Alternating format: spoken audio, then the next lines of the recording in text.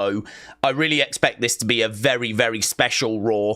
I think there's not much of a need now to save loads of surprises. You always need surprises, but the Rumble is where we get the bulk of them. So if there are any surprises that we just couldn't find room for, if there are any surprises that for whatever reason, couldn't quite get worked out by the Rumble, then, these next few weeks are definitely where we could see some things. For example, there was no NXT men's talent in the Rumble. Well, we do have a transfer window, so if we're going to call up some of that talent, maybe we get a surprise Trick Williams appearance or a surprise Ethan Page appearance. And then we find out they've been called to the main roster because this transfer window is meant to include NXT. And word on the street is that Roxanne Perez is pretty much there or thereabouts on the main roster now. So, but nothing for the men is very, very unusual, very strange. So I'm looking at something like that. I'm looking at something like Becky. Where was Becky? Jade. Where was Jade? Could she make her presence felt? Obviously, we've not seen the Wyatt Six in quite a long time. I'm not saying we're going to see them tonight. I don't expect them now. I'm just going to see them when I see them. But equally, the Wyatt Six are going to come back at some point, and I'm certainly not saying that's tonight. But the point I'm making is we are on the road to WrestleMania. There are loads of new feuds. There are loads of things for us to talk about. Loads of different rumors and bits and bobs. And as well as that, we're not too far away from Elimination Chamber, and the qualifying for that starts tonight. So let's go over to our preview. We always like to start with our preview. We've got a pretty sick match on Raw. I mean, as a Sami fan, this is horrific. For Sami to qualify for the Elimination Chamber, I'd sort of be hoping like maybe he'd need to get past Apollo, or maybe he'd have to try and get past Akira Tozawa. Yeah, that's what I would hope for Sami. Not CM Punk, right? So it feels like CM Punk is winning this. He's qualifying. Hopefully it's going to be a banging match. Will Carrion make his presence felt? Or will Sami just lose clean? I mean, Sami could absolutely lose clean to CM Punk here. No one would roll a bat an eyelid. No one would be shocked. This is a flipping... I don't know why you're smiling. This is a flipping nightmare for Sami Zayn. But there we go. Should be a really fun match, though. So we got CM Punk taking on Sami Zayn, Elimination Chamber qualifier. Io Sky takes on Liv Morgan, Elimination Chamber qualifier. Now, I think you would put Io into the chamber. I think you would put her into the chamber. The reason why I say that is because Liv she's just had a run with the title. There's no word that she is going to go back to being champion. So I sort of feel like, do you have Alexa interfere in this match and then we start the Alexa Liv feuds? Or you could go another way, and that would be to have Liv win, have Alexa win, and have them kind of facing in the chamber. You could go that way. But honestly, Io is a big name. If this was a name not quite as big as Io, like maybe like a Michin or something like that, I would probably go with Liv winning. But because it's Io, who is one of their top female talents, like that feels pretty close to me as to, I'd expect both of them to be in. Let's put it that way. So if I've got to choose as to who I think, I'm going to go Io. I know Liv's a big deal, but I'm going to go Io because I'm thinking, is this where Alexa gets her revenge for being eliminated out of the Royal Rumble? We know that Rumble eliminations lead to feuds. We've spoke a lot about Alexa and Liv, and that's just close enough, like star power wise, for me to go. I don't think either of them are going to miss out in the chamber. If I was to write down the chamber participants, I think I would have had both of them. So I'm going to go Io because I can see a way of Liv not quite making it. I wonder if then we get Alexa Liv at Elimination Chamber. I wonder if we do that match. Maybe Alexa's first singles match back since not being around is against Liv at the Chamber. Maybe something happens, and then that's where, maybe outside interference, that's where then we set up Wyatt's and Judgment Day. This is sort of the thinking with Alexa at the moment, right? Jey Uso yeets back to Raw as the 2025 Rumble match winner. He came out today with a few comments saying, like, haters are just hating because they can't do what he can do, which, as I said on X, I don't think was the best response. I sort of feel like if you're a red-hot babyface, kind of saying something more along the lines of everyone's got their favourites, I'm just on my journey, I need to focus on my road, hopefully I can win some of those doubters over as we get closer to WrestleMania. Something like that, a little bit warmer, a little bit fuzzier. But that's not really Jay's style, is it? I mean, I think Jay, he wears his heart on his sleeve. Like, if you do criticise him, he will clap back. And we have seen that in the past as well. So his response was, oh, they're just hating because they can't do what I can do. It's like, oh, I would have worded that different, but it doesn't matter. It doesn't matter, right? So those were his comments today.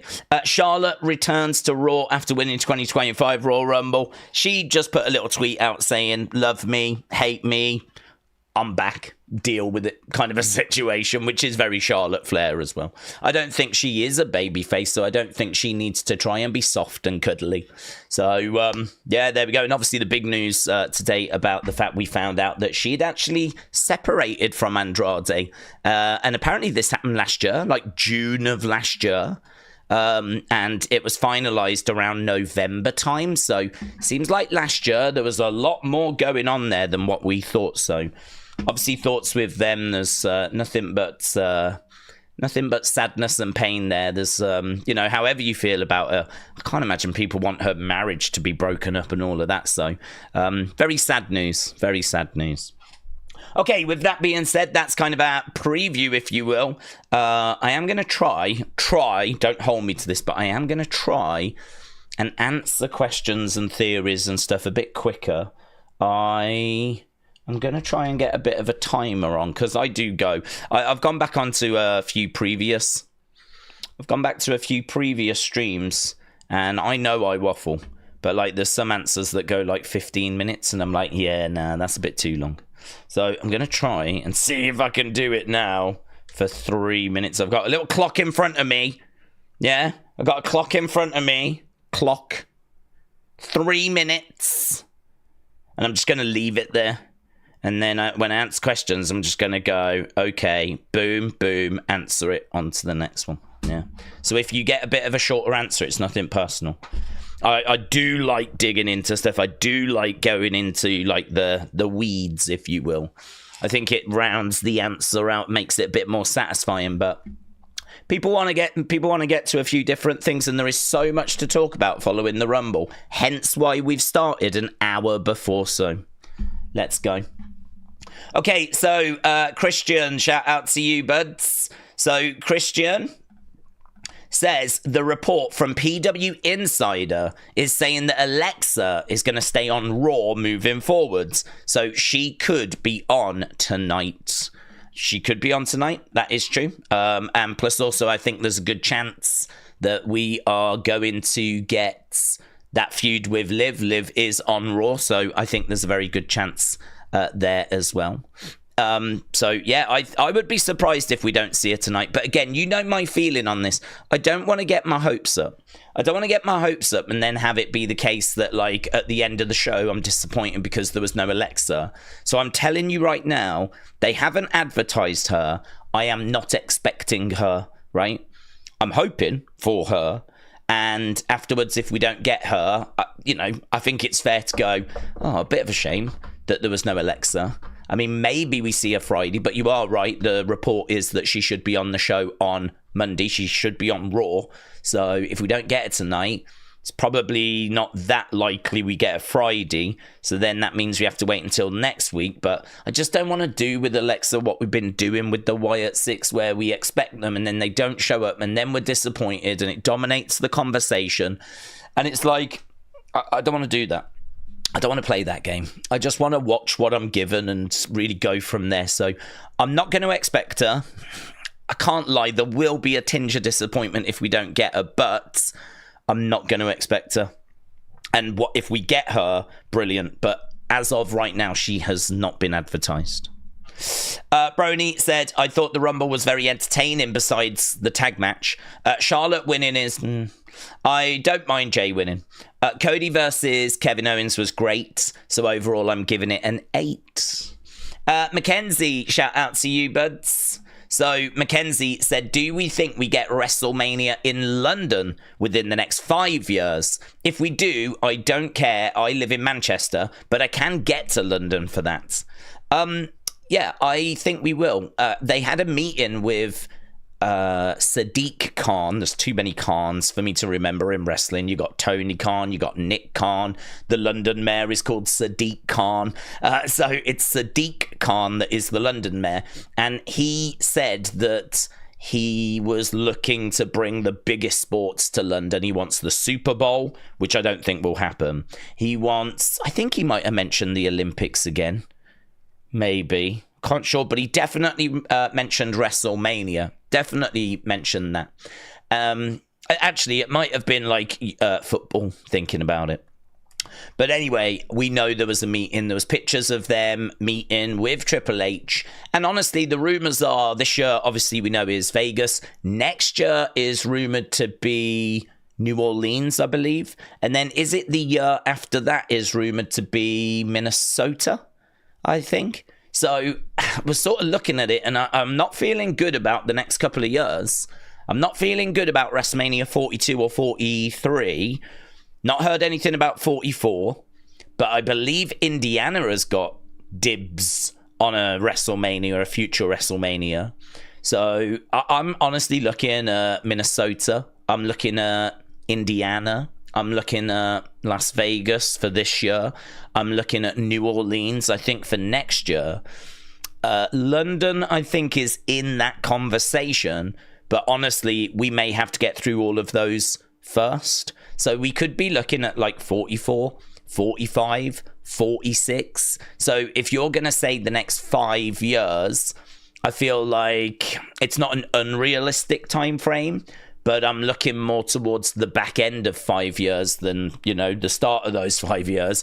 If you used to say the next 10 years, I'd feel a lot more confident. Let's put it that way. So, yeah, I think there's a very good chance. I think there's a very good chance that London gets a WrestleMania. I think London should get a WrestleMania for the support that the UK has shown and continued to show to WWE. I mean, they've been coming over to the UK since 1989. WrestleMania started in 85.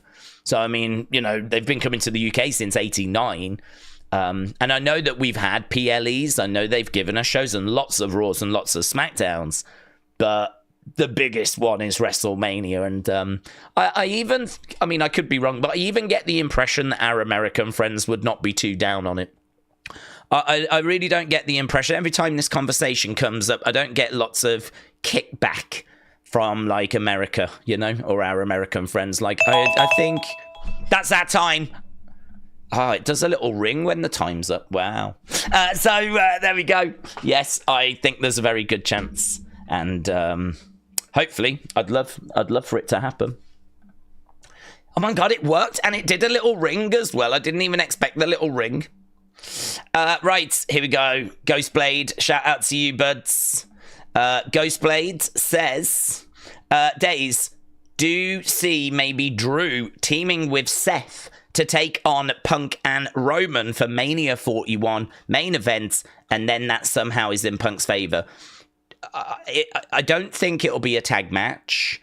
It could be a tag match, but I don't think there's much fun in the tag match because I don't know about you. We teased an issue between Roman and Punk at Survivor Series, so I don't really want to see them teaming at WrestleMania.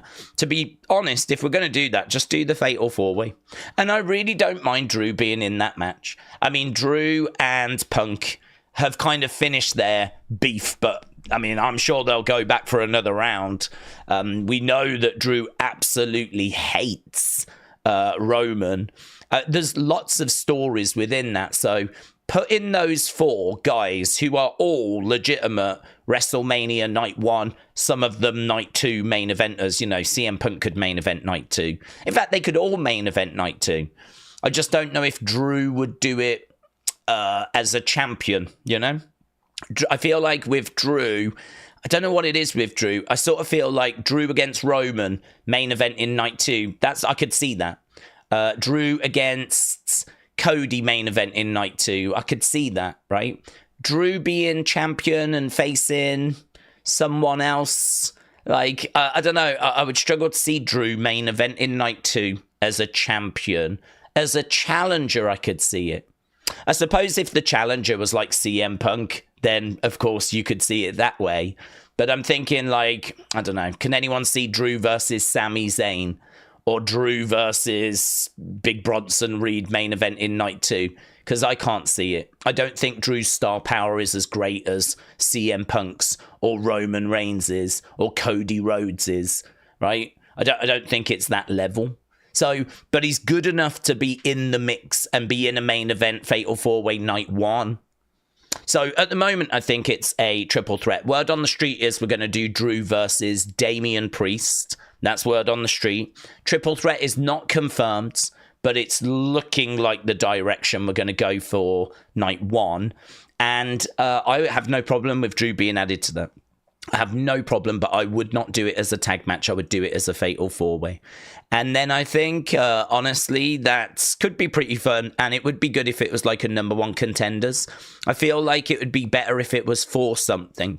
So just why not just make it number 1 contender? Whoever wins that match, you can't tell me they're not number 1 contender to whoever wins on night 2, you know?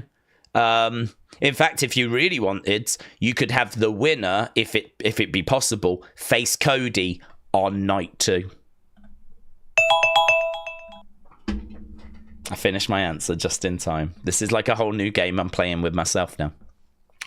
Craig, shout out to you, buds. Appreciate it. Lisa, shout out to you. Lisa says, Daze, what if Alexa brought back the Funhouse and not the playgrounds? She did share the Funhouse with Bray. That would be a great show of respect to Bray if she moved back into the Funhouse. I honestly would prefer that. I suppose the only issue is the Funhouse was always a backstage thing, whereas Playground was actually in the ring in front of the crowd. So I wonder if you could evolve it and actually have the Funhouse somehow work in a ring. I don't know. Obviously, you wouldn't have the puppets. You would have the rest of the Wyatt Six. It'd be very difficult to do in the ring because, I mean, the backdrop's going to mean no one can see, and I can't see how you do it without the door, because the door is such an important aspect. And then, you know, how can you not have the window for Abby? And there's a lot of props in there. I don't think that would work. So you'd have to do it as a backstage thing, and then I don't know, does that work as well? Part of the problem we've got is that how do you do in-ring promos for the Wyatt Six? We've just not been seeing them. Do you just bring them down, keep them close together, put a spotlight on them, a bit of smoke? Just do it kind of the way that is, you know, probably most obvious, but quite uncreative. I feel like this group's way more creative than doing that. And I feel like you're going to need to do some in-ring promos. Bray did in-ring promos. So bring back the Funhouse. I'm totally on board with that. Would we bring back the puppets? That would be a bit confusing considering they've been brought to life. So do you put the people in their positions instead and actually do something that way? Does that look a bit weird doing that? How would that even look visually? I'm not sure. I mean, there'd be a lot of questions about bringing it back, of course. I sort of feel like, let's take it a step at a time. I really need to hear from her, and I need to hear what her relationship is with the Wyatt Six first. And I need to hear, like, what her goals are. I mean, paying tribute to the past is definitely important, but equally, not living in the past is also important, because, I don't know about you, but I want to see us moving forward as well. I want to see us like trying new things rather than just constantly repeating the past because it was the past and we've all got an affection for it. So I think my answer is I'm down for it. I'm not sure how you execute it. I do wonder about in-ring promos. I do wonder about if we bring it back, how it looks. Do you bring back the puppets? But what do we do to drive this forward as well?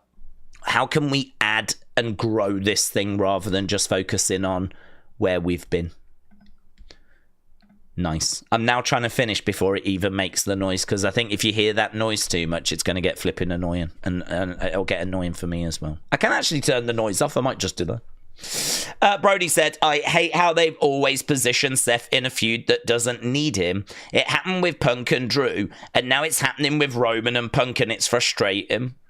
Do you know what? I don't disagree with that, but I think the problem is he is a top star. He is one of their biggest names, and he is someone that sort of always deserves to be around the main events. Maybe not night 2, but actually, I think you could actually make an argument, why not night 2? Because Seth Rollins is one of their biggest names, and I'm trying to think, has Seth ever main evented night 2? I mean, I know he came down at WrestleMania 31 and obviously the Heist of the Century, but that's not... You can class it as a main event because he inserted himself into it, but it's not really... You know, he didn't get the proper build and the proper advertising and all of that stuff. He had to kind of take that main event by cashing in, you know? But, I mean, if we think back to 38, 39, it's Cody Roman. If we think back to 39, 40, it's Cody Roman, sorry. If you go back to 38, what was the main event of 38? 38 was, surely it was Roman. Was it Roman? In my head, it's Roman Brock. Yeah, it would have been, wouldn't it? 'Cause that's how we unified the belts. Oh my God. Roman Brock again. 37 was that triple threat. 39 was Drew and Brock. 35 would have been the women. 34 would have been, surely would have been Roman. Roman, well, 33 was Roman Undertaker. 32 was Roman Triple H. Or was that 34? Yeah, I sort of feel like, where's Seth? It sort of feels like he does deserve to get that moment. Do you know, if they announce Seth, heel Seth against Cody for night 2, I really would not be down on that. I know everyone wants it to be John now. I do get that. But I don't know. I do feel in that regard, Seth has not had his just desserts, you know? I do feel in that regard, Seth has not had what he deserves, really. I would not be down on him main event in like a night 2 at some point. But I do get what you're saying here about him sort of getting in the way of the Punk Roman feuds. I just think he's a big star and they're just struggling to fit everyone in. They got a lot of big stars, didn't they? I think they're just struggling to kind of fit everybody in, even with... Could you imagine if we were still doing a one-day Mania? Oh, my God. How would they fit everything in if they were doing a one-day Mania now? Do you know what? If they were doing a one-day Mania, we could seriously be looking at the greatest wrestling show ever this year. With, like, the amount of talent and big names they've got. Because you know Becky will be back. You know Charlotte's around. I don't know, people don't like Charlotte, but she tends to put in a banging match. Rhea Ripley's going to be on the card, of course. We're going to have Cody. We're going to have Punk. We're going to have Drew. We're going to have Roman. We're sure to have Jacob in there somewhere. We're going to have Seth on the card somewhere. I mean, it is just stacked. It's just stacked, isn't it? Could you imagine if the Chamber is Punk, Roman, Seth, Owens, Drew, Cena, says Mackenzie. It would be sick. And it could go that way as well. Ghostblade said the show would be longer than Mania 35. I'm glad they don't do that, to be honest. I'm glad they don't do that. I think Mania 35 was a real turning point. And honestly, I think this year's Rumble was a real turning point. The reason why I say that is because my brother watched it and he actually sent me a message saying that he stayed up for it. I was like, did you watch the Rumble? And he was like, yeah, wish I'd gone to bed. And I didn't bother asking, like, oh, God, why? What happened? Like, I didn't ask anything like that. Instead, I just put a laughing emoji back. But I think I already know the answers. I mean, he is someone that is not going to get excited for Penta or Jacob or anyone like that. Like, you need to hit him with big names. He needs Seth. He needs Becky. He needs Punk. He needs Roman. He needs Cena. And the thing is, the answer that you would get from WWE is, well, we gave that, right? But the truth is, yes, you did. And there was that amazing moment where you had Cena, Seth, and Punk all in the ring at the same time, right? That was brilliant. And like Cena coming out at 23, that was brilliant. Like, there was definitely those moments. But the show was 4.5 hours long. Like, if you think about the amount of time and then think about the moments WWE are talking about, how much time out of that 4.5 hours did they deliver that for someone that's a casual, like a super casual?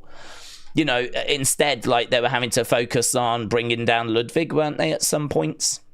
You know, my brother would have sat there for a long period of time going, who's Santos Escobar? Who's Ludwig Kaiser? Who are all these people? Like, these people would be coming down. He wouldn't have a clue who they are. He's waiting for these big names. And yes, they will have delivered that. But I suppose the point is, in a 4.5 hour show, I don't think you've held his attention. I think there's been a sea of mediocrity there, which for us is fine because we watch every week. We know who these people are. But, you know, my brother was, you know, he stayed up to watch. He never watches wrestling. He stayed up to watch it. And his response was, I wish I'd gone to bed. And this is coming off the back of what I think a lot of people would consider a very good Royal Rumble. But looking at it through his eyes, I can see where he's coming from. I think it was too long. I think the Rumble was too long. First of all, I think you could have cut the tag match, right? No offense to those teams, but I think you could have cut it. I don't think it was necessarily needed. Only 3 matches would seem bonkers, but when you know that the 4 matches end up going 4.5 hours, all of a sudden then you start going, right, do we need to cut some stuff here? There was a lot of gaps in between the matches. It really felt like we were taking our time in between matches quite drastically. I don't know if that was to try and get the crowd to kind of refocus or whatever after what they had just seen. I mean, I don't know about you. I needed to have a little bit of time to recover after the women's, right? So for me, the tag match was a good recovery. But now that I know the Rumble went 4.5 hours, I think I'd lose the tag match. I'd also look at maybe making the countdown clock a little quicker. I don't know how long it was, but I'm just looking at how do we make this thing shorter? I mean, maybe the bottom line is you can't, right? You can't. We had 4 matches. Are we really going to go lower than that?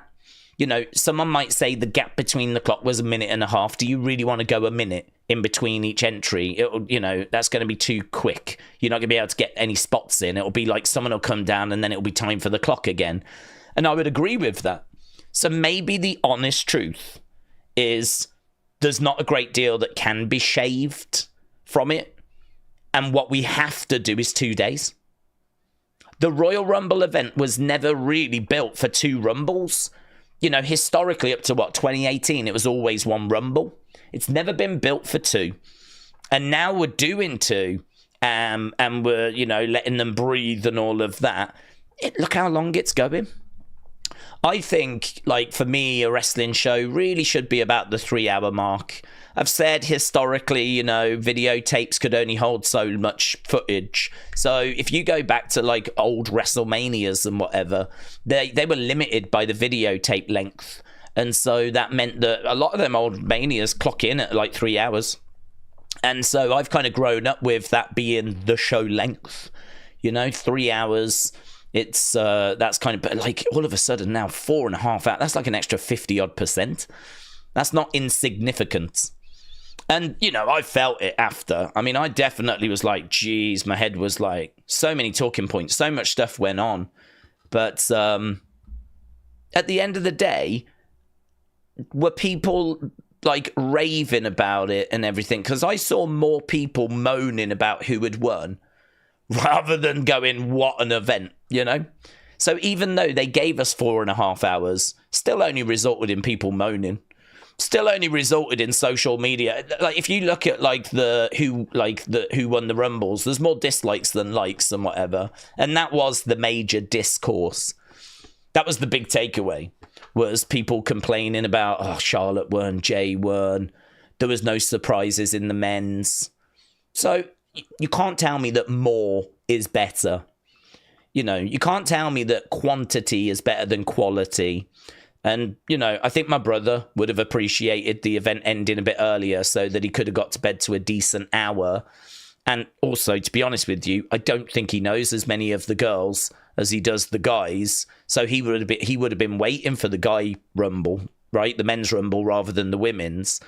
And so I think if it was 2 nights, he could choose, like, I'm just going to watch the Sunday, I'm just going to watch the guys. Because, you know, maybe that's not the right attitude.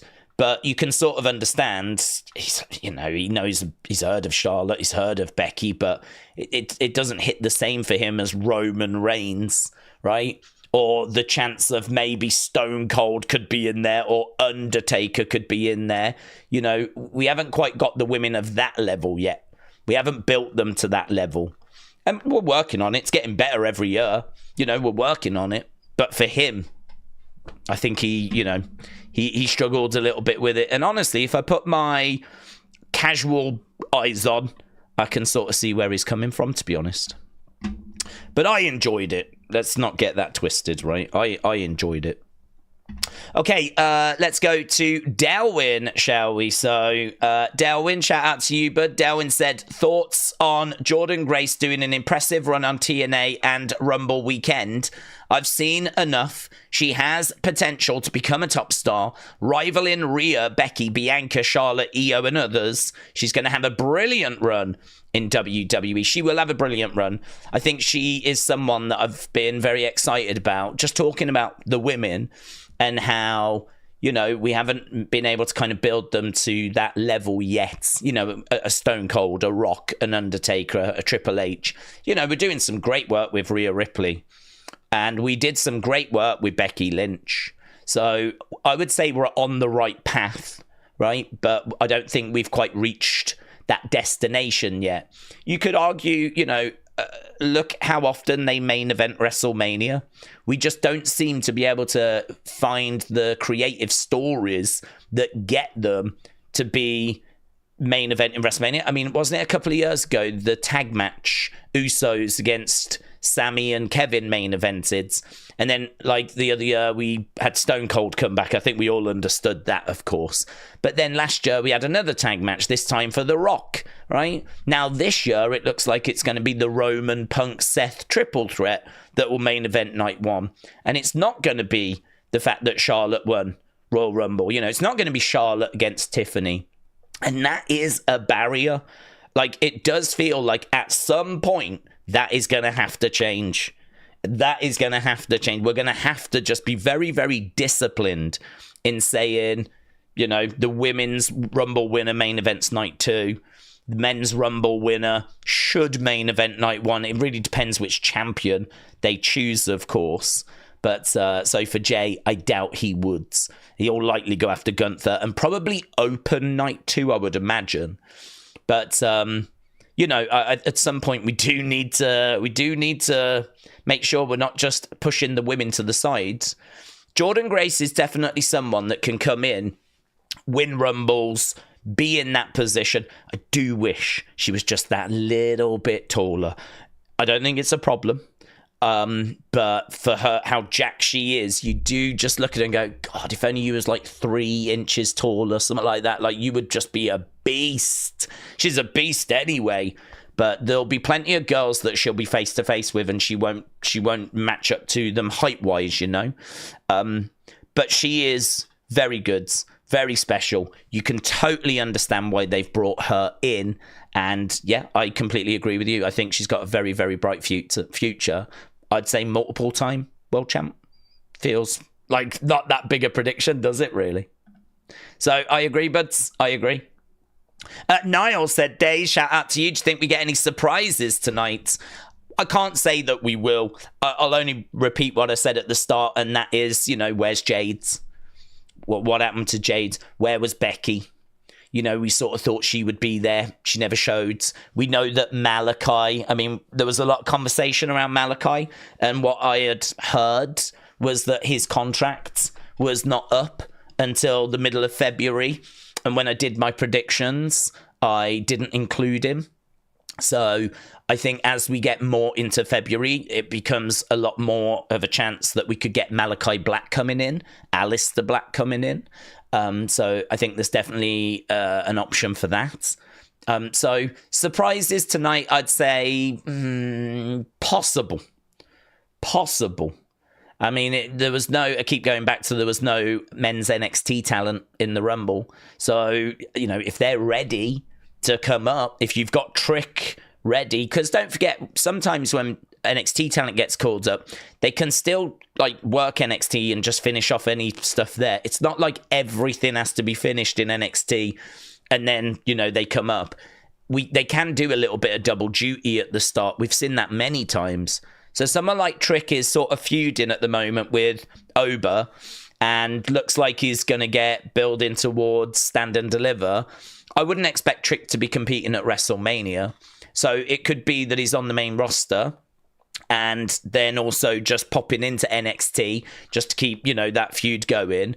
And then at WrestleMania, he does Stand and Deliver. And then after that, he's fully on the main roster. We absolutely could do that. Or equally, he might not be here and we just finish up in NXT and then bring him up the night after WrestleMania. We all want the night after WrestleMania to be the biggest, most bonkers Raw of the year. So we need to make sure that we do save some surprises for that. But that's so far away. We've got so much and so to do before then and so many shows to do before then. I don't know that you'd be necessarily saving people for that right now. I kind of feel like... yeah, there's a chance we could get something, but I don't think it's going to be bonkers and crazy. You might get something, but I'm not going into it with much of an expectation. I'm just going into it to see what the fallout is going to be.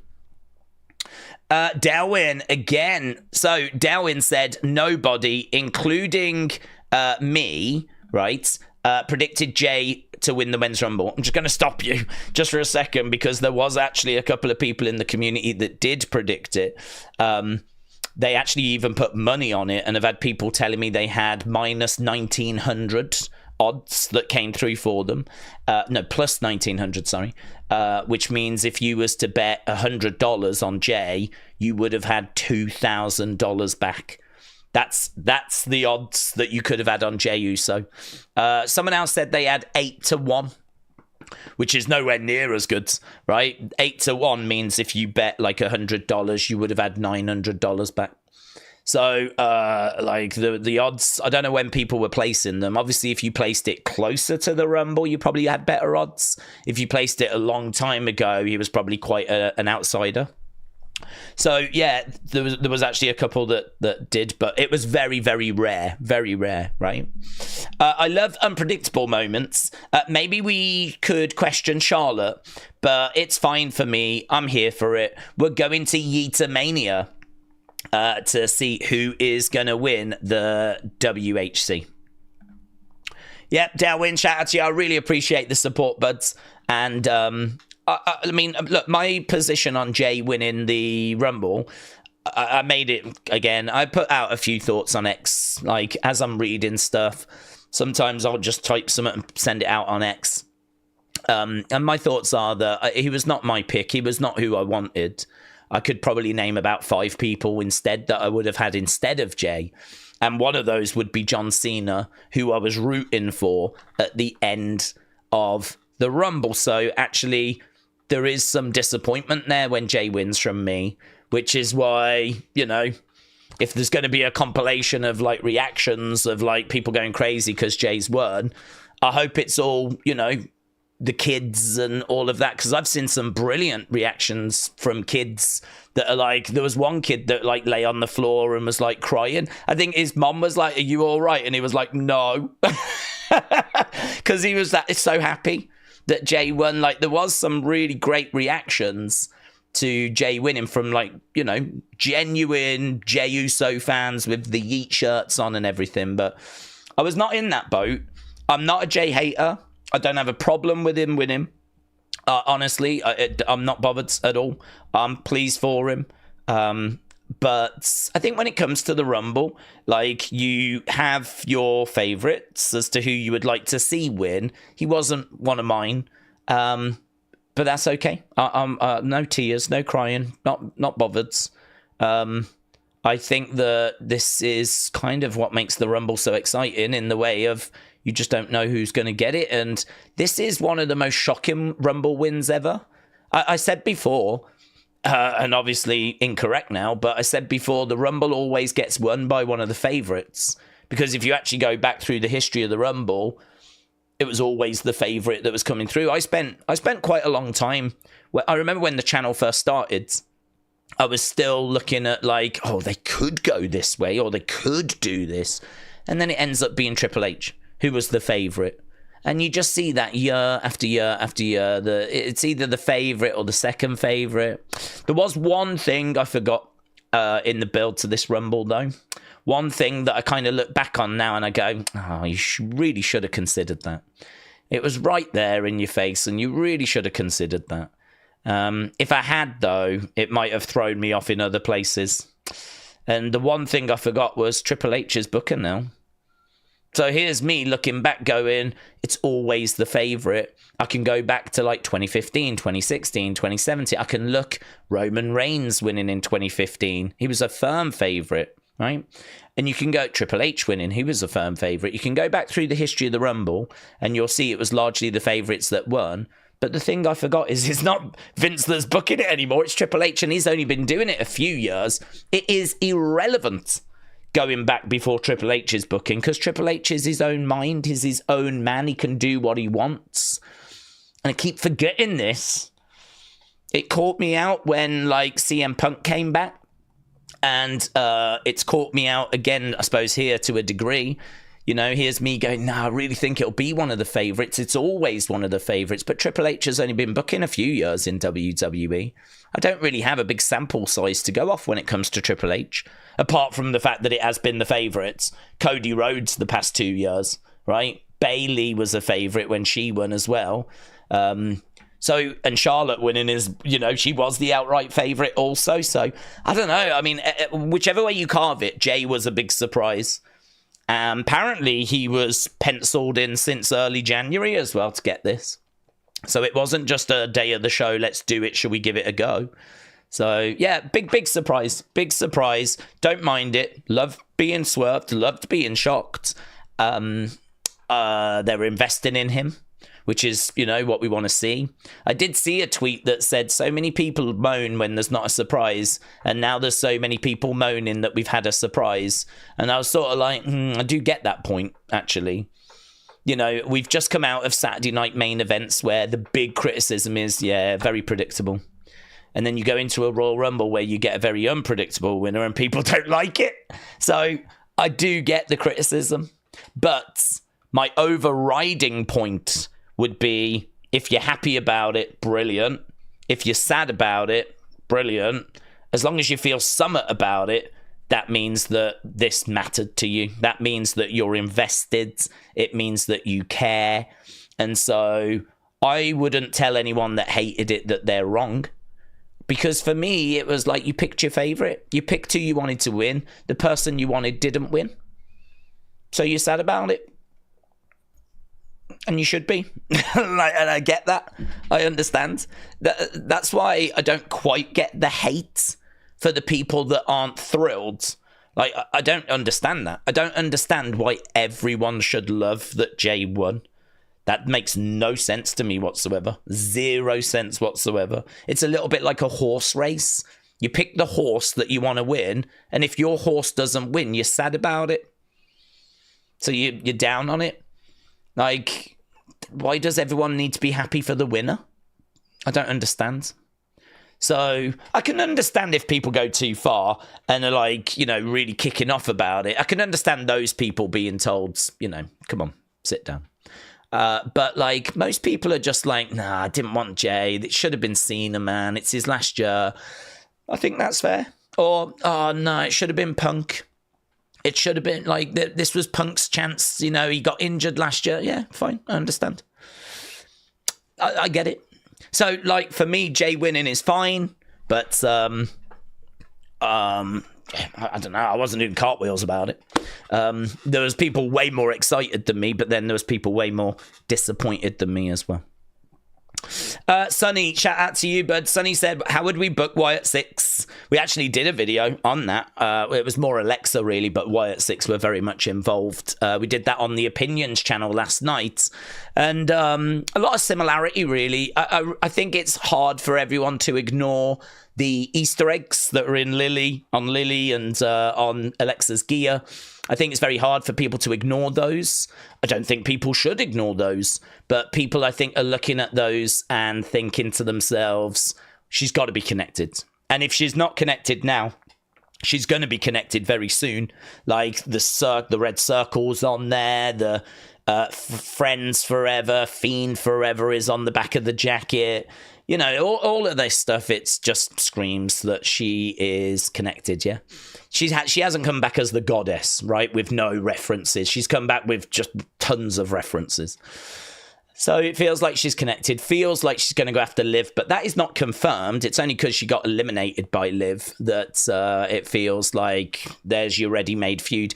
Add in the fact that, you know, it had long been rumoured that as soon as the Final Testament feud was done, they were going to move on to Judgment Day. This is why the SmackDown move was so confusing, because as soon as they moved to SmackDown, we were like, what? How does that make any sense? How does that make any sense if we're going to do Judgment Day next? So the SmackDown move really caught people off guard, and there's people even now that are still not buying it. There's people even now going, nope, Carrion's lied. It's not happening. And the only reason I don't think that is because The Miz said, but I had the Wyatts moved. And Nick Aldis said, well, you better get some friends and you better get them quick then. You know, The Miz admitted he had them moved. Nick Aldis, the GM, did not turn around and go, the Wyatts aren't on SmackDown. He just turned around and went, well, you better get some friends then. There has not been anything yet to suggest to me that that is not true, that they've moved to SmackDown. I think they have. It's confusing if the next feud is to be Judgment Day, unless we're going to move Judgment Day, or unless we're going to have the Wyatts work both brands, but why do that? Why not just leave them on Raw? So I am right with people when they're like, I'm confused, right? I'm right with you, because at the moment, the math ain't mathing, but let's take it a step at a time and see where we go. I think Alexa goes after Liv, and maybe what we end up with is like Liv and Nikki against Raquel and Liv. Alexa and Nikki, against Raquel and Liv. And maybe we just find something else for the boys to do on SmackDown. You know, maybe they don't get involved in this. Perhaps Judgment Day don't get involved. We know that JD's injured. Dominic can be by Liv's side, or, you know, maybe Dominic and Finn have to form a tag team now going forwards, and perhaps they go into the tag division. I mean, it absolutely could lead to Wyatt 6 Judgment Day. No problem. And we can find ways of doing it. Or maybe it doesn't. Perhaps we just have the women focus on something separate to the guys for a little bit. And this is a Nikki and Alexa form a friendship. We can then explore their relationship, give them space to explore that away from the guys.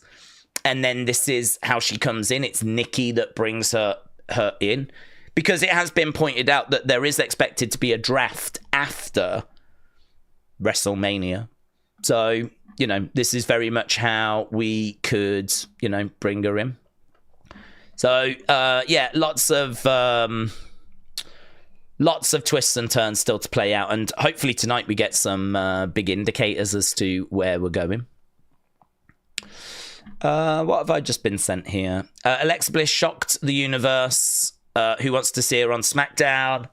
USA Network said, hopefully SmackDown. Well, of course, they're hoping for SmackDown, and it's right that they tease SmackDown, but I don't know that it's going to be SmackDown. Hendrix is in her Moana era. What's this? Hendrix is in her Moana era. She watches it every day. Oh, wow. There we go. Alexa is definitely going to want to get a little message from The Rock then. Isn't she? Looks like Alexa's back home. I wouldn't expect her on Raw just yet. This was 4 hours ago. Was it? Or was it filmed a few days ago?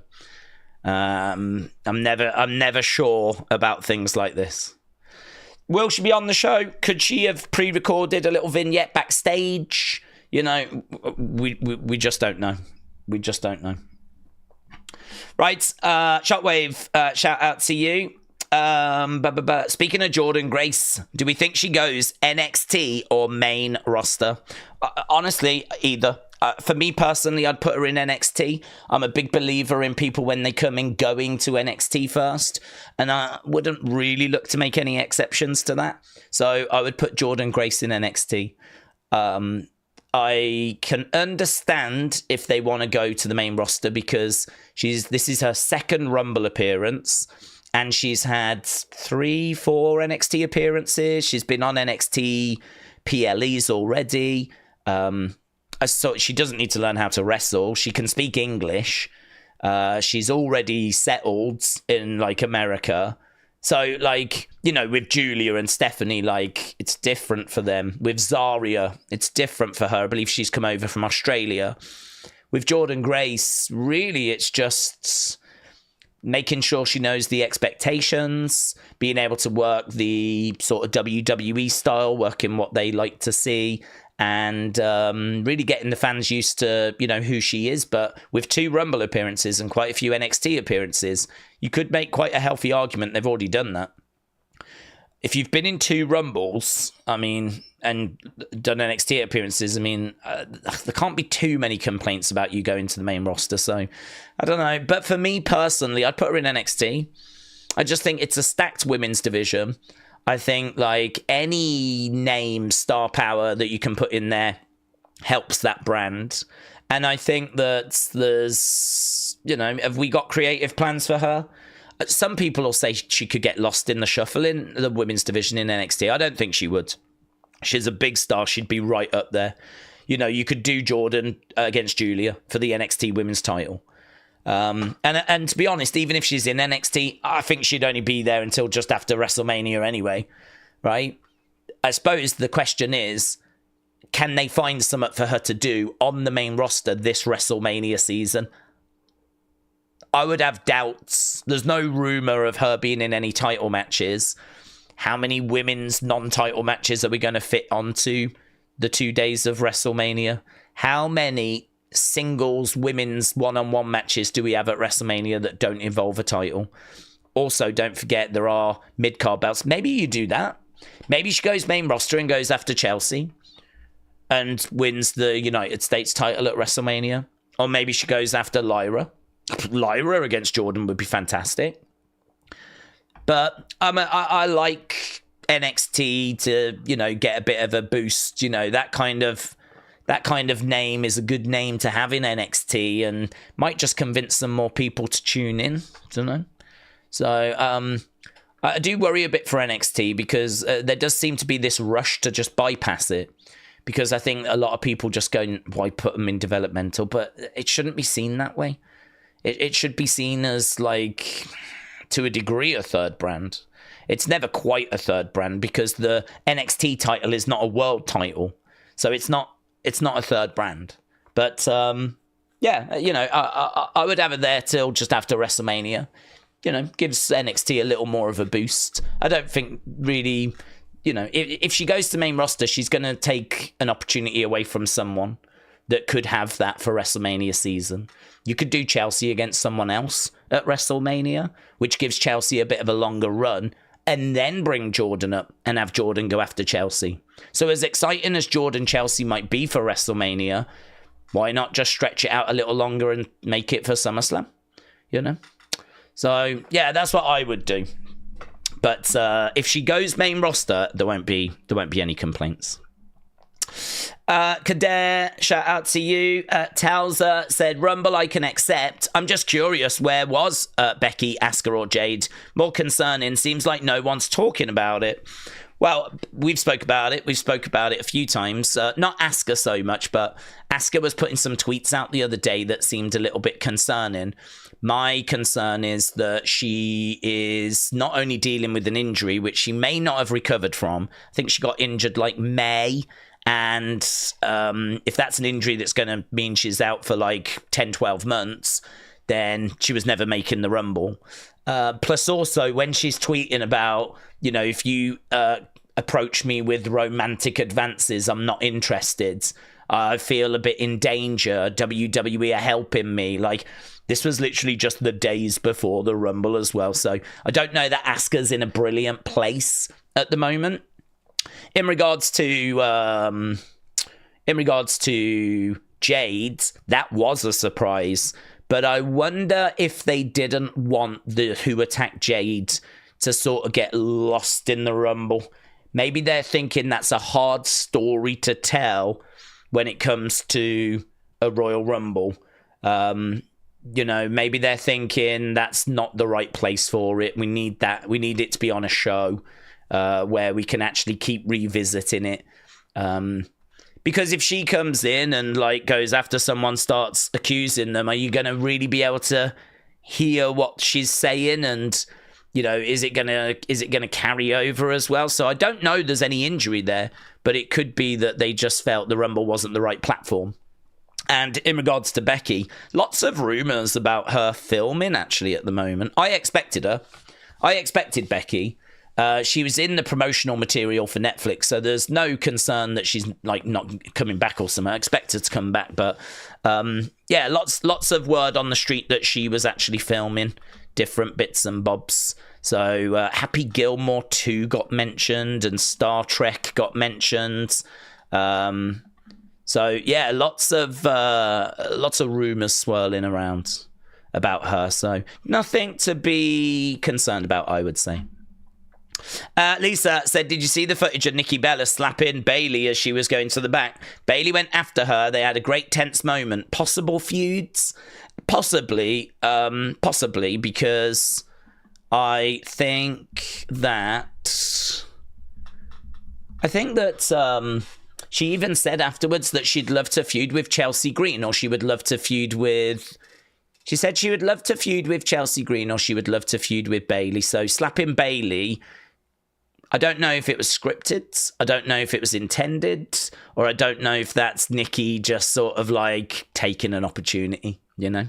I mean, at the moment, Bayley's in a bit of a feud with Roxanne, so it doesn't make great sense for WWE to now get you focused on Bayley and Nikki, because like we're really into a Roxanne Bayley feud at the moment. So I don't know, I've got to think that's probably more Nikki going into business for herself, to be honest.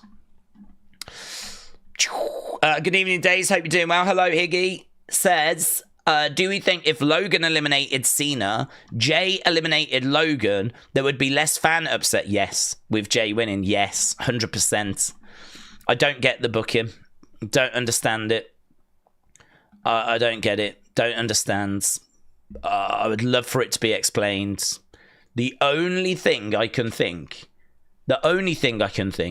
is in Triple H's mind, he thought it will be so much bigger for Jey if he gets one over John than if he gets one over Logan. Like, we're trying to build Jey up, and we want him to look like he really earned it, rather than it was given to him. We want it to seem like, no, Jey was the rightful winner, yeah? Because let's say if Logan had eliminated John, no one's going to give Logan props for eliminating John. And I've got to think if that happened, it would be because John was slightly distracted or something. So then, you know, if Jey gets the better of Logan, does Jey get much praise for that? You know, is it a case that people see Jey as the rightful winner in that, or was he just lucky?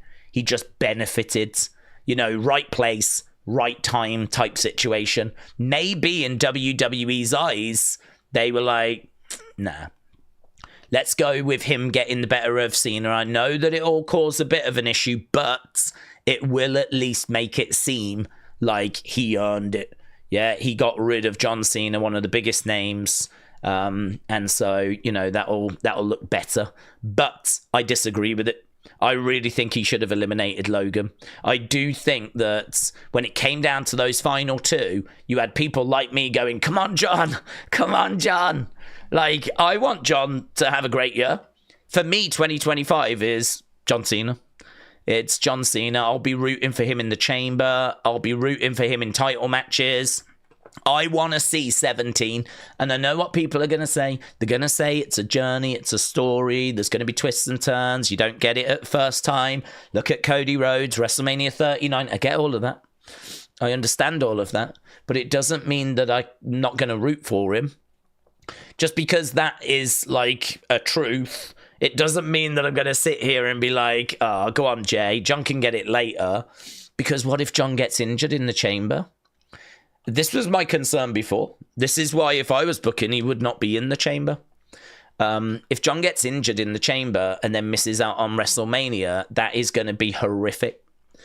That is going to be horrific. And there'll be plenty of people then that will say he should have won the Rumble instead. There'll be plenty of people that will go, I knew he should have won the Rumble. I knew he should have won the Rumble. He's out of Mania now. We've took a flipping... a chance that we didn't need to take. He didn't need to be in that flipping structure. And look at him now. He's gone and busted his tricep. He's gone and tore his pec. I mean, any of these things can happen.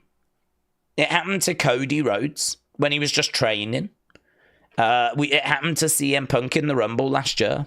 So, listen, I'm going to be more than Cena winning. I'm just going to be like this, that he doesn't get injured in the chamber. Yeah, that's what I'm rooting for. That just stay safe, John. Stay out the way. Lie down, get pinned. I don't care. Just get through the flipping chamber. We can find a way of getting you to the match after. But just survive. So, yeah, I think had he have eliminated Logan last Jay, I think it would have been much better received. But I think I can understand why they went the way they went. So I was really trying to give it some thought. And that is really the only thing I can think. It's the only thing that justifies it in my mind. Right, Daze, Raw tonight is in my hometown, said Joker. Joker, shout out to you, buds. They've been promoting Chamber since last year, says Lee. A lot of people say this about John's been shown being in the chamber, and I'm kind of getting to the point where I don't know how many times I can repeat it, but just because you're on the poster and you're promoted for being at that event doesn't mean you have to be in that match. So John being on the poster for Elimination Chamber means that he should be at that show. I mean, I can find you plenty of examples where people are on posters and they're not at the show, but that is obviously moody, and I didn't expect that to be the case. I knew that he would be there, but I do get people coming out going we knew John wouldn't win because he's on the poster for the chamber, and it's well, how about if he was at the chamber but he wasn't actually in the chamber? What about if he had a match that wasn't a chamber match? What if he was on a Grayson Waller effect, just like Seth and Cody were last year at the Elimination Chamber? We flew Cody and Seth all the way to Australia just to do a talk show segment. So why could Cena have not done that? Talking to him about what this means, how important it is, how's he gonna beat Cody Rhodes? Maybe he says something that upsets Cody. Cody comes out, they confront each other, gets a little bit heated. I mean, you're ticking the Cena box there. You wanted Cena at Chamber, is that Chamber? And for me, I just wouldn't have took that risk. So Cena being on the poster meant he was going to be there, but it was never a guarantee he was going to be in the match. And there ain't no one going to change my mind on that. Maybe all this was Cena's idea in the first place, said James. It could have been. Yeah, could have been. I know he sat down with Triple H and they worked through different plans. Jamie said, does anyone else feel that Cena was well off pace throughout the Rumble? I know he's aged, but to be in a match with Cody headlining, I'm a bit worried, said Jamie. He might have been a bit off, and I can forgive that. I'll tell you one thing that I've started to notice from him, and I can't remember him doing this so much in the past. He might have done, and maybe it was just I wasn't seeing it as much. He really overacts. there was a bit where, like, do you remember that bit where they're all in the ring and it's Roman and it's Punk and it's Cena and they're all standing in the ring? And, like, John is like, it's a bit awkward because they're standing there for too long, really. They're all just standing, looking at each other, and they're just waiting for the countdown. And Punk and Roman just stand, and they just sort of look around, like, who's going to go first. And they just feel, like, very comfortable, like they can stand there. They're not bothered, right? They're not bothered about a cue or anything. They're just standing, looking, just, you know, who's going to make the first move. John doesn't feel as comfortable in that moment. If you go back and rewatch it, he can't help himself but get into a position like this and, like, edge forward. And he's like, everything he's doing is really... like, and then he comes forward. And then as soon as the clock starts counting down, he puts his arms down and he looks up at the clock like this. Like, everything is such a big... And all the time you got Punk and Roman just standing there, like, just looking up at the clock with, like, slight movements. But John is just so... And then as soon as Seth's music hits, when Seth's music hits, he's like...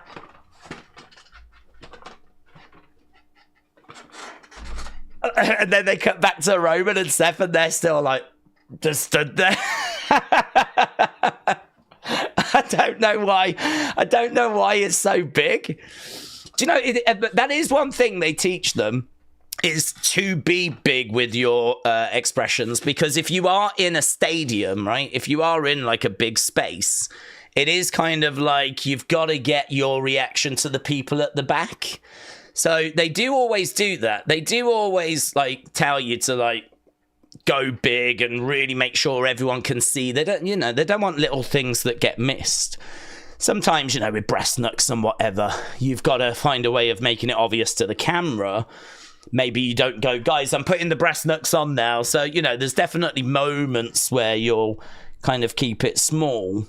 But, like, so sometimes you might play it to the camera, but a lot of the times they do want your reactions to be, like, big, kind of big, you know. You know, if you get punched in the stomach, normally you'd be a bit like, oh, God, Jesus. But, like, in wrestling, it's like, oh, it's so much bigger, right? They do want that. But with Cena, everything was like 12, 13 out of 10. Like, every reaction was like, I don't know. I don't know. I mean, like, I don't remember him doing that in the first run. Or, like, you know, in the past. I don't remember it being so OTT and so exaggerated. I did genuinely wonder if someone was going to grab him backstage. I mean, it's going to have to be a Triple H. Or it's going to have to be a Triple H or a CM Punk. It's going to have to be an elder statesman, right? It's going to have to be a Heyman or someone like that just goes, John, I love you, but, like, you're at, like, a 15, yeah?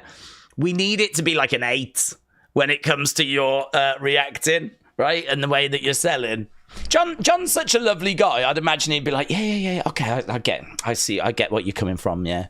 Just maybe a bit rusty, just getting back into it, something like that. But it was quite huge. If you go back and watch it, it's kind of fun. So I'm not sure about him being off the pace. I wouldn't be shocked if he was. I mean, maybe missing a step, whatever. But I think that his OTT reactions could do with just someone having a little word. Just like, it's brilliant. I get what you're doing. Yeah, I know they train that, but... I don't know. They did. You're at Shawn Michaels level at the moment. Yeah, you're Shawn Michaels. You're SummerSlam 05 Shawn Michaels. Yeah, no one needs to be getting to those levels. Carr said, Daze, Joe Hendry was appearing in the Rumble, and that was fun. Braun Strowman eliminating Jacob Fatu was epic, says Carr. Angie said, Days, hope everyone else had a great rest of the weekend. I'm getting ready to go to an MRI. I've done my ankle in due to a possible torn ligament. Fun times. Doesn't sound like fun times, but happy Raw Day. Angie, sorry about that, my friends. Sorry to hear of you going through some difficulties. That's awful. So what was it? A sprain, was it? You've done your ankle, so you're just getting it scanned. Do you know, I broke my ankle I was at work, and it's a true story. It was a big sale, a big summer sale at work. And our boss came into the staff room, and he was like, right, sales been put out last night, and it's all Caribbean themed. No idea why. Absolutely zero reason for our sale to be Caribbean themed, but it was. And he was like, I've got one hula skirt left. Who wants it? It's in the office. And me being me, jumped up, ran down the corridor. I was like, yeah, I'm going to wear a hula skirt at work. Wow, this is the best day. And the cleaner had just been doing the floor. Hadn't put the wet floor sign out. Straight over. Slipped. Proper slipped and slid down the corridor into this wall. And my ankle was done. Absolutely done. So I broke that, and I was... never got that hula skirt, you know. Never got that hula skirt. So smashed into the wall, completely obliterated my ankle. And yeah, like it was a bit panicky, actually, because they were like, you're not going to sue, are you? And all of that. And I was like, nah. I probably could have. And but I don't regret not. But yeah, that was, I did my ankle. The worst part as well was I was lying there and I was in so much pain, right? And the cashier came out, and I don't think she was first aid trained, but she was like, I've dealt with this before. You've got to elevate it to bring the swelling out. So she grabbed my leg, right? Boom! Banged it on the desk. I don't know why she banged it. I don't know why she thought that was a good idea, but she literally picked my leg up and went, boom, banged my leg on this desk to elevate it. And as soon as she did that, I was like, ah! Oh, man, the pain. I was like, ah, oh, my God. She's like, yeah. You've got to get that swelling out. And I was like, ah, like this. She's like, come on, let's do it again. I was like, ah! I don't know what she was doing. I think she must have secretly hated me. And she was just trying to cause me as much pain as possible. So I'm back there with a broken ankle. She's smashing my leg on this flipping table. I'd love to have known her reaction when news got back that I'd broken it. Because I got put in a taxi and got sent to the hospital. And obviously I let them know that it was broke. I'd love to know. She probably broke it. I was probably fine until she did that. I probably just had a little sprain or something, and then she was the one that ended up smashing it. So there we go. Be very careful of cashiers. Yeah, they're in their own little bubbles. They're in their own little worlds. Can't trust them. Wrestle Andy said Becky versus Cena at Mania. Think of the 2 counts, said Wrestle with Andy. Shout out to you, bud. I hope you're well. I hope you had a good weekend. I was wanting Alexa to win when she came out. I had tears down my face when she made her entrance. It was such a great moment, said Jamie. It was very good. And honestly, I think all the contract stuff, as much as people have been a bit like anti-dirt sheet over it, although I will say, they're still saying the dirt sheets, all of them, that it was correct. There was a contract issue and that it got resolved that morning. One of them, PWN, said it was 5 a.m. that it was sorted out in the end. So they got it done, right, that day. So I don't think they were incorrect on the contract thing. But yeah, I think all of that helped.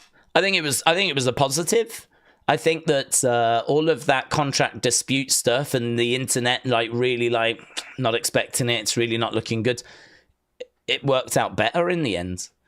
I mean, I do wonder about if WWE are just starting to catch on now with muddying the water, which is something they should always have done. Always have done. I have absolutely no problem if it turns out WWE are genuinely doing that. Like, putting out fake stories to throw us off the scent so that things happen and then we're all, like, confused. I mean, it's going to be a nightmare for the dirt sheets. It's going to be a nightmare for, you know, PW Insider, Sean Ross Sapp, Dave Meltzer, PWN. I mean, they've all got, like, varying degrees of success. And no one's going to be 100%. I do think there are some that genuinely are trying to do their best work trying to find the... I mean, when it comes to Sean Ross Sapp, I know a lot of people can be a bit down on the way he acts on social media. Like, he will confront the trolls. He will confront people that throw shade at him. Rather than just leaving it and just focusing on, you know, the work, he will clap back. And that does seem to rub a lot of people up the wrong way. But really, I do think he is trying to find accurate information. I think he is trying to speak to sources and get information, and I do genuinely believe that. I also believe, maybe to a fault, that Dave Meltzer has got sources.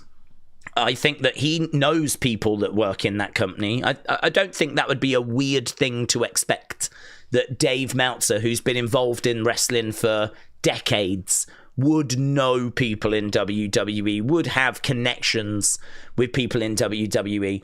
But I think what's kind of going a bit wrong for him is the fact that the information that's coming out has been a bit hit and miss. I don't know if his sources are not the most reliable, or is it a case that WWE are now muddying the water more than they've ever done before? You know, could it be a case that that is something that's genuinely happening? So honestly, I'm very interested with where we are. The relationship between WWE and the Dirt Sheets is a very interesting one. Triple H actually sat down at the press conference after, and he said, I can't remember what he was exactly talking about, but it was like, I can tell you none of them knew. Like, they all thought they knew. This guy talks to this guy. I can tell you now, none of them knew. And all I was thinking was Triple H is saying that in front of the exact journalists he's talking about. Like, that was at the press conference. When he's saying none of them knew, them are the people in front of him in that moment. You know, all the wrestling journalists were there. So when he's talking about, I can tell you now, none of them knew. They all think they knew, but none of them knew. They all think they got these connections, but I tell you now, none of them knew.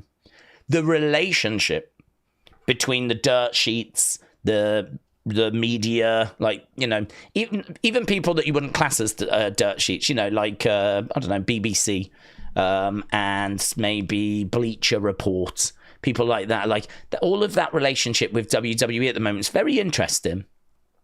It's very interesting. It's ever evolving as well. Like, sometimes they love them when they're reporting, like, the good news and everything. Obviously, they don't like them as much when it's the bad news. And when it comes to the rumours and everything, I do wonder if there's a few stories being planted that maybe are not totally accurate. Telsa said, maybe now that they're divorced, Andrade will stop wearing Charlotte's mask, said Telsa. Daze, did you hear about KO being hurt worse than first thoughts? The trainers couldn't close the gash on his head, and he passed out from losing blood, said Lisa. I have not heard that. What source was that, please? If that's come from a PW Insider or something like that, I'm interested.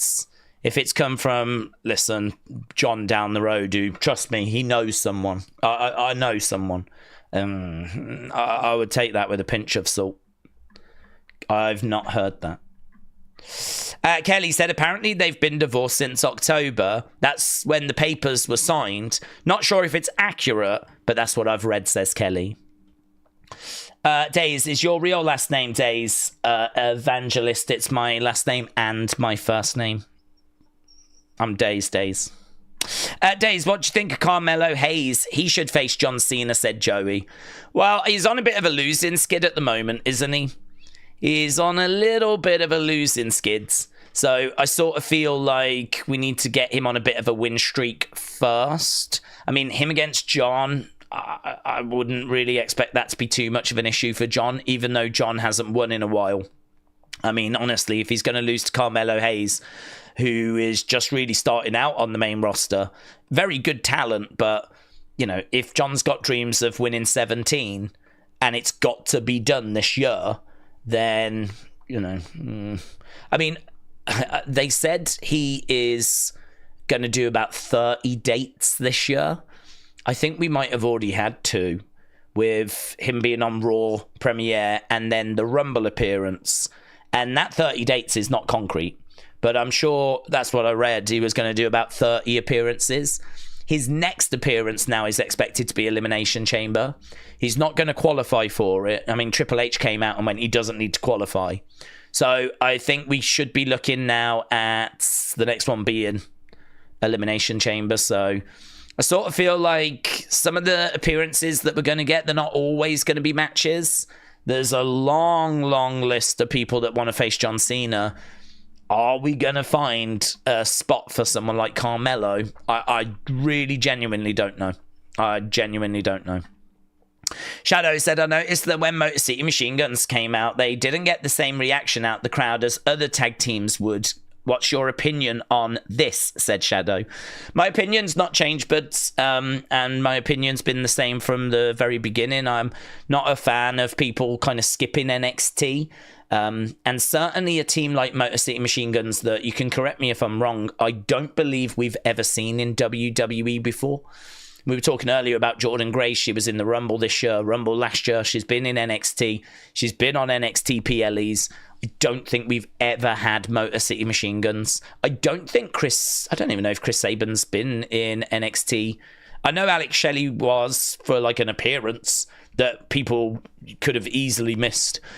He was in with like Kushida, but like, yeah, if you watch TNA, then obviously it means something to you. But I think, people understand that the TNA viewership is, quite low compared to Raw, compared to SmackDown.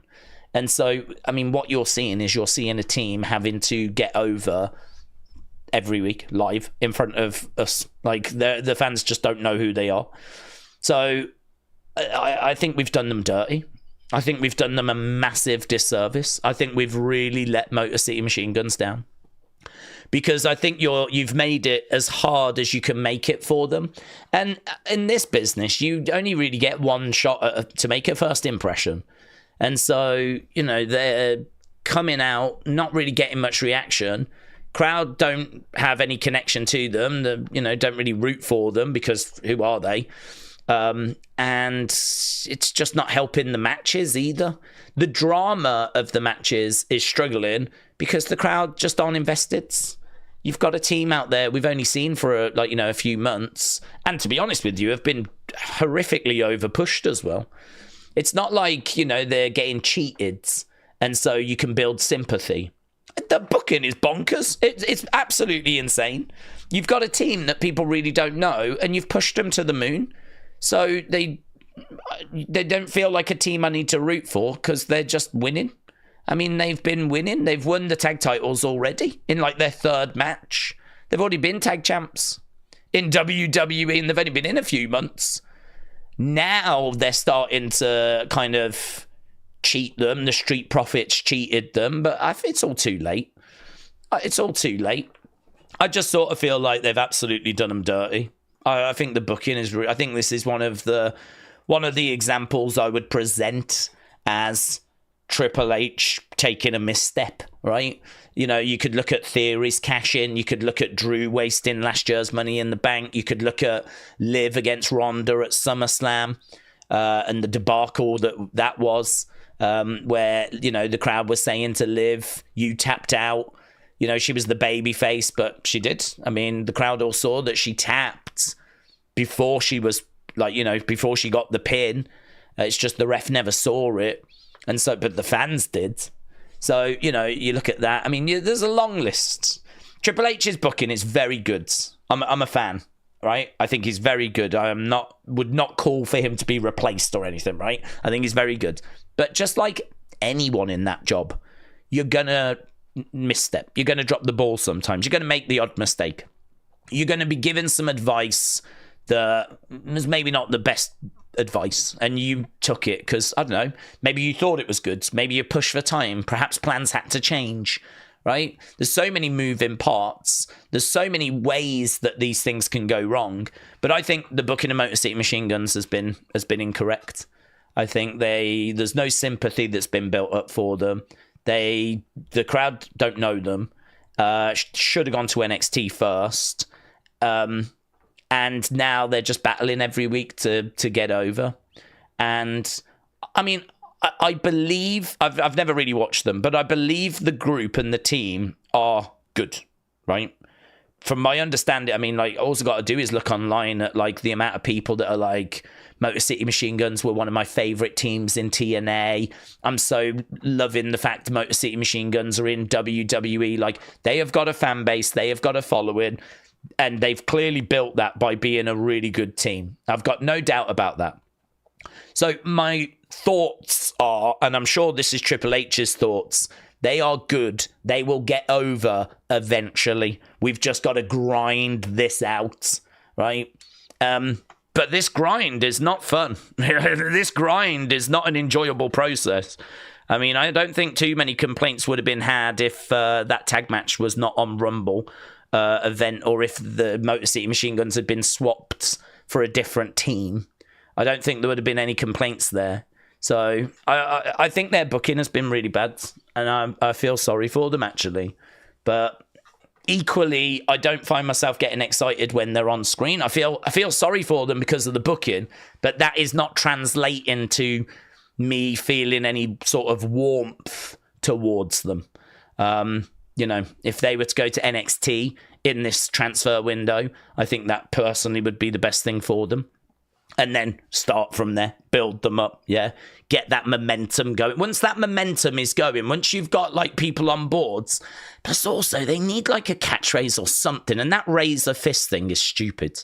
I've hated that from the moment I heard it. It's just a bit cringe. Raise the fist. I mean, we can find something better. We can find something better, and I'm surprised they haven't really tried some sort of catchphrase yet. When you think about how successful Yeet has been for Jay, or OTC has been for Roman since he came back. You know, OTC has been really successful for him. Yeet has been even better for Jay. So I sort of feel like there's something there. And we know how good catchphrases have been. The yeah for LA Knight, the woo for Ric Flair, Charlotte. I mean, do you know what I mean? Just give them something that's credible and cool that could catch on. Maybe they'll try that. Perhaps we'll get to that, but we're not quite there yet. Daze, I want to see Alexa Liv at Mania, said Jamie. Do we think that they could give the tag titles to Liv and Raquel? Yeah, they absolutely could. Certainly if you add in the whole who attacked Jades, then yeah, they absolutely could. Brendo said Jay deserves it. It was John's idea for Jay to win. He said after the Rumble he realised it's better for WWE if he wins the Chamber and wins the title, says Brendo. Little Rye, shout out to you, said I've come down with the flu, so might not make it all the way till the end of the show. I'm thinking about going to the bar to watch wrestling. What would you suggest? Hang on. So you're not feeling very well, but you might go to the bar? That doesn't add up in my head. You've got the flu, but you're thinking of going to the bar? You've lost me, buds. You've lost me. I think get yourself back up and running. That's what you need to do. You need to get an early night or something because you want to shake off that flu. I'm guessing I've just got confused there because I can't imagine there's many bars showing Raw. In fact, I saw there was even a petition doing the rounds, you know, because the Netflix don't allow businesses to show Netflix in, like, public spaces. Apparently, you can get in big trouble. So there was a petition doing the rounds saying that, you know, let us show Netflix in our bar. There's people that want to watch wrestling that can't now that it's gone to Netflix, which I thought was very interesting. I've not heard that before. They should sit on NXT Motor City Machine Guns, said Trey. Has to be capitalized on that moment from the Rumble, in my opinion. Which one matter? What are we talking about? I'm excited to see what Alexa Bliss does tonight, said Alexa Bliss 0809, who I think we can all agree is the biggest Alexa Bliss fan. Alexa Bliss Gamer 0809. Not like that fake fan, Brady.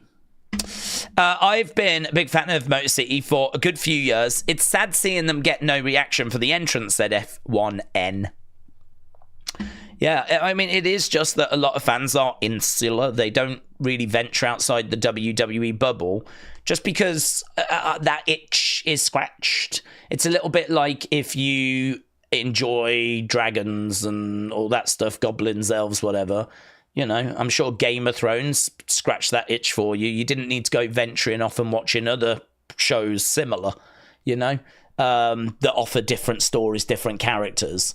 You know, you watched Game of Thrones and you was happy with that. Like if you're into zombies, you watch Walking Dead and that might be your zombie fix for the week. And when it comes to wrestling, WWE with their, you know, star power and everything, it scratches that itch for so many people.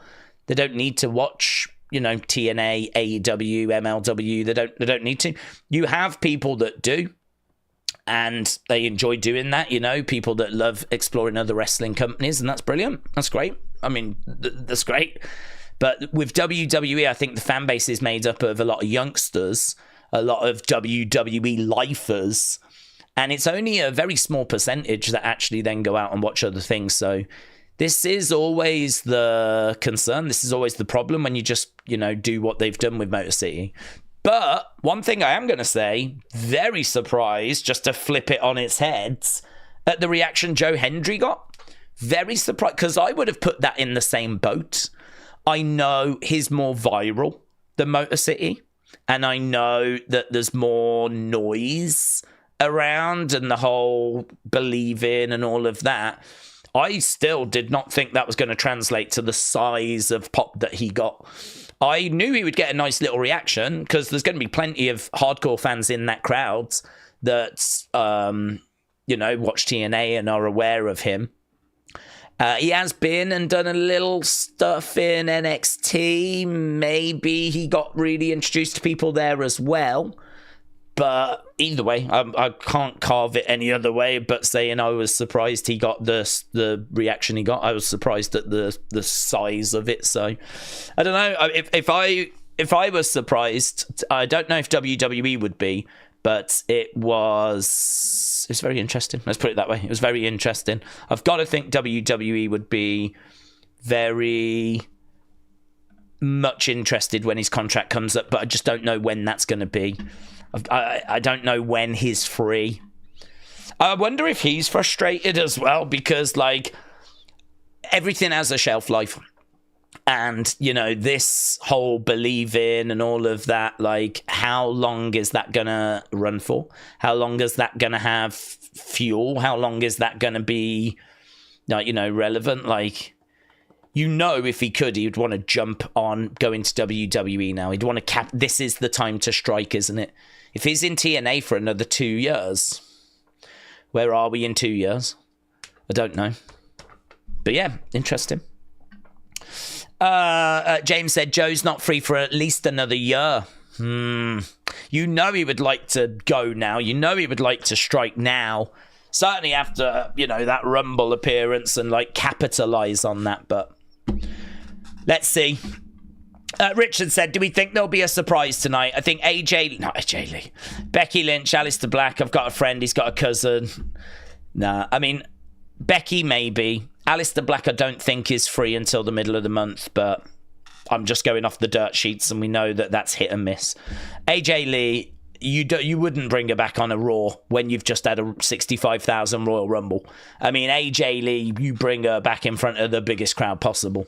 So if AJ Lee is to wrestle soon, I might even be tempted to do a Cody and bring her back at WrestleMania, you know, against a mystery person, and it turns out to be AJ Lee and you do a Cody Rhodes situation.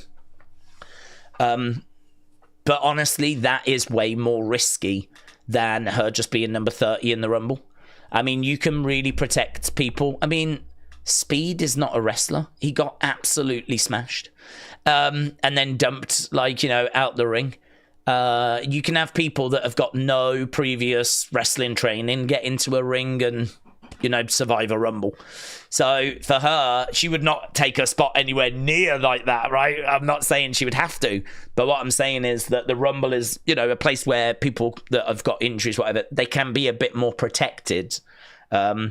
Because you just make it crystal clear to everyone, as soon as 30 hits, you don't go anywhere near AJ, apart from the spots that we've got planned. And if you do, you're going to be in big trouble, right? And so everyone stays out of the way. Everyone's walking on flipping glass while she's in there. She doesn't win it. She ends up getting eliminated by someone. Maybe it sets up something a little further down the road. But you know what? Maybe that is why it doesn't happen and it keeps not happening, is because why have her in the Rumble if it can't set up something down the road? Maybe they're thinking, let's bring her back when she can do a match. And maybe right now she can't. Maybe right now she could maybe do a Rumble appearance, but she can't follow it up with anything. And so her thinking is, let's see next year. Because next year I can come back and I can maybe do WrestleMania. I'm going to start, 2 years, 3 years, really intense, really working on getting myself back. And she's still young as well. I think she's still 36, something like this. When she was in wrestling, she was in her early 20s. So she's still really young. So it's not that we don't have time. It's about finding the right time. So, yeah, you wouldn't bring her back on a Raw. Not when we just had 65,000 a couple of days ago. Dean said, Alexa, she went to a therapist to control her darkness. Then she became the therapist for the Wyatts. Soon to be the leader with Howdy. I don't get that bit. So she wasn't the therapist, but are we saying that she might have done something that we've not seen? I think she's with the Wyatts. I expect her to be with the Wyatts, but I don't know quite how we're going to get there. Nathan said, I watch multiple promotions. I was trained to because of the old Monday Night Wars with WWF and WCW. I love wrestling, but who's got time to watch everything? Well, James has. I know James has. James is someone that famously in our community watches pretty much every wrestling that happens. So if ever you do have any questions about what's going on in the other promotions, I know James is sure to have the answers. Al said, I kept waiting for Solo to come out, and he hasn't come out, and I've lost hope, says Al. Don't know what we're doing with Solo, actually. I don't know what the plan is for Solo. Hopefully with the amount of time he's been away, because it's been a while now. He did that match with Roman. Then, of course, we saw him, was it the SmackDown following that? Or maybe the SmackDown the week after, and he walked away. And so I'm thinking, whatever we're doing, it's got to be pretty seismic. We have not heard I Love You Solo since. And so there needs to be a big reinvention there. There needs to be a big reinvention. Do we think Raquel Liv against Nikki Alexa for tag titles at WrestleMania? It could go that way, Jamie. It could go that way. I can't say yes, can I? The belief is it could also be Wyatt 6 against Judgment Day. We still don't 100% know it's even going to be Liv and Alexa.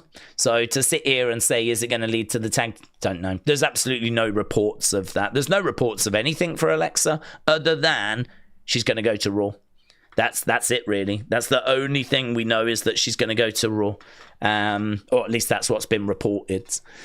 And I've got to think it's because of Liv that we're doing that. I think whoever was going to eliminate Alexa was going to put themselves in the firing line. They would automatically be the number one kind of suspect as to where we go next. And so it feels like that is the direction. Daze, I would love to know what Punk said to Heyman when he stepped over Roman after the curb stomp.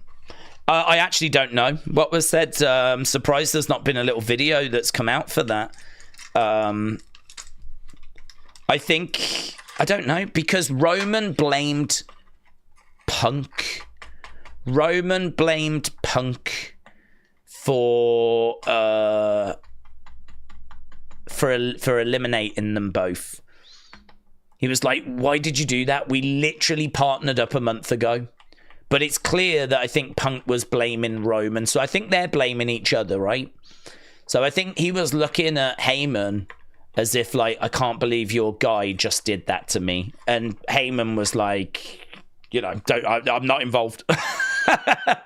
It's going to be something along those lines. I know when they were on the floor, because we looked at it in Unseen last night, Roman says to Punk, why did you do that? I can't believe you did that. We literally teamed up about a month ago. I can't believe you did that to me. So that's what ended up happening. Their attention is on each other. None of them seem to be looking at Logan, even though it was Logan that eliminated Punk. But yeah, he kind of Punk had a look at Heyman there and seemed to be blaming Heyman. Don't know. It was a little bit weird because really it's Logan that eliminates Punk. But I think Punk's maybe blaming Roman, blaming Heyman because they were a distraction maybe after he got eliminated. Like, I don't know. It's going to be very interesting to see kind of how that story plays. It's Badly said, I feel like Alexa should stay to herself and then the Wyatt 6 comeback or something at Mania, and then over the summer have the whole story like Alexa and the Wyatt 6 and she could join the group and something big could happen at SummerSlam. Matteo said, Daze, what are the predictions for tonight? Do you think we see Alexa Bliss? I'm going to say more likely than unlikely, but I don't know that she's there in person. Could be a little pre-recorded thing that we get instead. So, or just a distraction or something. I mean, Liv losing to EO, so EO goes into the chamber. I don't know that will happen clean.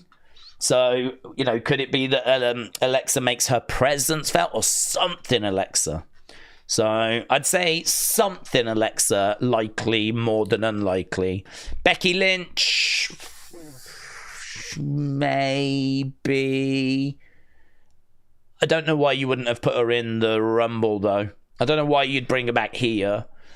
Becky, a bit different, because it's not that long ago we saw Becky, 6 months, something like that. So, she could come back here. AJ Lee we haven't seen AJ Lee in, 10 years? It's a bit different. 6 months and 10 years. So, Becky, you could, but I'm going to say unlikely, but possible. Maybe Alexa costing Liv. Yeah. I could see something like that.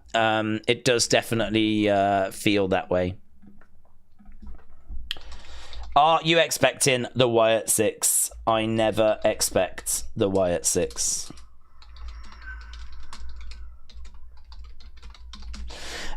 Jacob should have got signed years ago, and we know why he wasn't. Vince wanted to be the criminal in the company. He wanted to be the only criminal in the company.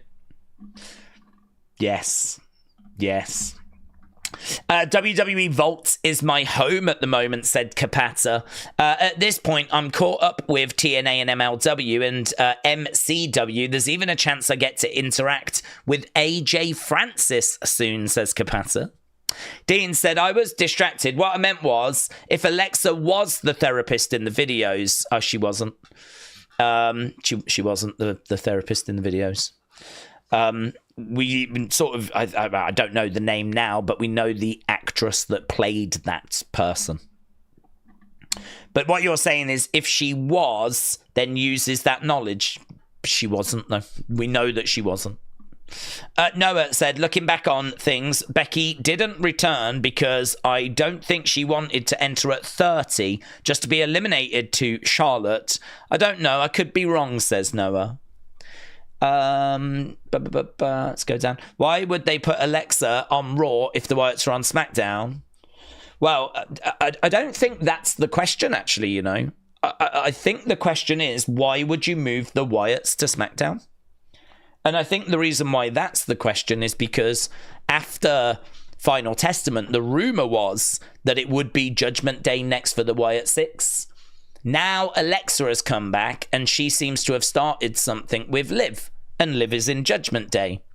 So it actually makes sense for Liv and Alexa to get into a little something if it's true that Judgment Day was going to be next for the Wyatt Six. So actually, I don't think it's so much why would Alexa go to Raw? Why would she start a fight with Liv? I think the question is more, why did we move the Wyatt Six to SmackDown?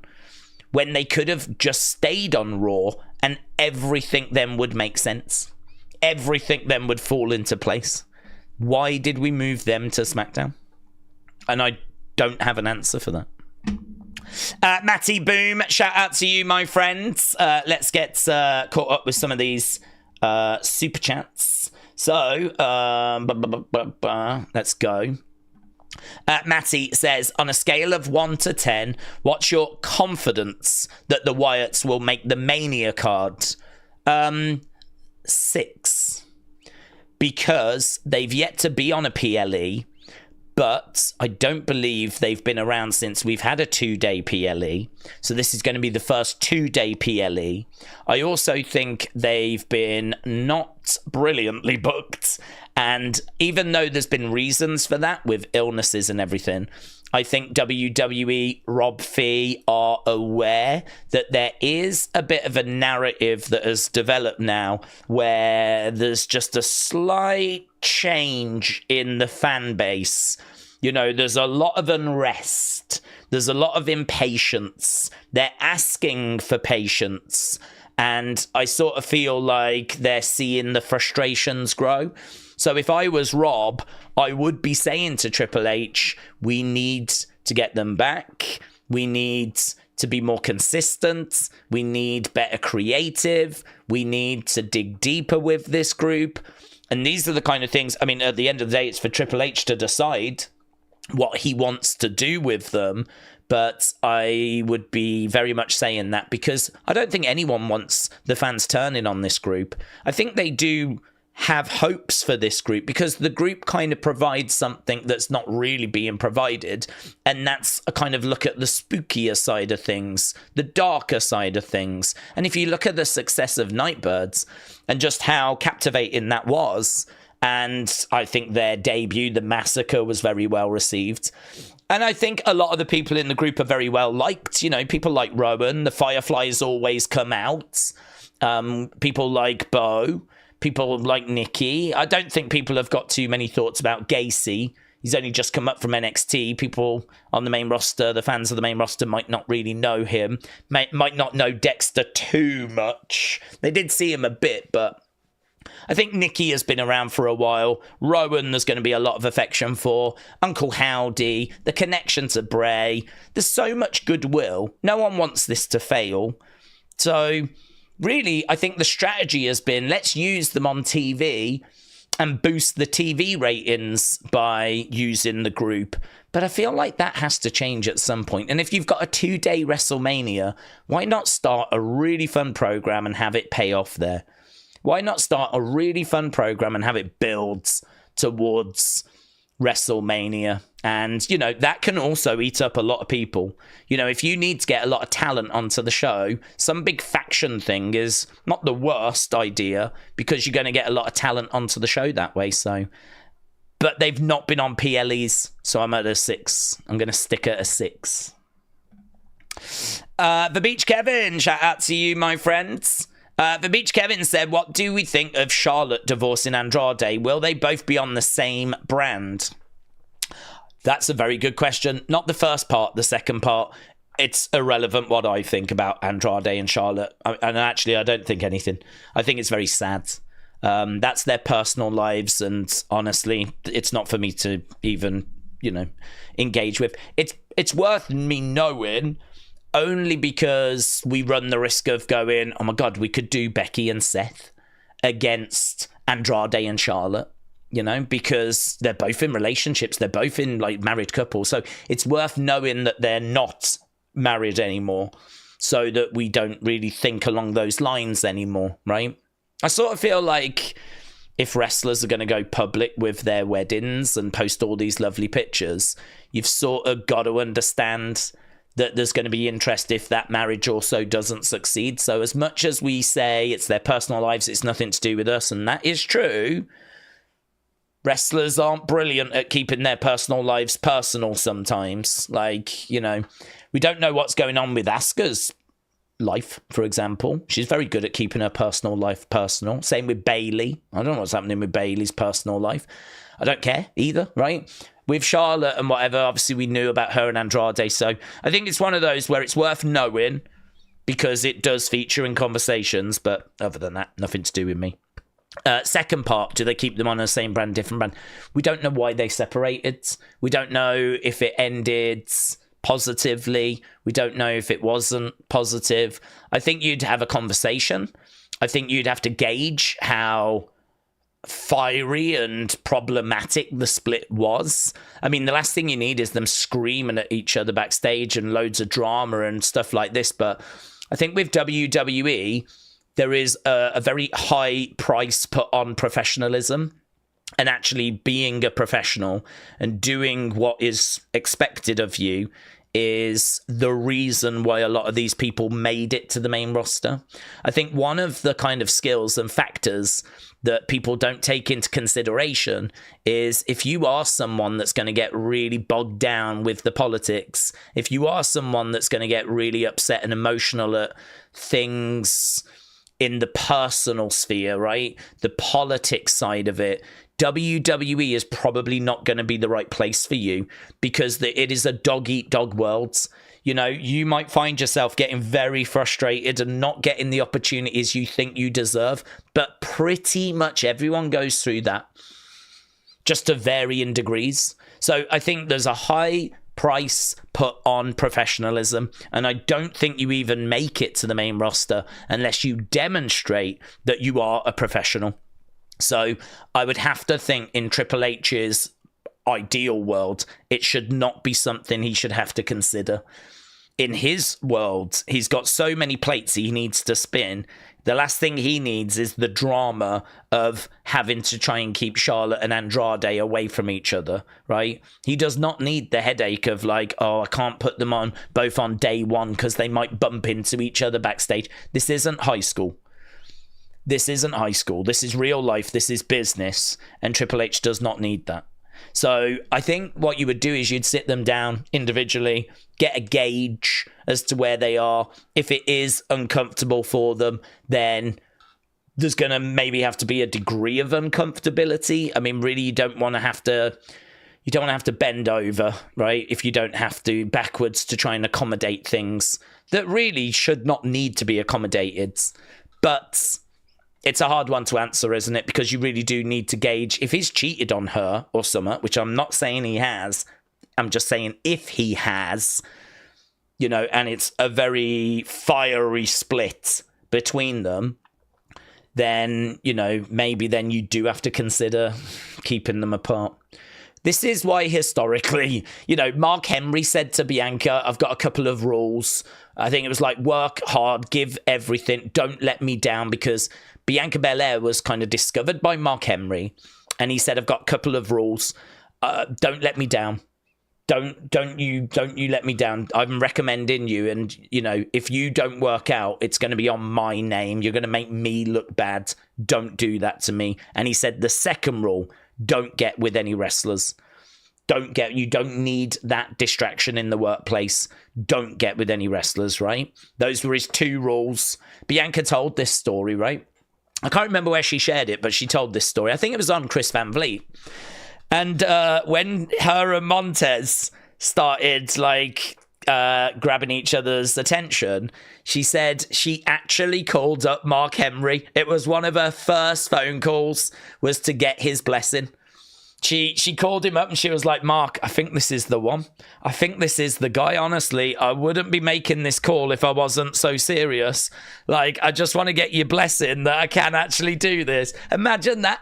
Bianca Belair called up Mark Henry, one of her first phone calls, when she was getting in a relationship with Montez Ford, because one of the rules he set was don't do it. And he gave her the blessing. Obviously, they got together and they've been very happy ever since. So, but yeah, I mean, this is one of those kind of things. Don't get with a wrestler because it just might not work out. So, yeah, I don't think it's something that Triple H should have to consider, to be honest. But it depends how fiery of a split up it was. Chris, shout out to you, said, do you think we'll see Alexa tonight? I'd say that's the big question, isn't it? That's the question on everyone's lips. Will we see Alexa tonight? I feel like you should follow up that return. But would we be surprised if WWE show a graphic that says Alexa returned at the Royal Rumble? It was one of the biggest moments. Let's relive it. They show that moment of her coming out, crowd going crazy, probably a few reaction clips, hopefully from like real Alexa stands. I mean, the great thing about the Rumble is there's so many like reaction clips that go up from like fans. I love seeing them as well. As I said earlier about like Jey Uso, when he won, there was a kid on the floor like in bits, and the mum was like, are you okay? And he was like, no. So would you be surprised if they was to do something like that and then at the end go, she'll be back on the show next week, we'll be hearing from her next week? That would not shock me. I would not be shocked if that's what they did, as a real cheeky way of getting you to tune into next week's show. That wouldn't shock me. And then, listen, you could just do a little interference during Liv EO. Liv looks around all confused. That allows EO to get the win. And of course, then everyone will be like, that was Alexa. That was definitely Alexa. But we don't hear from her until next week. Like, we could absolutely do that. 100% we could do that. Or equally, she's on the show. What I can tell you is they have not advertised that she is on the show, so I can't sit here and tell you yes or no anyway. I'd lean towards there being something from her. I mean, we're going to get a video package showing her return, but are we going to get her? Don't know. I know both the winners are on. I know Charlotte's on, and I know that Jay is on.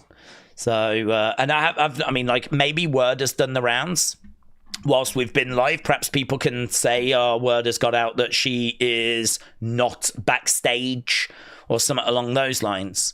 I have not seen anything like that at the moment. So, yeah, your guess, I suppose, is as good as mine right now.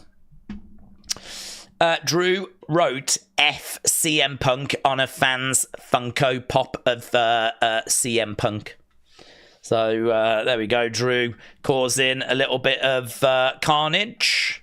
A little bit of carnage. Right, let's go back to...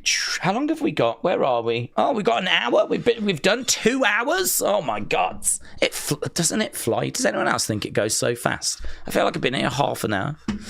Right, here we go then. So, Hot Dog Puppy, what a great name, said Daze, burning it up RVD style for Raw. I hope you enjoyed the Rumble. I would have loved to have seen John Pork at 30, but it was still top. Hot Dog Puppy, shout out to you, my friends. I did enjoy the Rumble. I thought it was a very good event. I know that the winners have divided opinion. You know, Jay was not my pick, but what I would say is it did not hurt my feelings of the Rumble. You know, I didn't kind of go into or come out of it thinking like, nah, that sucked. It should have been someone else instead. I was absolutely fine with Jay winning, but I can understand people being down on it. I can understand people being disappointed. I mean, it's about picking your favourites, isn't it? And hoping your favourites are gonna win.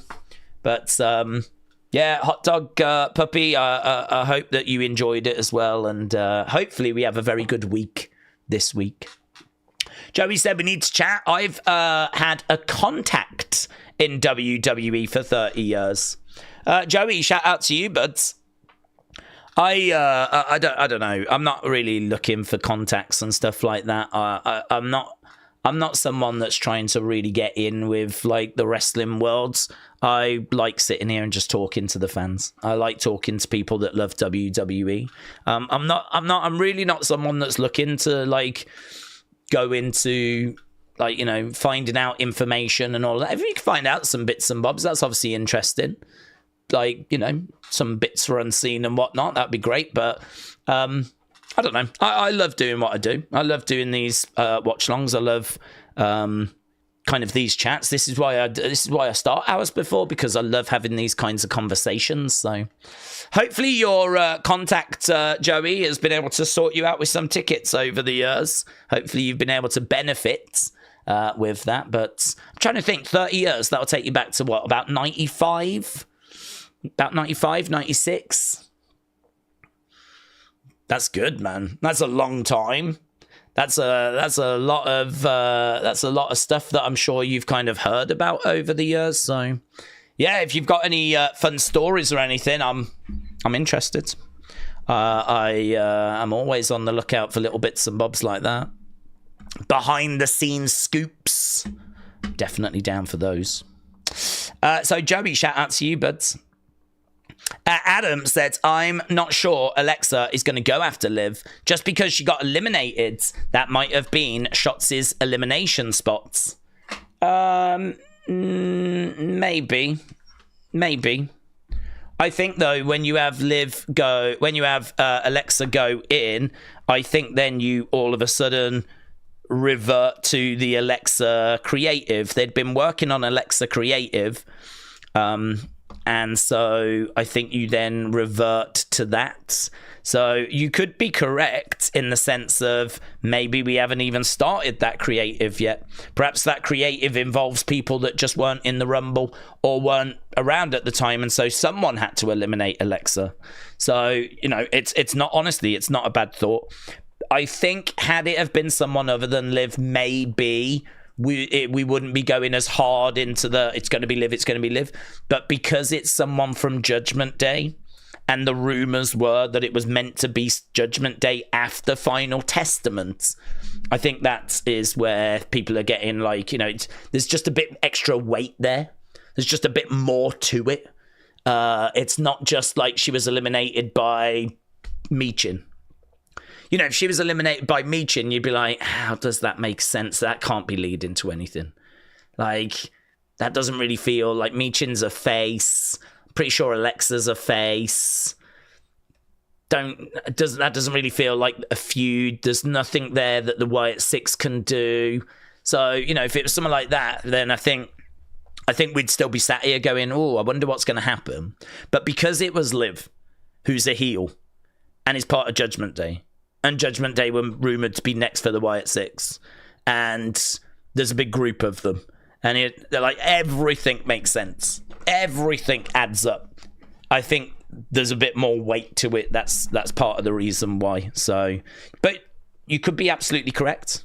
You could be correct. It could be that was just going to be Shotzi's elimination. We just swapped them over. And it doesn't go that way. But that, I think, would be the reason why.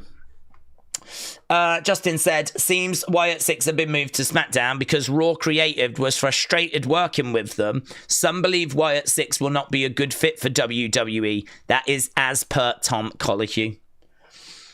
Well, I don't know. That's my answer to that. I don't know. I think that if WWE Creative are frustrated working with them, I wouldn't understand, to be honest.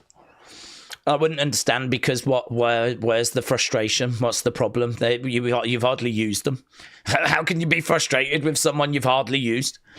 I mean, what is there to get frustrated by? Is it because they're too big? Too many people? Hard to book? I don't know. But, I mean, you've moved him to SmackDown, so all you've done is got the same problem. So the creative is still going to have to deal with it, but now it's just on SmackDown. So, I don't know. That was my first event I've ever been to. It was my first live since the early 90s. I had a great time, said Dad Stuff. Dad Stuff, shout out to you.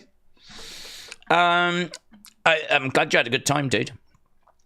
Hannah said, I've got to give Mr. Speeds, who gave a good performance in the Rumble and might have a future in the business. So from one streamer to another, how about a massive shout out to Speeds? Well, I don't think we need to like to see from a celebrity, So I did give him his flowers. There was no... I don't like celebrities getting into the ring, but I've said a Rumble is probably the best place for them, or a Battle Royal, or something like that. And for him to make Bron Breakker look so good, I mean, Bron obviously made himself look good as well, but That clip has been played again and again and again and again, and it just makes Braun look like a badass. And it's going to have got Braun more notoriety as a result. You know, I mean, that clip's been viewed 250 odd million times. I mean, it's numbers ahead of when The Rock would come back. I mean, I'm sure I remember The Rock making an appearance, you know, rare appearance, not like last year when we saw him all the time, but like, you know, when he would come back after being away for like a year or something, and he'd been all that, yeah, and he'd be in the entrance way and, you know, crowd going crazy. I'm sure that would do like 190, 200 million. Those are the sort of numbers I recall seeing from like a return of The Rock. I mean, Speed's 250 million is just, I don't know that I've ever seen anything from WWE that's done those. In fact, I haven't. I can't think of anything from WWE that has done those numbers. So it's a different level, and WWE will be doing cartwheels with knowing that numbers like that happen. They'll be doing whatever they can to get him involved at WrestleMania. And I just got to give him credit. The only thing I'd say, though, is I just hope he doesn't want to prove himself now. I just hope that he's not took a knock and a setback and he's been a bit embarrassed. I just hope now that we're not going to see him like, I'll see you next year, I'll see you at WrestleMania, and now it's going to be him trying to prove himself, and like, I don't need to see that. If you want to be a wrestler, it takes years and years of training. Like, it takes years of learning all the different holds and selling and telling the stories and everything. Like, we can make people look good that have got 6 months worth of training, 3 months worth of, we found a way of doing that. And we did it with Ronda, we did it with loads of celebrities over the years. So we can make him look good. But the bottom line is still someone with limited training getting in there and being competitive. I just don't like it. I really don't like it. I don't understand why anyone likes it, but I don't like it. For me, you would not have 3 months training, get in there and go toe-to-toe with John Jones. You wouldn't have 3 months training, go in there, go toe-to-toe with Conor McGregor, or, do you know what I mean? You wouldn't be able to hang with the top end of UFC. So why is it that we allow people 3 months training and they can hang with the top end of WWE? Like, I don't understand it. I'll never understand it. I get that it's business. I think it's bad business. Because I think you make your talent look weak. The message just goes around that this singer can compete with WWE stars. There ain't no way. I mean, I remember Austin getting in Tyson's face. I remember Austin and Tyson. I mean, I remember them, do you know what I mean? Austin didn't give a damn about Mike Tyson, and he looked like a badass for it. That's how you build stars. That's how you build stars. You don't feed them to flipping celebrity boomers. So I'll give Speed all the credit in the world for what he did at the Rumble, but I just hope he doesn't waste that goodwill now with me, right? By trying to prove that he's actually, you know, I'm better than that. It's like, no, just look. You took an L, but it was actually a secret dub. Right? Because you entertained the world and everyone was like, respect. It's a dub. It might have looked like an L, but it's actually a secret dub. So I just hope that doesn't get sacrificed now. John said the fact that it's ironic that Cena used to be the one that had all the kids with him, and now those kids are teens, and the kids are now part of Jay's fans. It was Cena passing the torch. Yeah. Edward said, Daze, quick question. What did you really think of my theory that I sent you? You'd have to tell it me again, but I've read hundreds of theories over the past 24 hours. Netforce said, I kind of called Cena losing the Rumble and going Elimination Chamber. I think they're going to make him struggle to get to 17, and I think he'll lose at WrestleMania.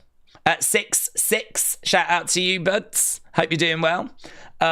Old Dad Gamer said, word up, Days and chats. Boomers unite. Looking forward to listening and commenting. Keep up the good work. Old Dad Gamer, shout out to you. Akeem, shout out to you. Albert, hello, said Alexa got the loudest pop of all of them. Lucas said Daze went looking for a bar in India on Friday, took a wrong turn somewhere, ended up backstage at SmackDown. I walked by Liv, Raquel and Bianca.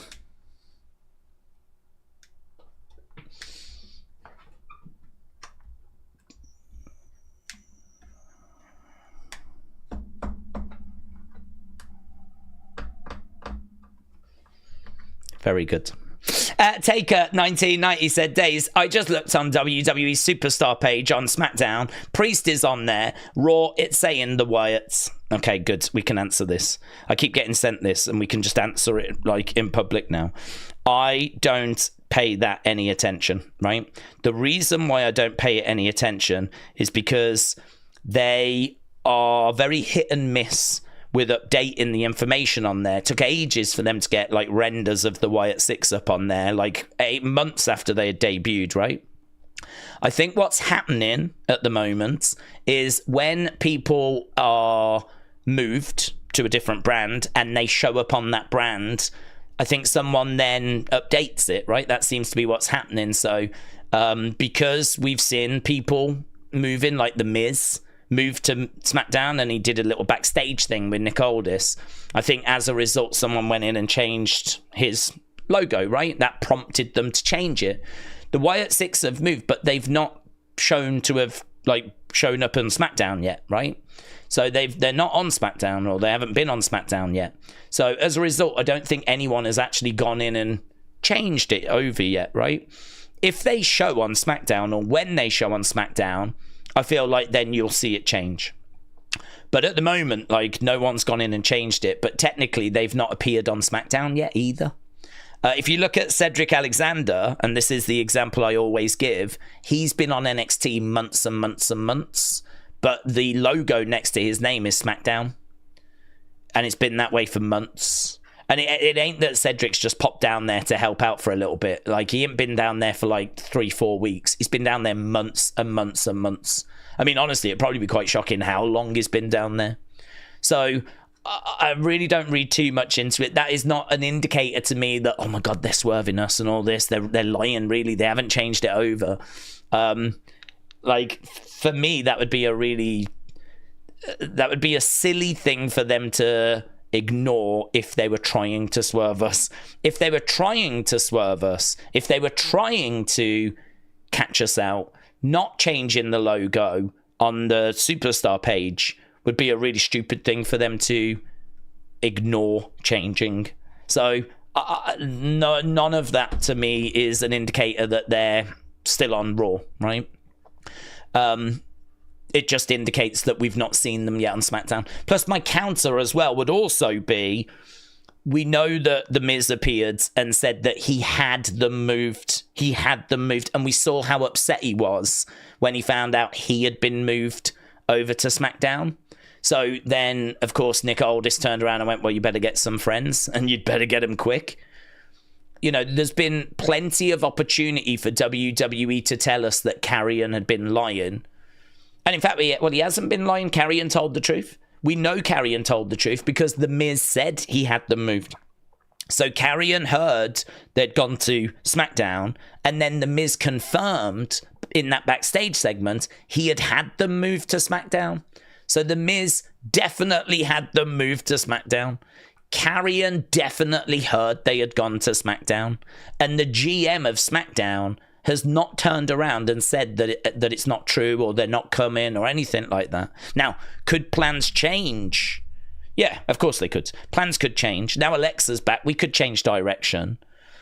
But they've never changed that Raw logo, you know? And I think they genuinely got moved to SmackDown. So I'm still expecting them on SmackDown. I really am. And the Superstar page thing, I just think it's hit and miss when it gets updated. And I feel like it gets updated when someone shows up on that brand. When the Wyatt 6 finally come back and get used on SmackDown, it will get changed. But at the moment, it's still just showing the Raw logo. That's my honest opinion on it. I understand why people are reading into it. I do understand.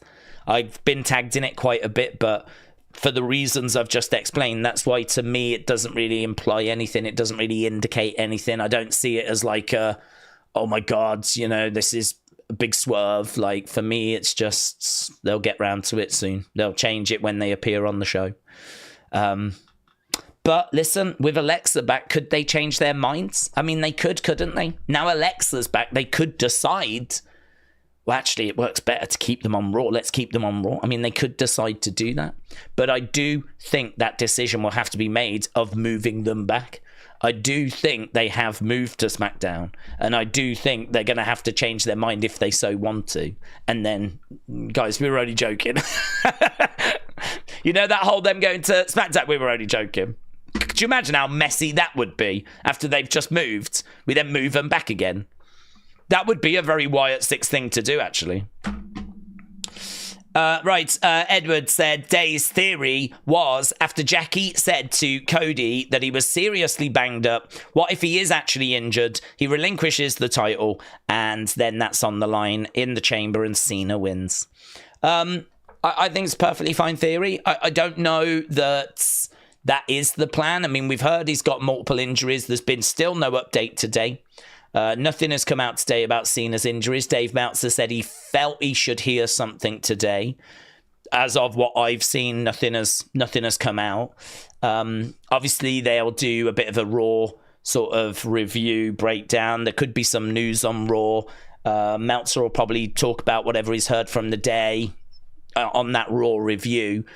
But as of things stands right now, there's no update there. So we don't know the severity of those injuries. At the moment, I'm not aware that they're anything for us to be too concerned about. So not even Meltzer. No one has come out today to say they've heard that Cody's really banged up. He's in hospital. He's having scans. There's been nothing. So I don't know that they would want the Cody title run to sort of end with him having to be stripped of it. I don't know. And plus also the rumours are Cody against Cena, but as you said, if they do take the title off him and Cena wins the chamber and he wins 17 in the chamber, you could do Cena Cody, but only this time it would be Cody being the challenger. I mean, that would be a hell of a swerve, wouldn't it? Hell of a swerve. So is what you're saying impossible? Nope. It's not impossible. Could absolutely go that way. Is it likely? I'm going to say no. I'm going to say it's not likely that we go that way. I think we're kind of taking just a little passing comment that Cody's got multiple injuries and he's going to be out of action for a little bit. And we're kind of now making that a lot bigger, that he's going to have to forfeit the title. Like that to me, that's quite a jump to go from he's got injuries, he's going to be out for a little bit. Because a little bit, it could be a few weeks, 2 weeks, 3 weeks, 4 weeks. To be that he's going to get stripped of the title is just a bit of a jump. So until I hear something more concrete on it, I'm going to think that he's out for a few weeks. He's going to need to recover after what was a brutal match, just as Kevin will. And we're going to have to just, take it from there. But I don't think what you've said is impossible. I don't think what you've proposed is like stupid or anything like that. I don't think really we've heard anything stupid today on this stream. I think this is where I'm seeing a lot of thoughts. A lot of the stuff we're discussing is the stuff that I see throughout the day. So a lot of the conversations we're having are good conversations. But a lot of this stuff comes down to the same thing, and that is how likely is it? It comes down to likelihoods. You can never really sit here and go, 100% yes, 100% no. But it's just how likely is it? And I'm going to lean towards that's more unlikely than likely. But it's certainly possible. Right, let's go. Jump back over. Got a few more. Austin said Cena, Paul, Punk, Roman, Seth, AJ, final 6, except Jay. Do you think that could be the Elimination Chamber? Cena, Logan, Punk, Roman, Seth, AJ. 1, 2, 3. Yeah, I can't see why you would leave out any of those, to be honest. Maybe AJ Styles is going to turn his attention to Logan, but they would both be in that match, so that would work. We know that Punk, Roman, and Seth are dancing around each other, so that works. And John Cena is already in there, so that works. I can't take anyone out of that. Cena, Logan, CM Punk, Roman, Seth, AJ, completely adds up. Completely adds up. I couldn't take anyone out of that. AJ is rumored to face Logan, so that works. Punk, Roman, Rollins works. Cena's already in. Yep. If I was a betting man, yes. I think what you've just said there, I would put money on. Chris said, will Alexa go to Raw or SmackDown? Well, the streets are saying, and not the musical act, that it's going to be Raw. But we just don't know if it's tonight. Mackenzie said Carmelo said to Speed at the Rumble, get ready, Speeds. Oh, what, did he say that just before the thing, or was this backstage? I think there was a few people saying stuff like that, though. I mean, Dominic and Liv backstage asked, are you in the Rumble? And he was like, nah. You could, nah. I mean, obviously, in retrospect, you can look at him like... he knew, of course. I don't think anyone truly believes that moment was as it was. I mean, he totally knew. I mean, they flipping had his graphics queued up. I mean... they had Speed graphics to put on screen. They had like music to play and everything, you know. I think people are, you know, smart enough to realise that it was something they rehearsed and whatever, and that he knew he was going to be in it all along, right? But like, yeah, there was plenty of people backstage that were saying like, are you in it and whatever, and he was like, no. Sonny, shout out to you. Joe Hendry keeps mentioning John Cena's name. What do we think of Cena facing Hendry for the TNA title? No. Not impossible, but I give it 5% chance. If he wins, would that count as a 17th world title? Maybe, but a very underwhelming one. It would do a lot for TNA. I agree with that. Maybe, but I think a lot of fans would sort of look at that as being a bit of a cheat when it probably isn't. I mean, I genuinely don't know if the TNA title is recognized by WWE. I'm pretty sure I can tell you that when they were competing against each other, it would not have been recognized. Now they're not competing against each other so much. I genuinely don't know. It would be very interesting to know how many times world champion do they regard AJ Styles? Because AJ's won it, hasn't he? My TNA knowledge is non-existent, right? But I'm guessing AJ must have won it when he was in TNA. So how many times champion do they recognize AJ Styles as? Because the same conversation has been had about AEW, about the fact that I don't think WWE will recognize AEW's world title as a world title. That's a rival promotion. They're not going to want to give their belt any kind of credence. They're not going to want to give their championship any kind of credibility. So, you know, if Moxley was to come back over, I have no doubt they would announce him as a, I don't know, what is it, 2-3-time world champion, however many times he won the WWE title, basically. And I have no doubt they would not recognize his AEW title reigns. So my answer is I genuinely don't know if WWE will recognize the TNA title as a legitimate world title. They very much could, but considering that is at the NXT level, like NXT and TNA are working together, I don't think that is going to be a path. I don't think that doesn't feel right. Him winning that TNA title does not feel like, you know, number 17 is going to be, he couldn't win the WWE one, so he's gone to TNA to get that instead. Would feel a bit cheap to me. So I can't see it. Plus, John's only got so many appearances left. He needs to be at Mania. He needs to be at SummerSlam. We need to do build for those. Like, these dates are going to very quickly go. So to fit in something with TNA, I don't even know if he's going to get a chance to go to NXT. If John Cena's got any spare time to make an extra stop off outside of the main roster, it's going to be NXT over TNA. it'll be at NXT. If they were going to do John versus Joe Hendry, it would be in NXT. They wouldn't do that in TNA. That would be an NXT takeover type event, you know, one of their Vengeance Day, Stand and Deliver type events. But is that really where John Cena's going to get 17? It's not happening, is it? It's not happening. If Cena's getting 17, it's going to be in front of thousands and thousands in a stadium. It's going to be at SummerSlam. It's going to be at WrestleMania. It's going to be somewhere big, somewhere like, you know, not an NXT event, and not the TNA title. I think what Joe Hendry is doing is what Joe Hendry should do. Joe Hendry is someone that is trying to make as much noise as possible. Joe Hendry is someone that is trying to mobilize his fan base so that he can get opportunities that just shouldn't come his way. You know, I mean, Joe Hendry being in a Royal Rumble is bonkers. Joe Hendry is a TNA talent, and he's in the Rumble. And that's insane. If you'd have said that a few years ago, people would have been like, TNA talent in the Rumble. No way. And then Jordynne Grace was there last year. We had Joe Hendry this year. But, you know, we could have had Jeff Hardy in that spot instead. You know, there are so many... we could have had Dolph Ziggler in that spot. In fact, it probably would have been Dolph Ziggler in that spot had Joe Hendry have not beaten him at Genesis. Joe Hendry has got himself so over that he is just creating opportunities for himself. And this is another attempt of him trying to create an opportunity for himself.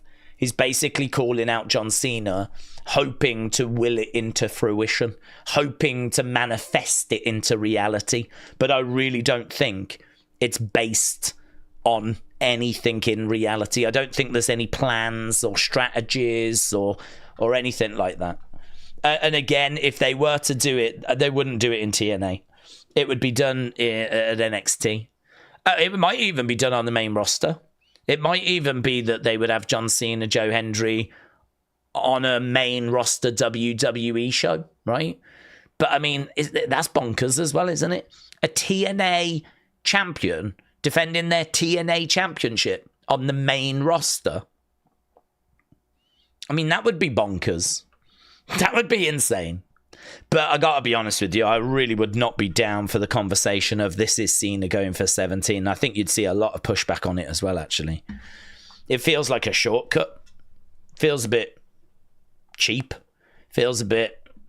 No. I don't see it happening. So, but a very, very good question, though. Very, very good question. I did like that, Sonny, because it's good out the box thinking. Like, because I mean, technically, would it be classed as a world title? You know, it's a good one. It's a very, very good one. And as you said, it would be a hell of a boost for TNA. And I do think that WWE want to do right by TNA. But I don't think they're looking to go crazy. I don't think they're looking to, like, do you know what I mean? Like, do crazy stuff. I think, like, NXT against TNA as a PLE could definitely happen. But, you know, the idea of TNA talent being used on the main roster and all this sort of stuff, like, that is going to be very, very rare. Very rare. The press release was very clear that TNA and NXT are working together, not so much TNA and the WWE main roster. I think it's going to be kept at that level. Matteo said, Daze, who do we think will win matches tonight with the Elimination Chamber qualifiers? I've got Punk and Neo. Same, bud. Same. Frankie, hello, shout out to you. Netforce said, who do we feel would be the best opponent for Cody, assuming Cody's injuries aren't too serious? I've said before, I really like the Randy Cena conversation. I don't think I would want to change that. I'd do the triple threat. Randy, heel, Cena, and Cody. I think having Randy get angry at Cody because he's basically caused all this carnage. You know, if it wasn't for him getting so close to the bloodline or getting so close to Roman now, Kevin never would have done what he did to Randy. I think the idea of Cody and Randy is so interesting with their history. And I think Randy is just always such a great heel. So I would have Randy be a heel. Plus also it just plays in so well because as much as Cody and Randy have got a history, do you know who's got an even better history? Cena and Randy. They're like arch nemesises. So, and we're already talking about doing Cody Cena. Well, Cody Cena's a bit of a problem because it's face versus face. I sort of feel like you need a heel in there to just sort of have someone for us to root against. And Randy being his kind of viperish best, healing it up, right? Taking things too far. He's such a great natural heel, Randy. So it's been a long time since we've seen it as well. So I love the idea of him coming back. I don't think this happens, by the way. But I love the idea of him coming back. I love the idea of him blaming Cody for all of this. I love the idea that he wants that title. I love the idea that he doesn't care about John's retirement year. I love the idea of Cena actually saving Cody from Randy, coming down to aid Cody. And I love the idea of Cena having to be in that match against Cody, and you know, him and Cody having some conversations about, look, this is just business. I really respect what you've done. You know, may the best man win between us. But Randy finds his way into that match, and we end up with the triple threat: Cody, Cena, Randy, main event, night 2 for the title. Cody's got to deal with 2 of the greatest of all time. Like, he now finds himself in a situation where, you know, the odds are, you know, not on his side. Randy in there trying to win another title, trying to stop John. John in there trying to get 17. I think it's very interesting. And I've said halfway through the match or towards the end of the match, Cody gets an injury. He's done. He's on a stretcher. He's gone. He's done. And we hear him say to John, go get 17.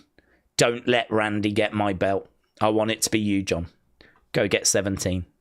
And we actually end WrestleMania 41 with about 5-10 minutes of John Cena versus Randy Orton for the WWE Championship, because the champ Cody has picked up an injury and he is out. He is done. We are getting a new champion. And I just think the drama of that would be incredible.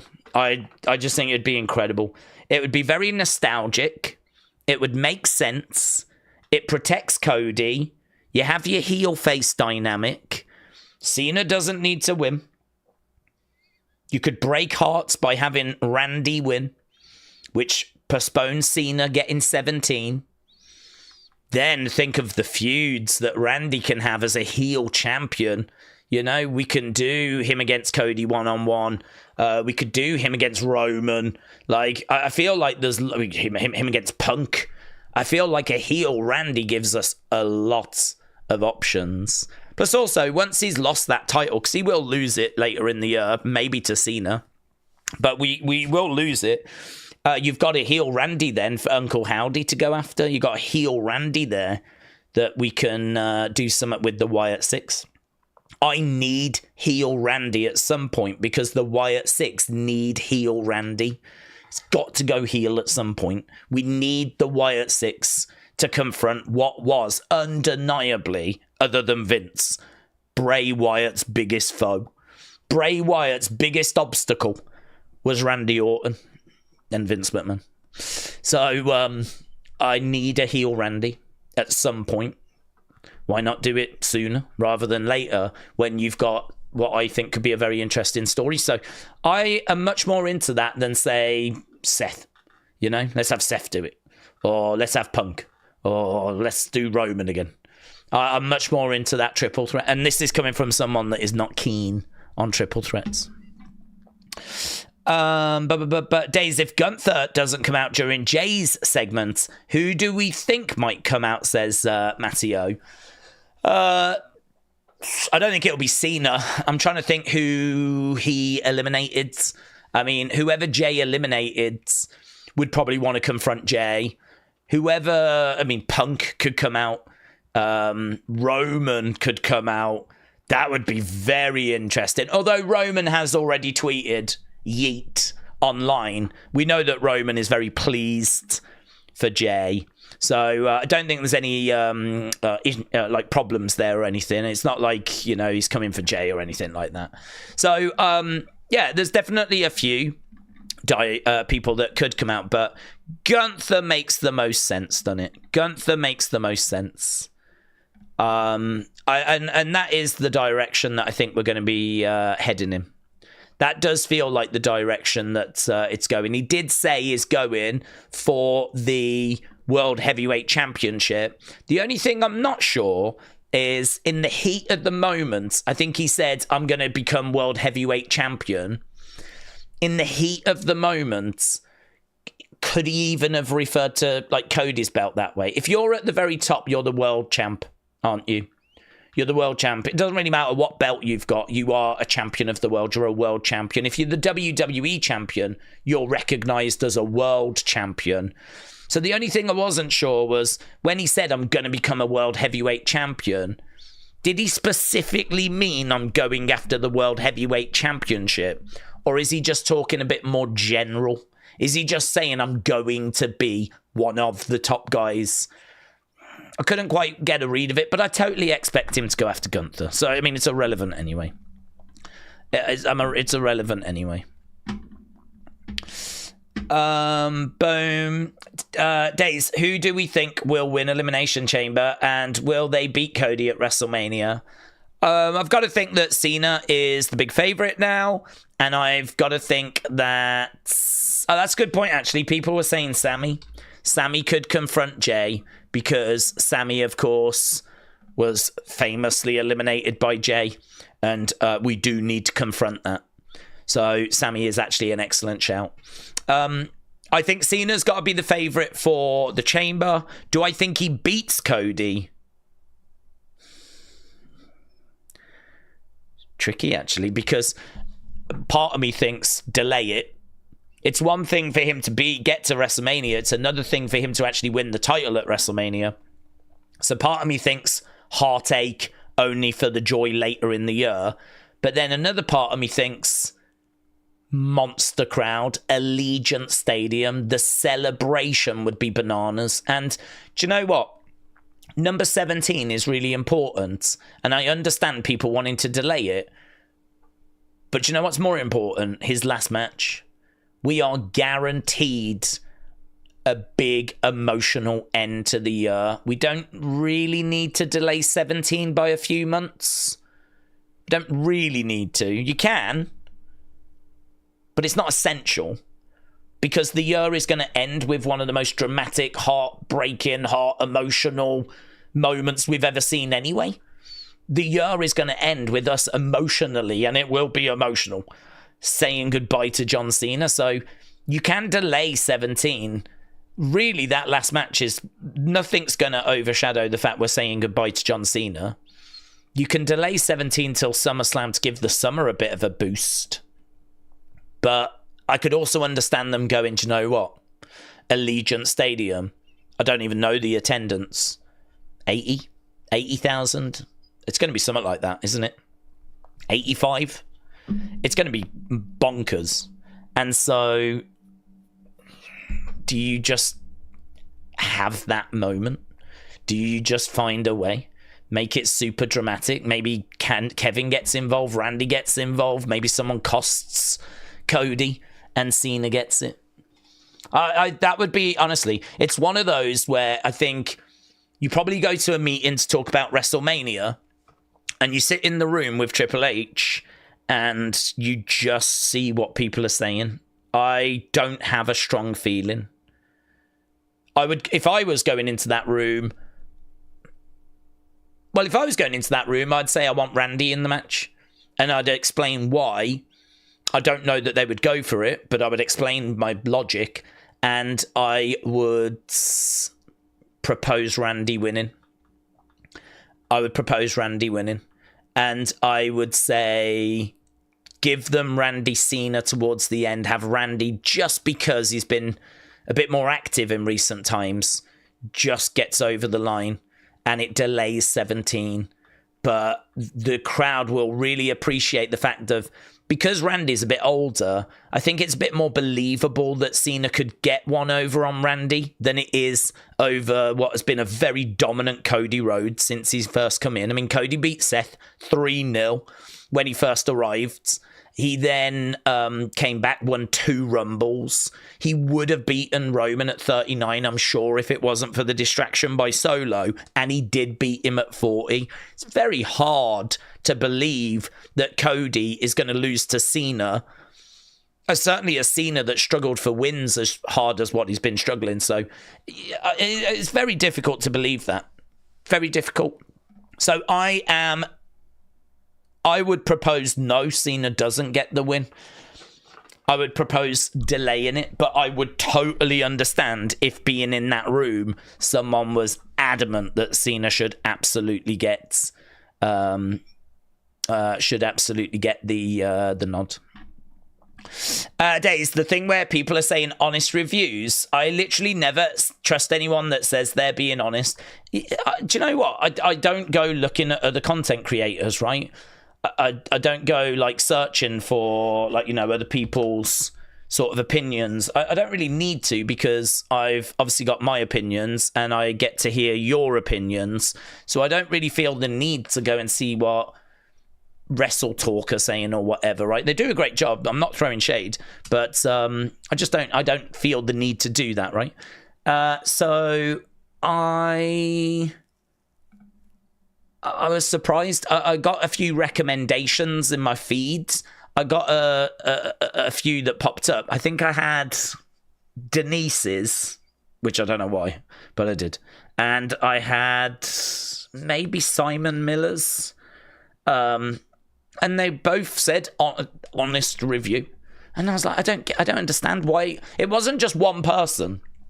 It wasn't just one person that put it in. I saw a couple that had put like brackets, "This is my honest review."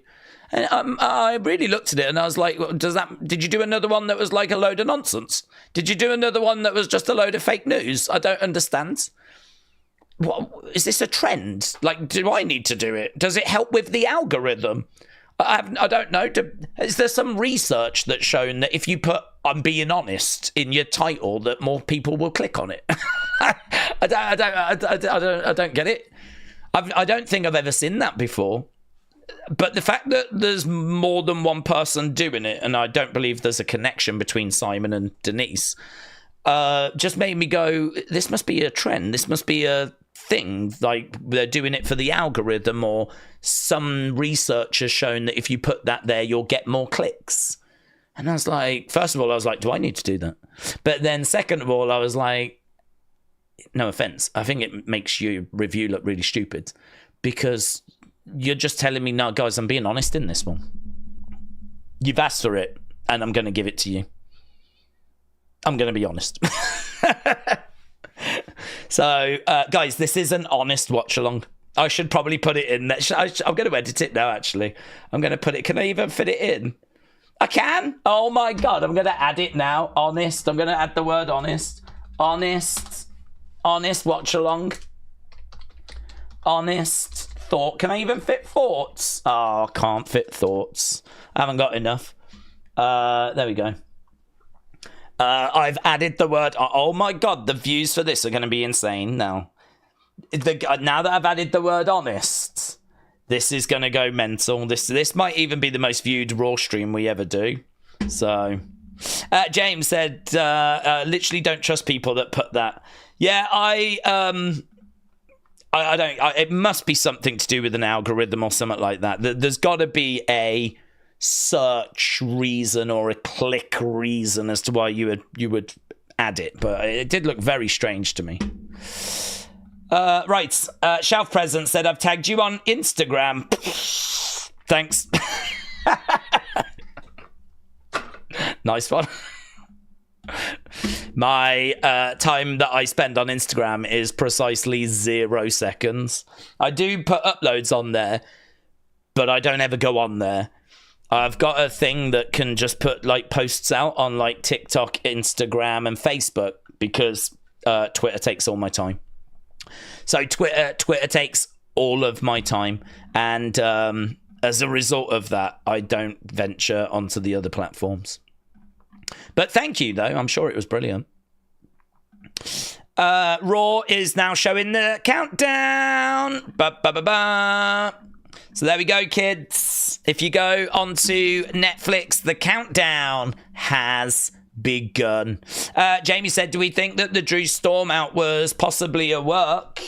Reports are no.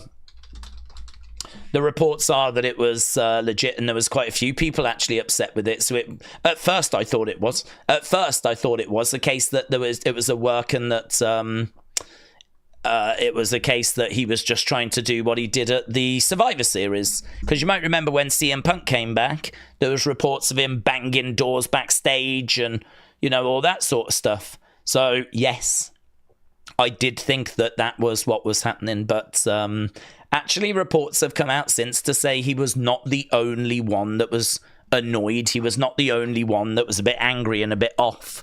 And so, as a result, I'm thinking it is legit. Right. Get like it. Oh, Metal Mama. She put a thing talking about liking, and then she changed her mind. She decided actually she doesn't like this community, and she deleted that message. So bear that in mind, everyone. Yeah, bear that in mind. Mayor Pete, did you ever get the Hulu Next Generation series? Don't think so. Never saw it. Don't know about this Tubi one.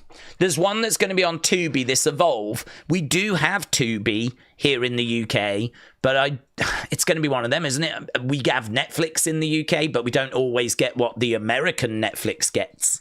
So we do have Tubi. So does that mean I'm going to be able to watch WWE Evolve?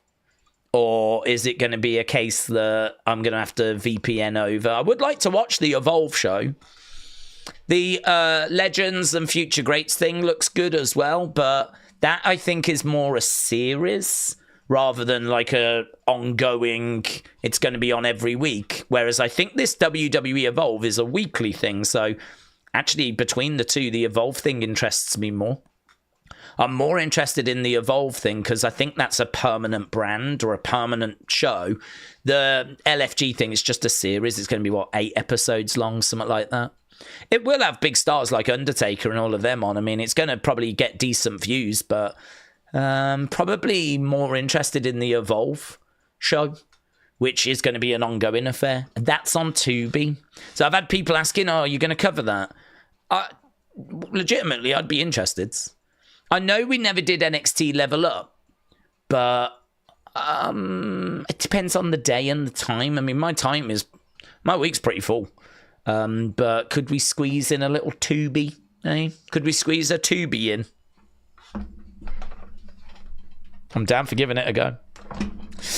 Make sure to watch when they announce Song of the Year. The audience is one big F Drake. Yeah, they were singing along, weren't they, to A Minor. They were doing that. Guys, Brat was robbed. Did you hear? They gave it to Cowboy Carter.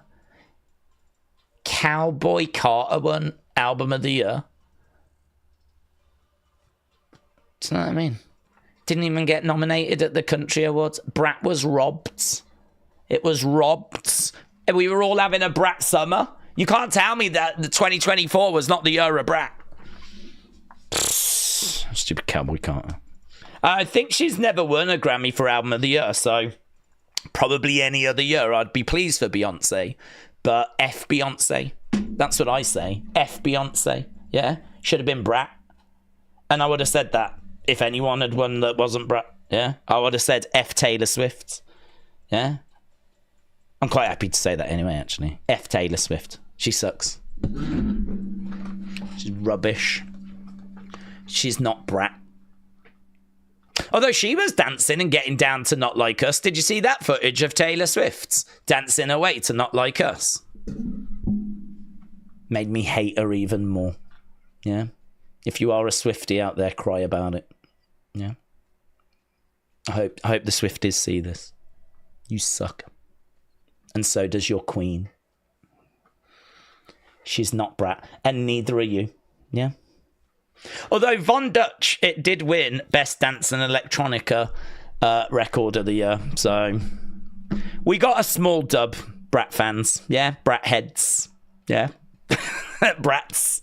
Us brats. We got a small dub.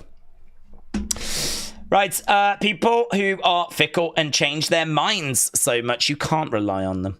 If your best friend suddenly decides that she doesn't like you one week, then the next week she wants to hang out again, says Al. Is that a shot at Taylor Swift? It feels like it is. James said she defo sucks the entire KCC team. Oh, I didn't even know what that meant. Honestly, in my brain, I read it as KFC team, and I was like, does she really? She likes chicken that much? Damn. No way. But it's actually not that. It's KCC, which is, I think, a different fast food joint. Hannah said it's only a matter of time before we know what Alexa is planning on doing. So maybe it's on SmackDown where she'll be on her own or with the Wyatts. What might be better, says Hannah. Well, the streets are saying that we are heading towards her being on Raw. Did I see a response? No. Alexa responded to Wyatt's 6 comments. I've not seen that.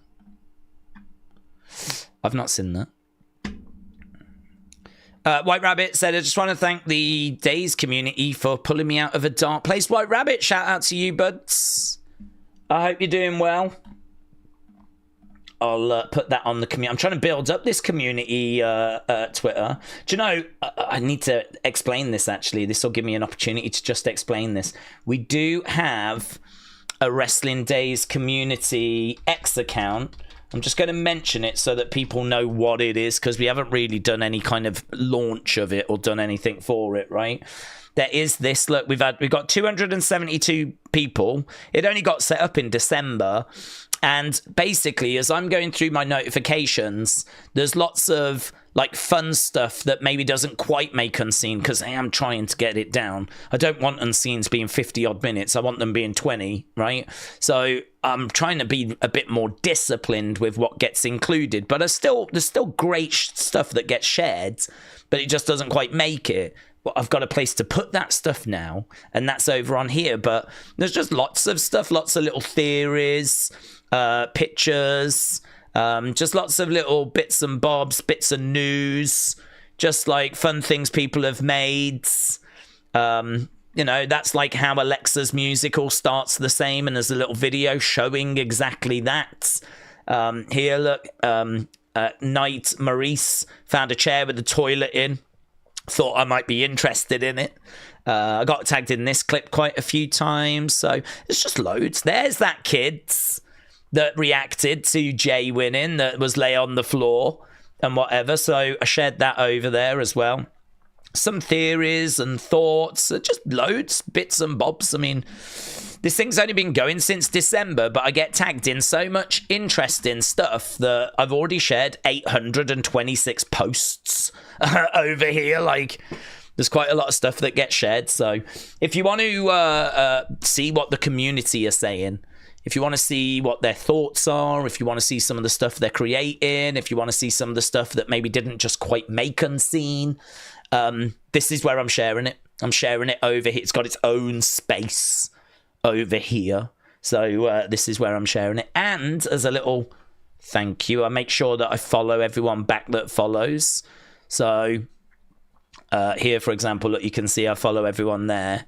And we got a couple of people that have followed recently that we can follow back. But, oh, and here.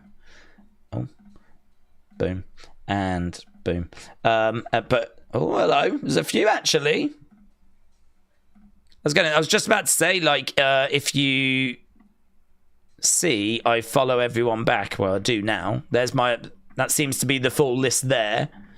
And I follow everyone. And then on this one, I should be following everyone there. So I do this basically, and I do check that I am following everyone that follows. So at the bare minimum, you'll get a follow back. Yeah, look, there we go. Look at this. Look at this. The boy's on it. The boy is all over this. Look at that. Look at me. Oh my God, I'm such a king. So, yeah, that's what that is, just so people are aware. Oh, hang on. Was I on the wrong one? Did I just look at who I'm following on this? God, I'm doing a good job. Was that one? The main one? Oh my God. Check me out. Yay me. The boy's doing even better than he thought. Let me go back over and have a look at this one. Here's the community one. Right, so we're on that. We got a few here. This is the community one, but I'm doing it now. Look. Psh, psh, psh, psh, psh. We've got 2 minutes till we get to Raw. There we are. There. Look at this. I'm all over this as well.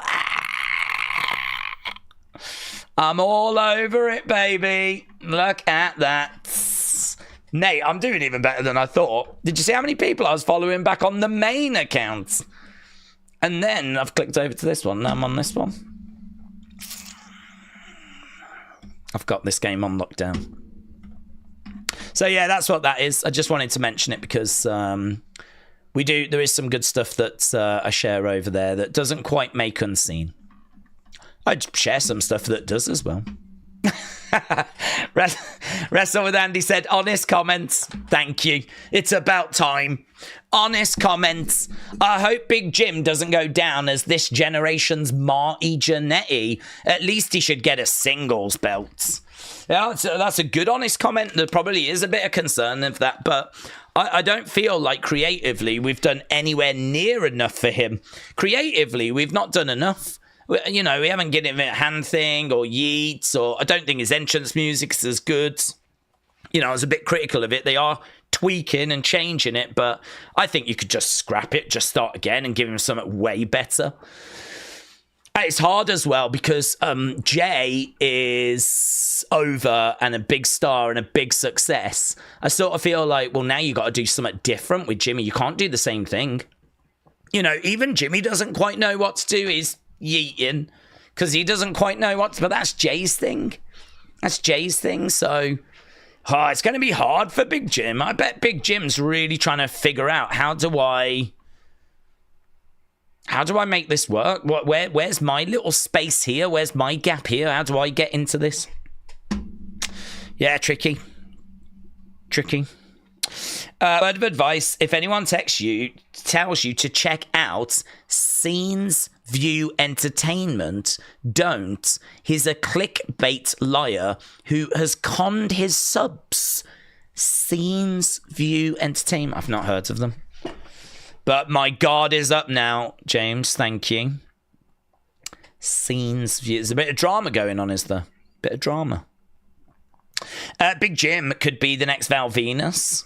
Let's go. Roman is going to try to get Jay to convey the WrestleMania title shot to his tribal chief.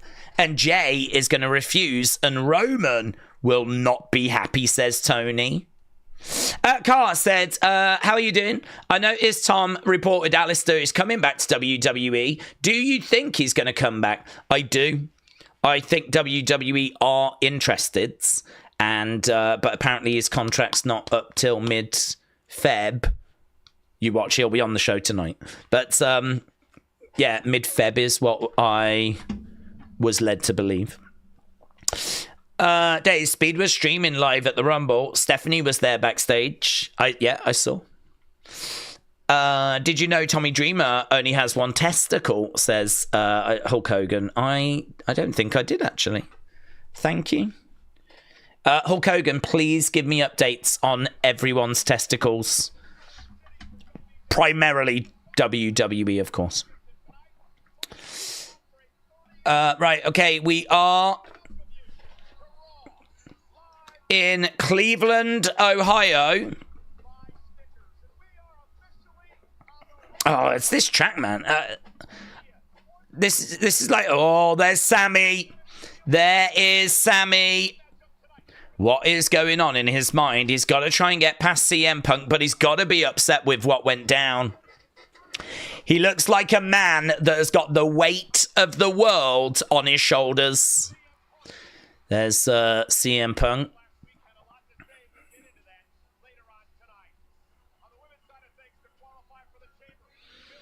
There we've got Judgment Day. We got Raquel. We got Carlito. What is that? What the hell is that? Some sort of foam dinosaur. Some sort of plush dinosaur. There's EO. EO arriving. Wrestling Russ says, it's Sean's view, Ent. It's always been clickbait, said Wrestling Russ. Ah, there's... look at the size of that suit. She's wearing Big Show suits. She's got, like, this massive suit. Oh, she looks great, though. Charlotte, that is, by the way. I don't think they showed Jay, did they? Sean's view, Ent. It's always been clickbait, says Wrestling. Don't know, but... you know me, I'm a boomer. I've got my trusted sources, and that's it. I don't really deviate from that list too much. We get to hear some more Brat. That is so good. This is Von Dutch as well, that won Best Dance and Electronica Records at the Grammys. I'm your number one. Touchers and the pajamas. Guys, I'm going to start wearing Von Dutch stuff now. How much is that? Von Dutch. I'm going to be decked out in Von Dutch stuff. Von Dutch official shop. I need a Von Dutch shirt. How much is a Von Dutch shirt, please? I need men's division. Trucker hats. Apparel. That's all Lady Dutch. I need men Dutch. I don't need Lady Dutch. I need men Dutch. Jeez. T-shirt like $60. But then saying that for WWE, you're spending like $40. Ah, there we go. Look, I knew that they would have like some bits and bobs. It really was going to come down to who you wanted, wasn't it? I mean, I was Team Cena, man. I was Team Cena. I'm just doing Von Dutch shopping at the moment. I think Sean does rage baits. He's pretty funny, says Hulk Hogan. I don't know. God, there's a lot of opinions about this boomer I've never heard of. Right. Charlotte had so much surgery, it's not funny, said Wu-Tang. You know you dress in drag off stream, said Corey. Mate, I just wear what I wear here. That's it. This is just what I live in. But I could be all right with that being saying Von Dutch here. That's okay. I might get a pen and draw it on myself. I Show Speed in the Rumble was amazing, said Landon. King Yeti said, you actively want to look like a loser, said King Yeti. King Yeti, from anyone else, I wouldn't take it, but from you, shout out to you. For all the support, shout out to you. But right, here we go. We're starting off with the Yeet Man. Day one-ish. Day one-ish. Here he comes. Yeets.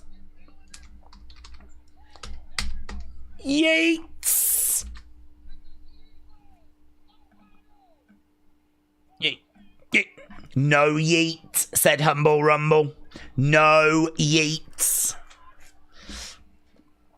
Here he is, the Rumble winner.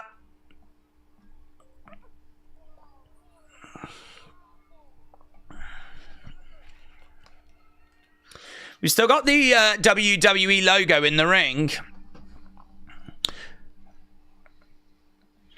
Matt, this reaction's really good. I mean, you can see pockets of people not joining in, but come on, people are loving it. People love Jey. They love his entrance. Him winning the Rumble might have been controversial, but it ain't stopping the people from having a good time. And they're still joining in. There's a kid with some Yeet glasses on. Your favourite might not have won at the Rumble, but someone's favourite did. Many people's favourite did. And here he is. Look, he points over at Michael Cole. And there we go. Not the hardest hand gesture in the world, but it's took Michael Cole a long time to get it locked down. But there we go. The Raw crowds welcome the 2025 Royal Rumble winner, Jey Uso. Made his way down in the ring. We've even got a big sign that says Yeet. Ah, look, you can see little pockets. Just little people that aren't joining in. But they can do a bit of a drone shot and it looks really good. RBD Blaze said when Jey came out at the Rumble, that stadium shook. Should we gauge what our community thinks? Let's see what you lot think. Are you okay with Jey winning the Rumble? I know you might not be thrilled, but are you okay with Jey winning the Rumble? There might be some people that so very passionately hate it. But, oh, look down that is.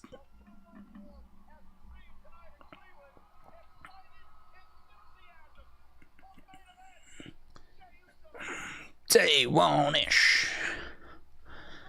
But there we go. I mean, it's a great visual. So he wins the Rumble. He comes out. We get a big start to Raw. Big cheer from the crowds. There's that Yeet sign. Bum, bum, ba-da-dum. Years ago, before I found the channel, I was subbed to his channel. He lied about having cancer to get money from his subscribers. Sounds like a great guy. Honestly, I've never heard of him. That's no shades. I've just never, you know me. Stay in my bubble, don't I?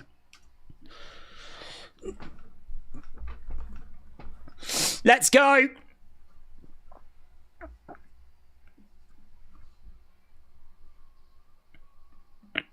PWN just said everyone not in the IWC, yeet. If you're in the IWC, you're wondering if you should or shouldn't.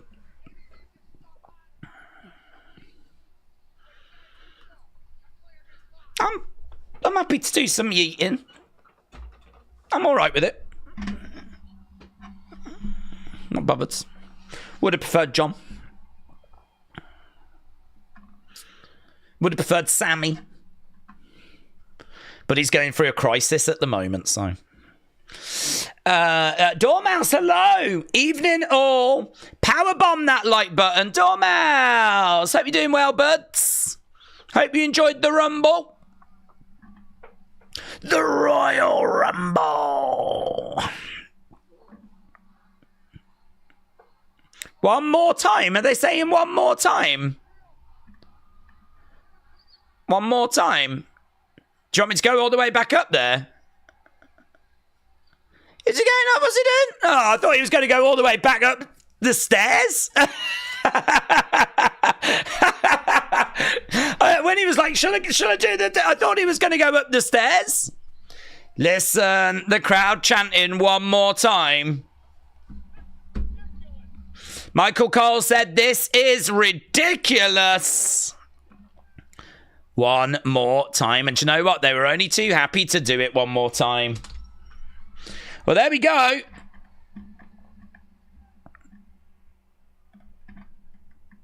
I love the idea of some people really hating on Jey winning the Rumble, just having to be in the crowd like... Like that. I've been there.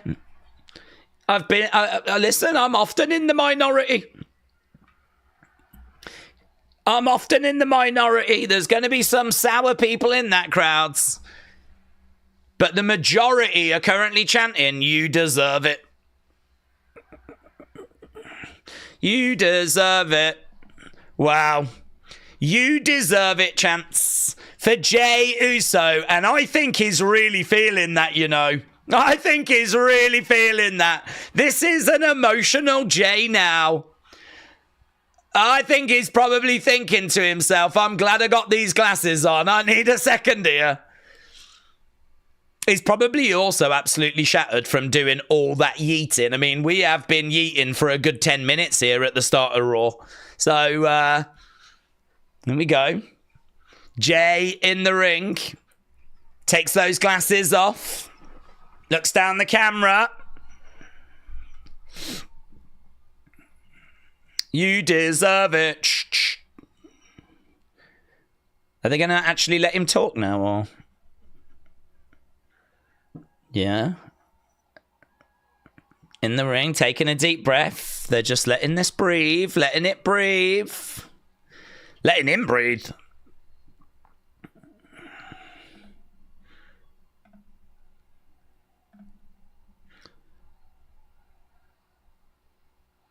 Uso.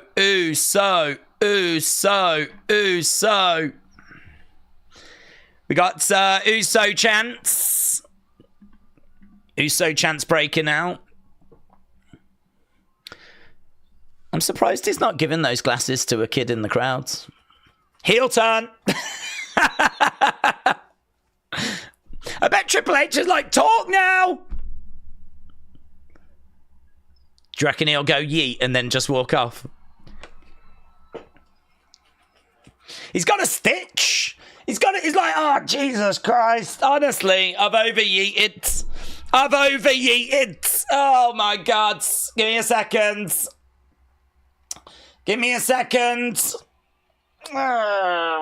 Like that. Corey, you're my favourite, you boomer. Oh, that is very good. Corey, that is very good. I am a you boomer. At the moment, we're looking at like 80-20. That means we got 1 in 5. 1 in 5 not okay with this.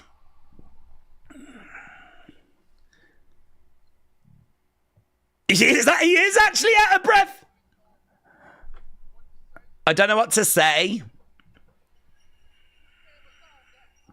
Besides yeet. Let me talk. Might do it. Let me rap. Oh my God, he's going to drop bars. I came in the game. Is he going to do a rap? Don't do a rap. You don't need to do a rap. He's gassed. Dude, we can't just watch. He's gassed. He hasn't got any cardio. Is Jey no cardio Uso?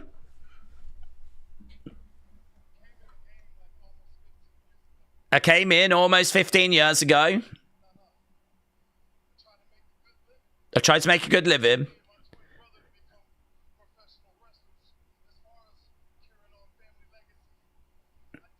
I did that. It's just cool.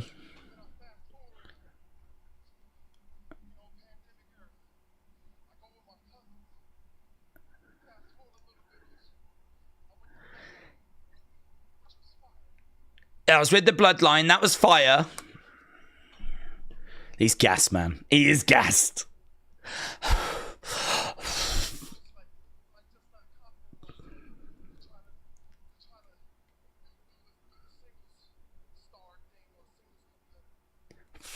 Don't botch this. Don't botch this promo, Jey. I didn't think I had it. You ain't got it right now. Tonight, yeets. I got it now. Jey said I didn't think I had it, but I got it now. Honestly, he's having to work harder here than he did in the Rumble. Has anyone got some oxygen? Can we give him some oxygen? Do we need that doctor? There is a doctor I know that could come and bring him some oxygen, you know. Yeah. You deserve it, chat. I bet right now he's like, yeah. Build that. This will give me a chance to get my breath here. You deserve it. Come back later.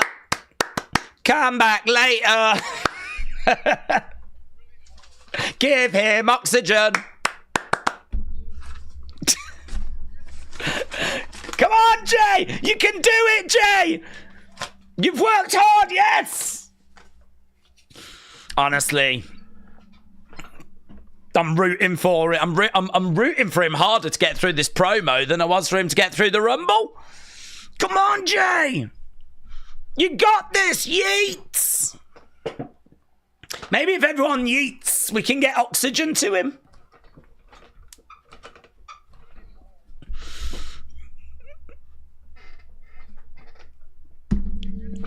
Yes! Yes! Do you think they did rehearsals? I got it.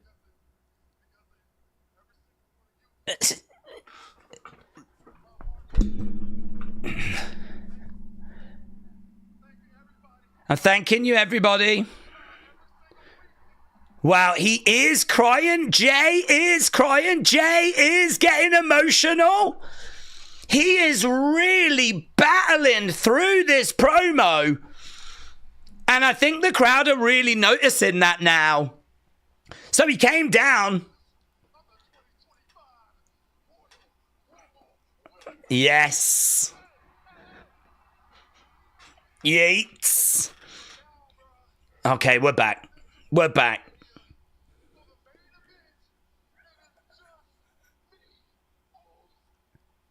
You could see the tear running down his face. Gunther's coming out now, and this is obviously the direction we was expecting this to go, but I'm not sure I was expecting an emotional Jey Uso. Gunther making his way down to the ring. God, that promo was so all over the place. That promo was him being gassed, struggling to get his breath, and then for some reason, getting emotion. Gunther in the ring. Congratulations.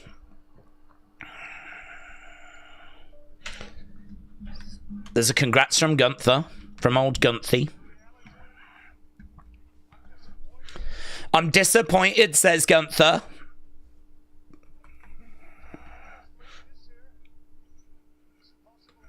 This possible matchup, it doesn't appeal to me. Let's be honest. You can't lace my boots. You can't lace my boots. I mean, he's talking facts, actually.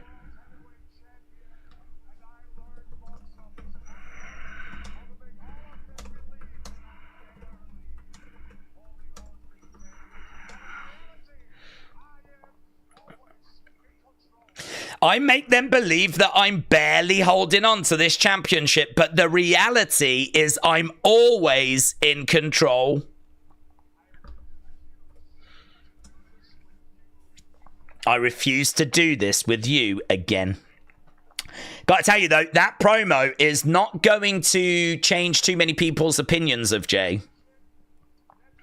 So Gunther's coming out and he's basically saying, I don't want to do this. I'm building a legacy.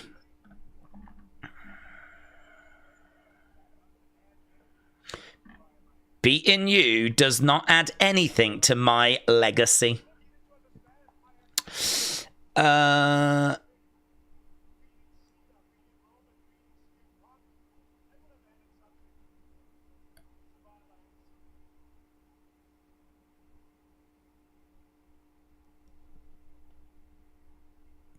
Beating Cena would have added something to my legacy.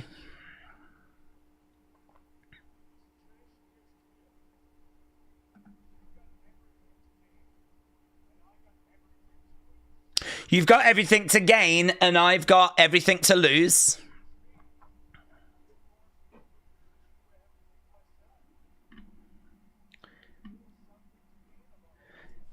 Oh, okay. What's this? Understand summer. What's this? What's this? If you choose me, every week will be hell. If you choose me, every week is going to be hell. I'm going to hurt you. I'm going to put you down.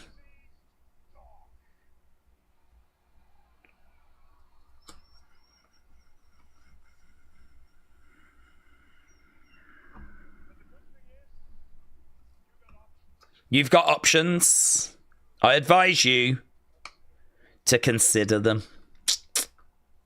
In reality, if you was Jay and you was previously unable to beat Gunther, wouldn't you challenge Cody, said Davids. Depends how close you felt you'd come. If you felt you was getting closer, would you... I'm tired, says Jay. We know.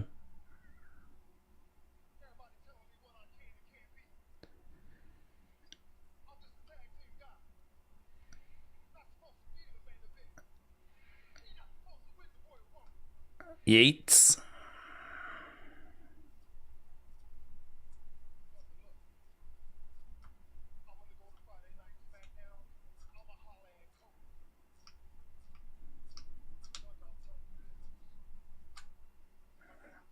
Whoever I choose.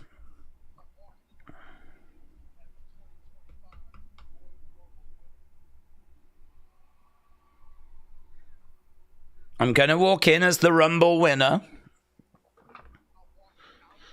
But I'm going to walk out as main event Jey Uso. And it will be as champion. So here, look, he's saying whoever I choose. So when he said I'm going to be World Heavyweight Champion, I don't think he was saying I'm going for the World Heavyweight Championship. I think World Heavyweight Champion was just his way of saying I'm going to get one of those top titles. Wow, there we go. What do you think about that promo, man? Let's get a poll of that promo. There's a couple of ways of looking at that promo. Was it emotion? Did he gas himself out? Was it emotion? Or was it just not what he needed? You know, if he needed to silence the doubters, has that promo just done it? What did you think about the promo?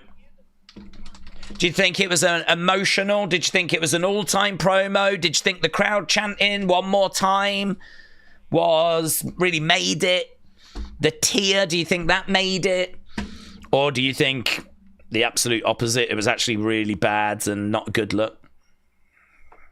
Make your voices heard.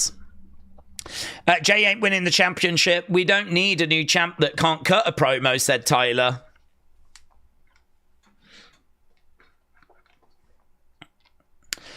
Good real emotions are fine, but this yeet thing is going too far just a little bit, said Felix. Brony said the promo was awful, and I really like Jay, but he needs improvements. The emotion was there, but I also think he blew himself up from his entrance like he always does. I think he actually blew himself up a little bit more here, to be honest, because I think he blew himself up a little bit more here than usual because he went back and did that little extra, didn't he? He was like, do you want more? And then he went back and did some more. So, plus this was a bit bigger as well than kind of what we've been doing, you know? So, Christopher said, much respect, Daze. We all want our favourites to win the Rumble and have their moment. Jay has earned it in many years. No WWE World title. Now is Jay's time. Respect its soon to be WWE champion. Liam said, I don't think he gassed. I think the crowd had completely choked him I think he expected a lot of hate, says Liam. That's what she said. Said Saturday night's main event needs pre and post shows. Okay, are we going to? We probably are going to commercial breaks. 26 minutes in, so it probably is a bit of a commercial break. Yeah, well, there we go. Chef President said Jay is a mid-card guy. He should get back into that lane. It's okay to be the best in the mid-card. Not everyone belongs in the main event, even if you are branded that way. Ludwig is making his way out now. Ludwig is making his way down to the ring. Bum, bum, bum. Ludwig. Oh, who's he going to take on? Penta. He's had his sights set on Penta, hasn't he? He's had his sights set on Penta for a few weeks. So I think he's probably coming down for that. Arbora said, I know it was about Jay, but Gunther has fallen off for me a little bit. And between him and Mike last week and this week, it brought me back in. A return to form for Gunther. Ray said that took 26 minutes. Wow. Well, they do have time to play with, so I suppose it's not like a big dramatic problem, you know, that's maybe gone over. More like, I've got to think longer than they expected. I've got to think that was not what they were expecting from that segment. But it's he's the Rumble winner. Everyone's yeeting. Everyone's having a good time. That's fine. You know, Ludwig Penta will be if that's what we're getting here. It'll be fine. That ain't going to need loads of time. So yeah, 26 minutes. That is long for the opening segment. Oh, he's going to say a few words. It might not even be Penta. I don't even think a match has been announced with Ludwig. Ludwig said, I'm demanding your attention. For the last few weeks,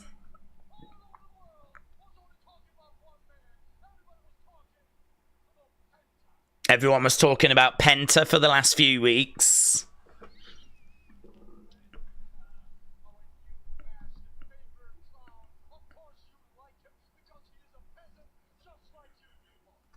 Okay, so it is Penta that's next. So he's just trashing Penta, basically.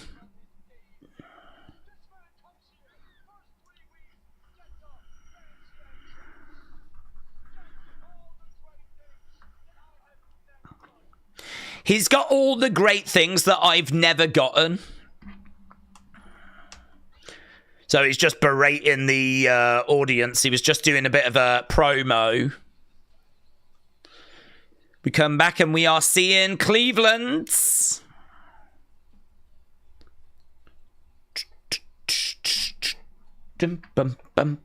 I could see Dragunov costing Gunther at Mania 41, said Garrett. Liam, hello, said Daze, how are you? I think it wasn't about what he was saying in the promo. I think it was more about the emotion and the reaction that the crowd gave. It just proves how over he is. Wrestle with Andy, shout out to you, said I've researched Charlie XCX. I didn't know she'd been famous for over decades. I honestly have not massively listened to her work, but I do remember her. Wasn't she from the Fancy song? I'm so fancy, you already know. I sort of remember her from that. LA to Tokyo. So... yeah, I've been aware of her for a long time, but I've never been listening to her stuff. But then as soon as Brat Summer hit, do you know what I mean? As soon as something gets massively hyped and everyone's talking about it, I'm there. It's the only reason I'm a WWE fan.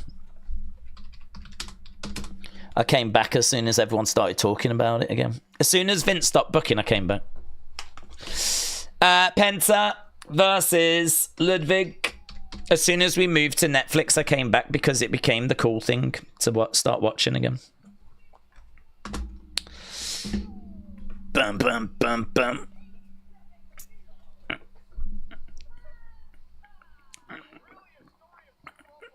What's he doing? What's that dude doing? Everyone's doing that to get Penta to do that, and this dude was there going...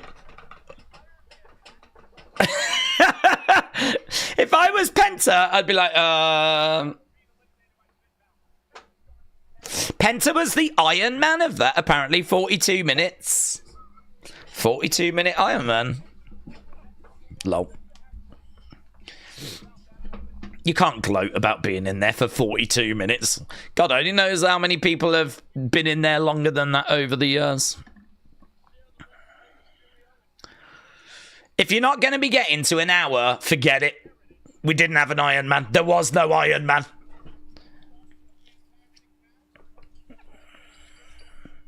Right, bell has sounded and we are underway. No Roman tonight, it looks like, said Amethyst Pieces. What about Kaiser? No gratitude. Even WWE went on something else, says Willow. Okay, we are up and running. We have got Penta and Ludwig starting us off. Oh, nice kick there by Penta. Should be a good match. Both of these are great wrestlers. Ludwig goes over. Boom! Lovely kick. Lovely kick there. Kick coming back, though, by Ludwig. We're going to get a Roman Reigns update tonight, so that'll be interesting.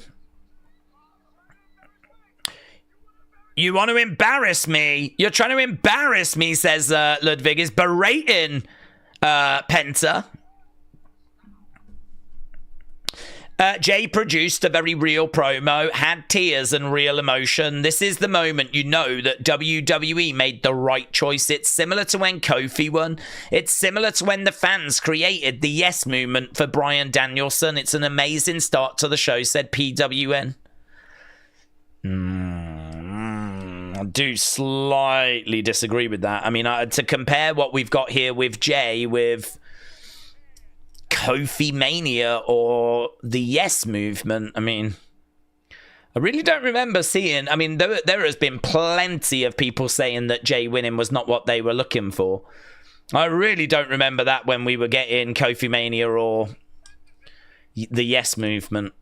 I don't think that's quite the right comparison to me. I mean, I get the comparison in regards to it being organic and the people really taking to him. And I mean, you know, what we just saw with all the yeeting and everything, you could say is comparable.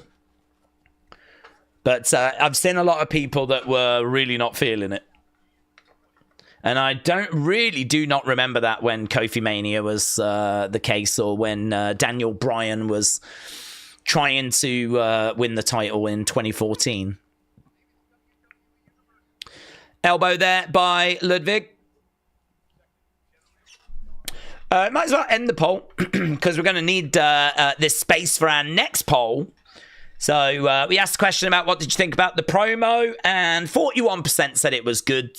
31% said it was great. 14% said it was bad. And 12% said it was all time. So... okay.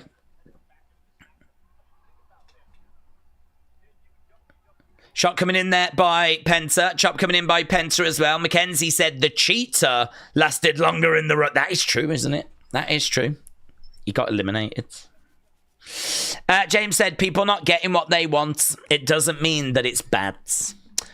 Big Time said the Netflix time cues are bizarre. When US fans went to commercial, international fans got Ludwig entrance, a promo, and then it cuts off in the middle of Ludwig talking. Yeah, I mean, I think that promo is more just something for the live crowd, really. That's just a promo. It's just a chance for him to talk in front of the live crowd whilst they're at commercial. And also it's a chance to really build any extra heat on Ludwig. Have a pop at the crowd. Have a pop at the local team. Have a pop about Penta. Oh, you love this guy, but he sucks. He's getting everything handed to him. Build up the heat so that when we come back from commercial break, the crowd have got a little extra heat towards Ludwig. Like, it totally makes sense.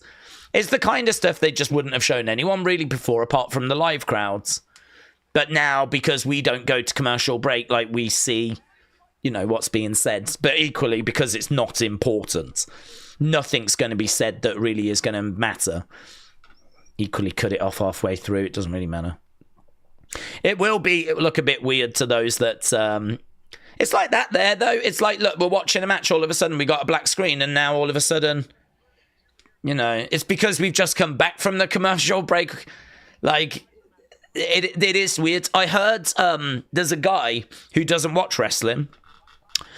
He's called Limmy. He's like a comedian, and he's got a YouTube channel. He used to have his own TV show, but now he just streams. He just streams like gaming, and he talks to his audience. I saw him talking about the fact he had watched wrestling, and one of the things he had noticed, and he doesn't watch wrestling, but one of the things he had noticed is that every once in a while the screen would fade to black, pause, and then come back. And he was like, why was it doing this? It was all throughout the show. It kept fading to black, and then it would pause, and then we'd come back and we'd just continue. And it is weird, isn't it, to think that we're watching it going, all right, commercial break. But someone that, like, just doesn't have a clue, just doesn't understand that this is, you know, being shown, like, you know, and there's commercials for some people, whatever, like, he couldn't get his head around why that was happening. So I do agree, like, the fade into black thing is a bit strange. But we know why they do it. Ludwig is in control, throwing in some kicks. And Penta. Listen. Oh, he's getting all fired up. Zero. Miedo. Do it again. He wants more kicks. He's on his feet. He goes for a big chop of his own. Another big chop there by Penta. Penta going over to the corner, jumps up, knees in the back. Ludwig goes down. Penta going for the pin. 1, 2. Shoulder up there by Ludwig. Shoulder up by Ludwig. I do think Penta's help massively helps him. Massive. His presentation is fantastic. Defcon said, you're about 70 seconds ahead of me, so greetings from the past. Yeah, this was always the concern, to be honest. Like, I never know if we're going to be ahead or if we're going to be behind. With us going to Netflix, it was always going to be a bit all over the shop. Ludwig in a seated position, looking over at Penta, staring at him. Forearm shot there by Penta. Forearm coming back there by Ludwig. Chop coming in there by Penta. Another chop there by Ludwig. Both of these getting back up to the feet. King Yeti said, I don't care. I want to see it. Chops back and forth. David said, no 25% tariffs on Super Chats. 30-day reprieve. No 25% tariffs on Super Chats. Is this that? There's been a reprieve on Mexico, hasn't there? With America. Man, I wonder if tariffs would affect me, actually. I don't know. I know that he's said that they're not. I don't think so. It's goods going into America, isn't it? So it shouldn't affect me. I don't... Yeah, I don't know. It's causing a bit of heartache, isn't it, around the world? We've had people saying that we should boycott wrestling and all this stuff. I heard about the boos from the Toronto Raptors when they were playing and the Canadian crowd were booing. He said that the UK was like well out of line. But then he sort of changed it. It was like, well, actually, they're out of line, but we think we can sort that one. So, I don't know what's happening there. We'll have to see. Elbow to the back of the head there by Ludwig. Super kick there by Penta. Over by the ropes. Another super kick there by Penta. Over the other side, Ludwig. The only issue with this match is it's a bit of a showcase match, isn't it, for Penta? I mean, Penta's going to win. Kick out there by Penta. I just sort of feel like there's some really big stuff we need to get to following the Rumble. I just feel like, and the Jay thing was great, but I don't know, sitting here watching a match that doesn't really matter, Maybe if this was a qualifier or something, but I just sort of want to get to some of those major talking points, you know, because there's a lot. Ludwig coming over. He's got Penta over by the ropes, looking to roll him up. No joy at the moment. Penta again pulling back on the arm. This is normally the beginning of the end. Cierto, Miedo. Boom. There we go. Pulls back on the arm. And this is... Gets him up. The Penta driver. That'll do it. 2, 3. And Penta wins. Penta wins. Penta picks up a victory. Match was okay. Match was okay. It's another win for Penta. The streak continues.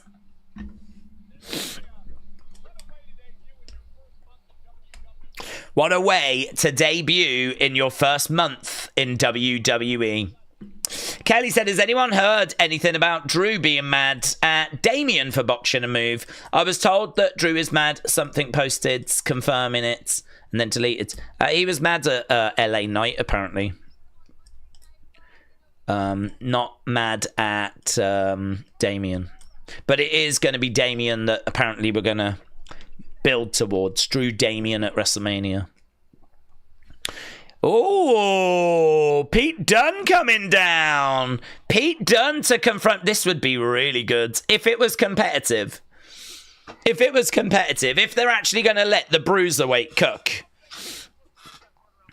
If the Bruiserweight is going to be allowed to cook, this would be sick. Ludwig from behind. Ludwig from behind. So, Pete Dunne making his way down the Bruiserweights. There's a sign in the crowd said the future champ is here. And there's an arrow pointing to a lady. Who I would say, give it a go. Get in there. Let's book it. Let's do it. Raw is unpredictable. Let's get that lady in the ring. She can take on Rhea. Let's go. Let's do it. Rhea Ripley, you get your chance tonight. Pete has a look at Ludwig. Ludwig just planted Penta. Don't know quite where that's going to lead. Triple threat, maybe. Listen, my thoughts. Cena wins Chamber. Jay picks Gunther. Cena picks Cody. Cena beats Cody. Gunther beats Jay. Jay wins the title at SummerSlam. Logan cashes in. I'm out. I was following it. I was on board, and then you said something really silly that I hated, and I'm out. This is why we say, don't try this at home. They're just talking about JD having a punctured lung. While I'm gone. Everything has fallen to pieces, says Finn.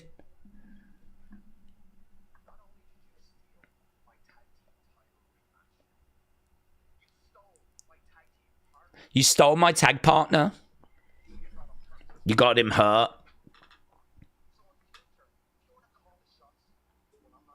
Oh. Maybe we need to find you a babysitter, Finn says to Dom.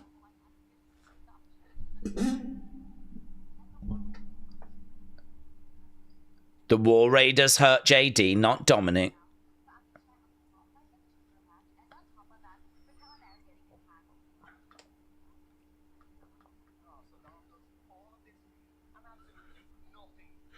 Dom does all of this for you and nothing for me. Okay, Finn's got a qualifier. We're going to listen to you from now on, says Liv. Who's Finn's qualifier against, though? It's going to be someone horrific, innit? Carlito. What did you get me? I got you that apple. What did you get me? I got you the apple. Right, there we go. WWE Worlds. Be there or don't. It's up to you, really.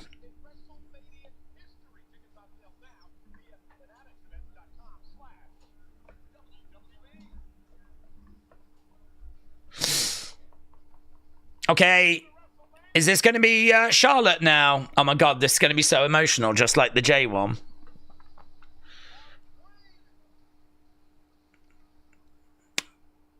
Bow down. Here she is, Charlotte Flair. Charlotte Flair making her way down. I wonder if she's going to cry. Do you know what? She's wearing like a yellow jacket and a yellow skirt, and it's not very Queen-ish. It's a bit more, I don't know, different. It is different.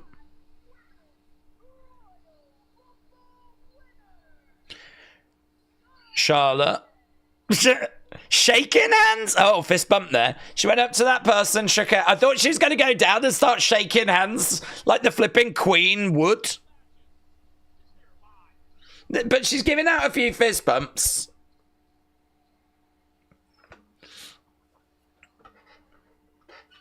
If she came up to me, I'd be like, Charlotte, Speed said, subscribe to Speed's channel, man. Right? Do you get it now?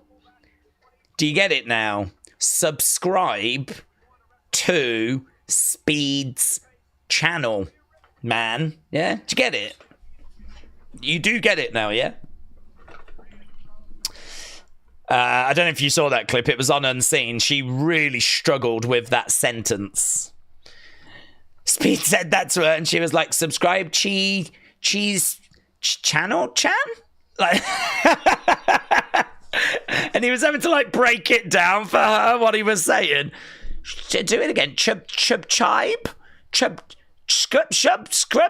Subscribe. Jesus, Charlotte, why are you struggling? But she doesn't need to worry about that now. She just needs to be a queen. And that's exactly what she's being. Bow down to the queen. Charlotte's in the ring then.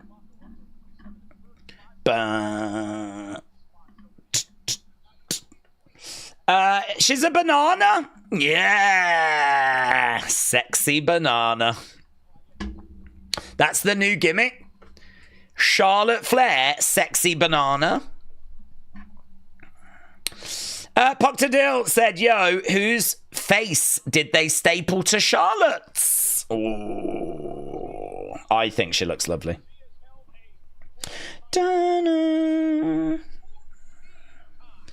14-time world champion. And very much deserved. You deserve it. You deserve it. What's she doing that for? I think she's telling them to smile. Oh, the guy's doing that. Oh, the guy's doing that. There's a guy in the crowd going like this. She just went over and went... Yeah.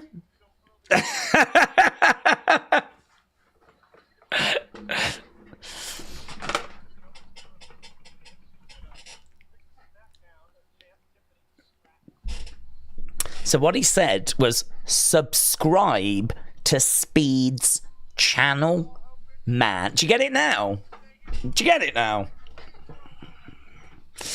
Right, big entrance. I'm guessing you're at commercial break. I can't imagine this is on TV.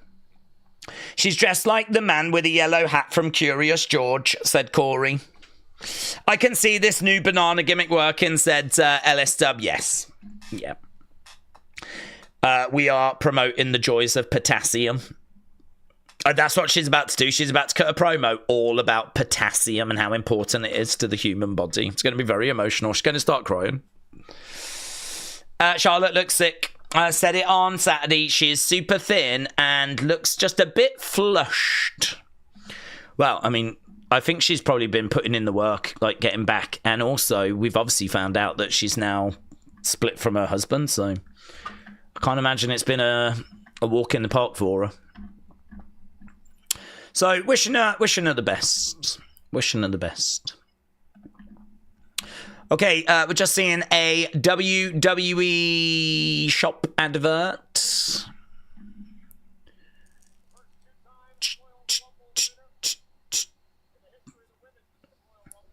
Charlotte, 4 eliminations, 2-time Women's Rumble winner. She finished in the top 3 in all 5 of her career Rumbles.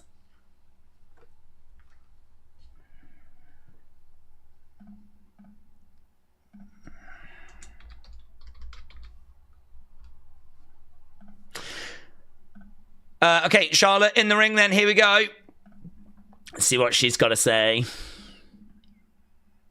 Well, there's a few boos. Few boos.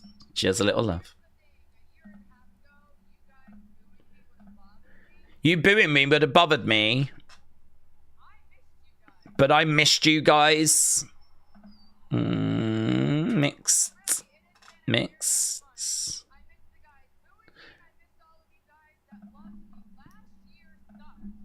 I missed those that booed me, and I missed...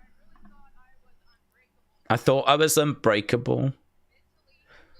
Last year broke me. Wow. Yeah, I think Charlotte might struggle here. Charlotte might struggle in this because she said last year she was broken mentally and physically. And obviously today...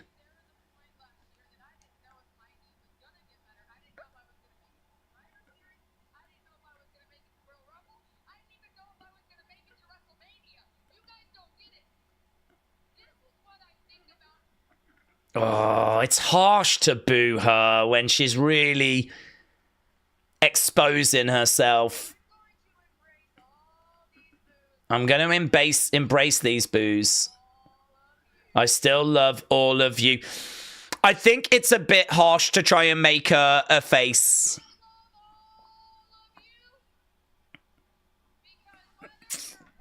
Whether you're wooing or booing.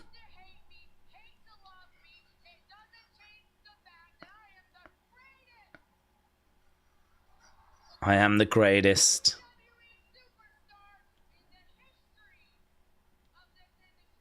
It's going to be really hard to make her a face.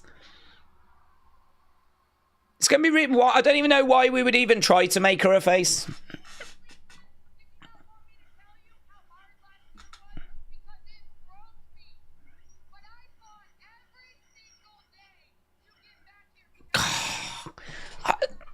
Mate.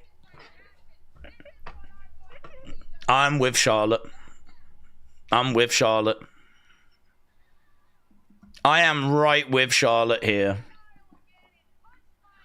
That crowd has just booed her when she's just said about how hard last year was. And we know the news about her and Andrade.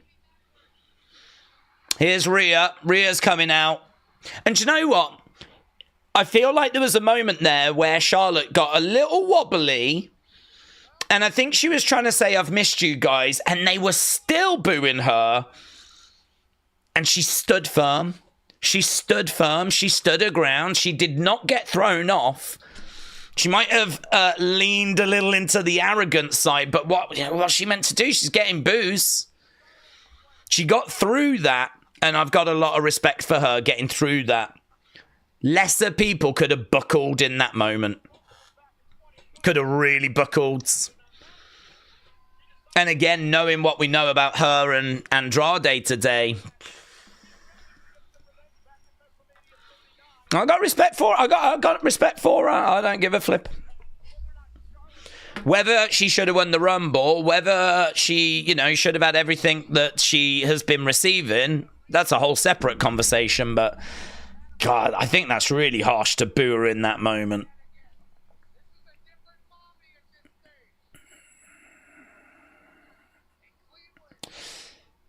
Cal said Duke Hudson's been released. Duke Hudson's been released. Duke Hudson's been released.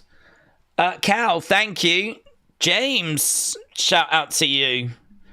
Where's that come from? Where's that come from? Are they doing releases now?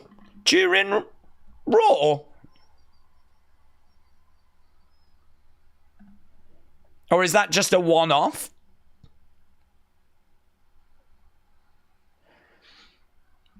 Duke Hudson was released by WWE in January.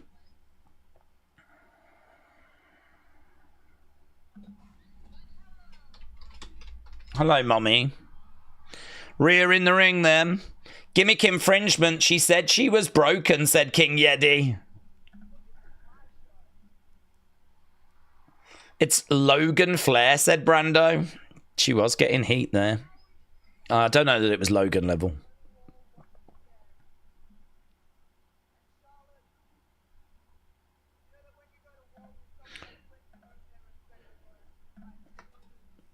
I do respect you. That ain't gonna work. Boo. Nothing's gonna work. The crowd have made their mind up. Just keep her heel. Triple H, you're so stubborn. Always thinks he knows best.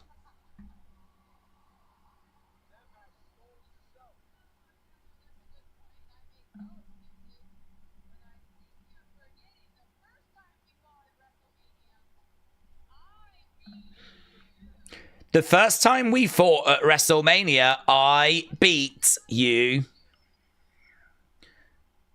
Oh, you like... That was a long time ago. Wasn't that 36? Oh, God. It's like a decade ago. I was just a kid back then.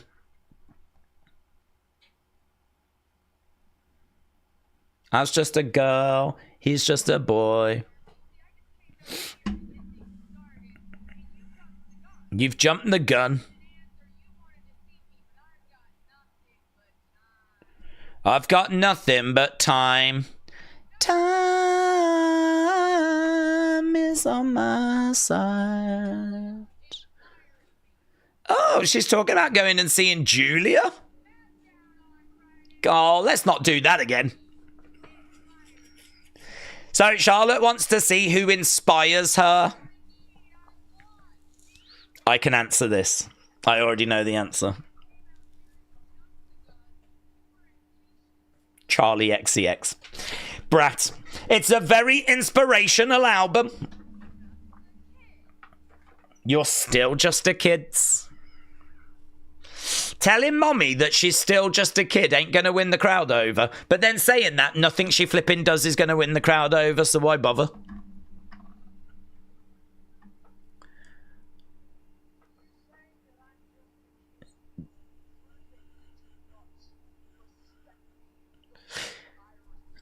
You saying that I'm just a kid proves that you don't respect me the way I respect you. Please pick me.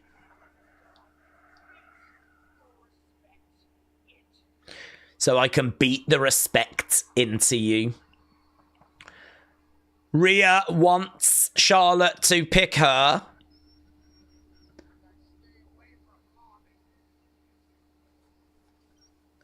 So there we go. Rhea wants Charlotte, but the belief is it will be Tiffy time. It will be Tiffy time. Did Green Shirt Guy get released too, said Dan. Yeah, after his interview. We're back. Oh, here's Sammy. Here's Sammy. Cleveland says thank you, Cena. Little sign in the background says thank you, Cena. Hard to believe that you and Punk have never gone one-on-one.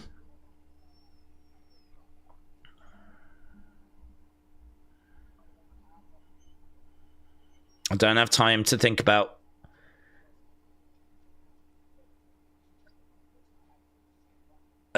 I don't have time to think about it. I've got to think about where we are and get into Elimination Chamber. Hello. We've got to finish this later. He needs to have a word with someone. Is it going to be Jay? Is it Jay? It's got to be Jay. Carrion? Jay? Jay. It is Jay. Here we go. Why does it keep cutting out? Look. I wasn't aiming for you. They're okay. You did it. Ah, he said stop. Come on. You're my dog. Now go all the way. Sammy's the best. Sammy's the best. Oh, I've got you, he says. Oh, God. Oh, God.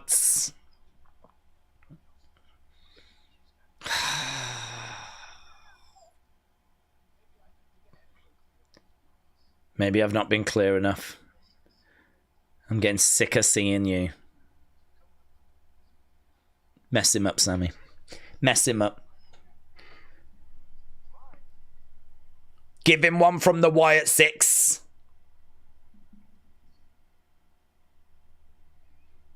Mess him up, Sammy. Mess him up.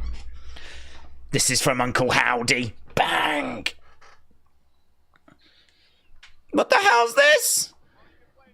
New Day have got new graphics. Whoa, it is a new day. Look at this. New music.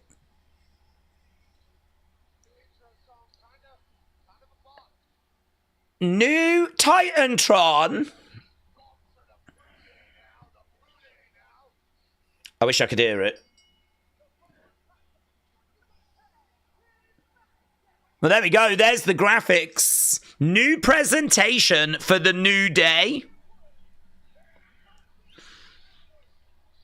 New Day making their way down. It's okay. It's okay. I mean, they're heels. You're probably not meant to fall in love with it, so it's okay. Yeah, it's okay. It's growing on me, actually. There we go. New Day sucks, said Chris. Their New Day are getting into the ring. I sort of feel like that's Duke Hudson news. I feel like it's big news. Him getting released in mid-January.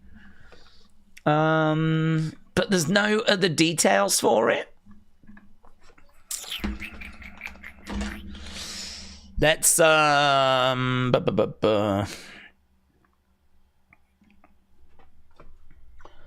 let's go over here. Let's go.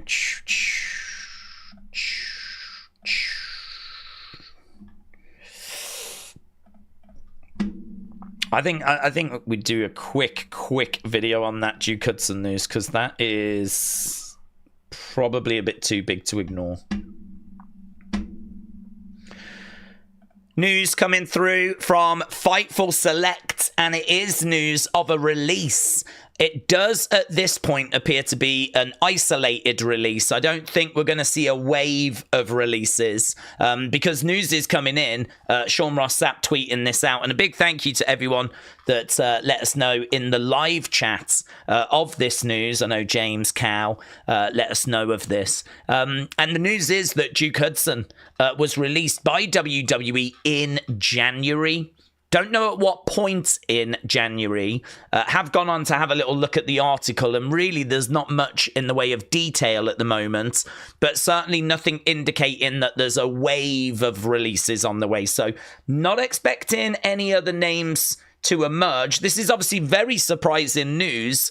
Duke Hudson was someone that I think had been around the developmental system for a long time, and I was expecting us now to really pull the trigger on him. I was expecting us now to really get going since Chase U had split.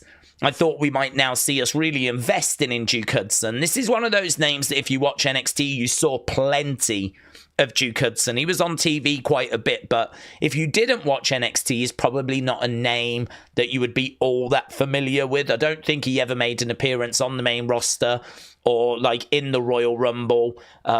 He may have appeared actually years and years and years ago, but not a name I would expect, you know, viewers of Raw and SmackDown to be familiar with. But still, big news. I think I'm right in saying our first release in 2025, and hey, I always liked him. I always thought he was good, but no Nothing really in the way of details there. So yeah, news emerging that Duke Hudson has sadly been released by WWE. As we said, that's news as well, seeming that it's an isolated incident. I'm really not expecting it to be a case that we're going to see others. But you watch now. Now that I've said that, I bet that we do. I bet there will be others that come through. I hope not. God, I'm certainly not looking for that to be the case. Here's EO. EO is backstage with... Maybe I will see you at WrestleMania.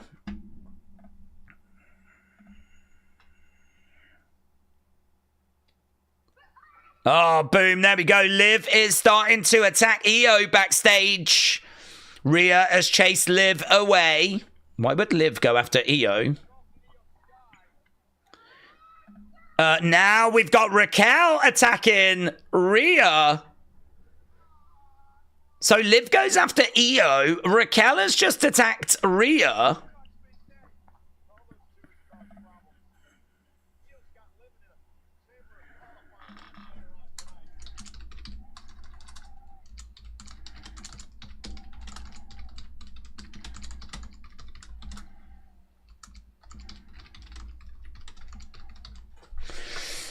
Tag match next week, said the Beach Kevin. Liv is a coward, said James. Okay, so New Day are in the ring. I don't even know who they're facing, actually.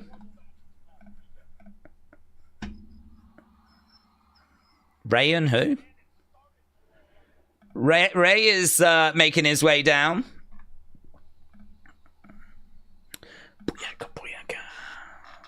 Daze, interesting question. Do we think things will play differently, and if roles were swapped, that Jimmy with the Yeet gimmick would be over even more than Jay? There's no way of knowing, is there? I mean, I do think Jay is very charismatic. I feel like Jimmy is cool. Jimmy is funnier. If you listen to Roman and you listen to Jay, they both say that he is the funniest one in the group, right? So I do feel like he is funnier, but I think that Jay's just got that little extra charisma, the kind of thing that's kind of hard to put your finger on. It's the kind of thing that's like really difficult to put into words. It's just like the aura.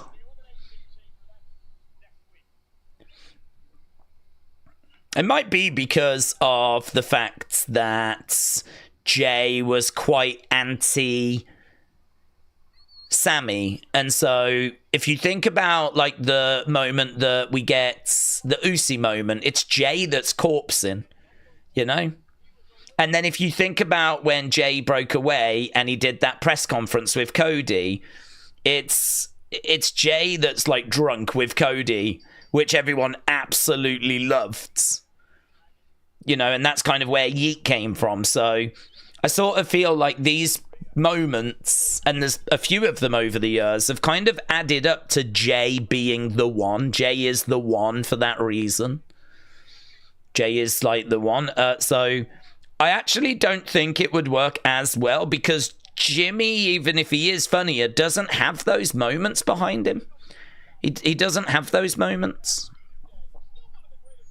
But I think that Jimmy could, you know, carry that weight. I don't think he'd be a disaster or anything, but I actually don't think he would do as good a job. When I was a kid, if you spoke trash about Jeff Hardy or Rey Mysterio, you would have got your ass beat. Yeah, I mean, there's a lot of kids that are massively into what went down with Jay winning, and I have no. I've said before. I mean, I'm not. It's not the person that I was rooting for, but I have no issue with it whatsoever. Okay, we are underway with our second match. This is New Day taking on LWO. Ray and Dragon Lee is what we've got happening here. Kick coming in there by... Oh, lovely little drop kick. And again there by Ray.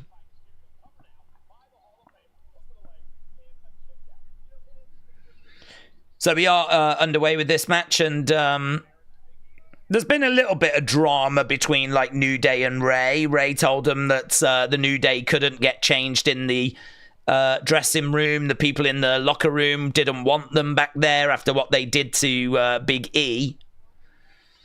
Really, that put them on a collision course, and it was a little while ago, actually. Wasn't it the debut episode of Raw on Netflix that we were scheduled to get Ray and a mystery person against the New Day? And we really thought that mystery person would be Penta. Didn't quite work that way, but that's who we were expecting. I think Jay is better at being himself. Big Jim doesn't really give a feel of who he is. Yeah, that's a good point. I think it's made even harder now that we know who Jay is, because it means that Jim can't be who Jay is. You can't give Jim the yeet stuff and all of that, so it now makes it even more difficult as to who is Jim, who is Big Jim. But I really enjoyed the Rhea Charlotte segment. It makes me feel like we could go that way, even though we won't, says Jamie. Kick coming in there by Kofi. He's got Dragon Lee in the corner. He's throwing in some shots. Kofi climbing up, crowd are booing. Dragon Lee grabs Kofi, kick coming in. Goes back in the corner, charges over, boom, drop kick. Logan Paul!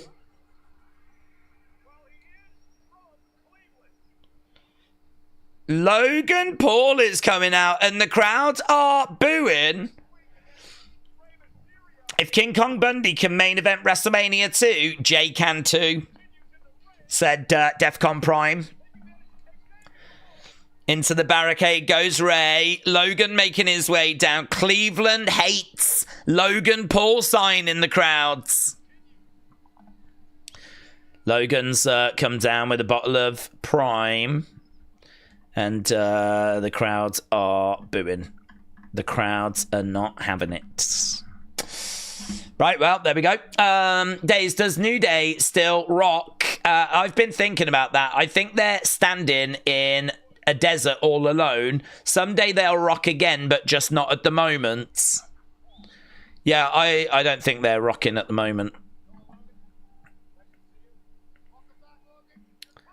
I think after how they treated Big E, I think I'm leaning to the New Day sucks side of things.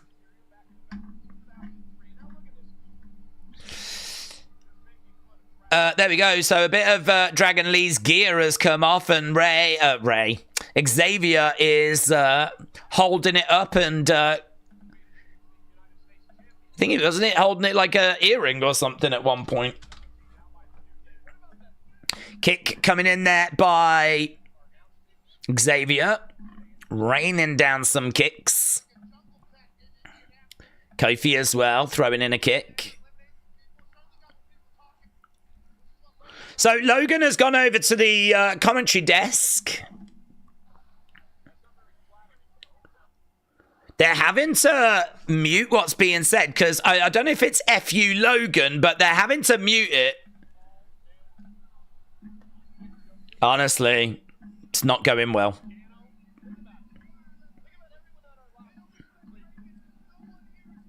This is why I hate Cleveland. They don't respect greatness because no one here is great.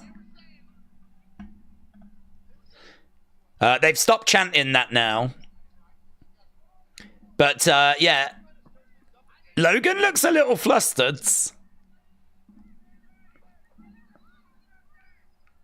Logan looks a little bit flustered.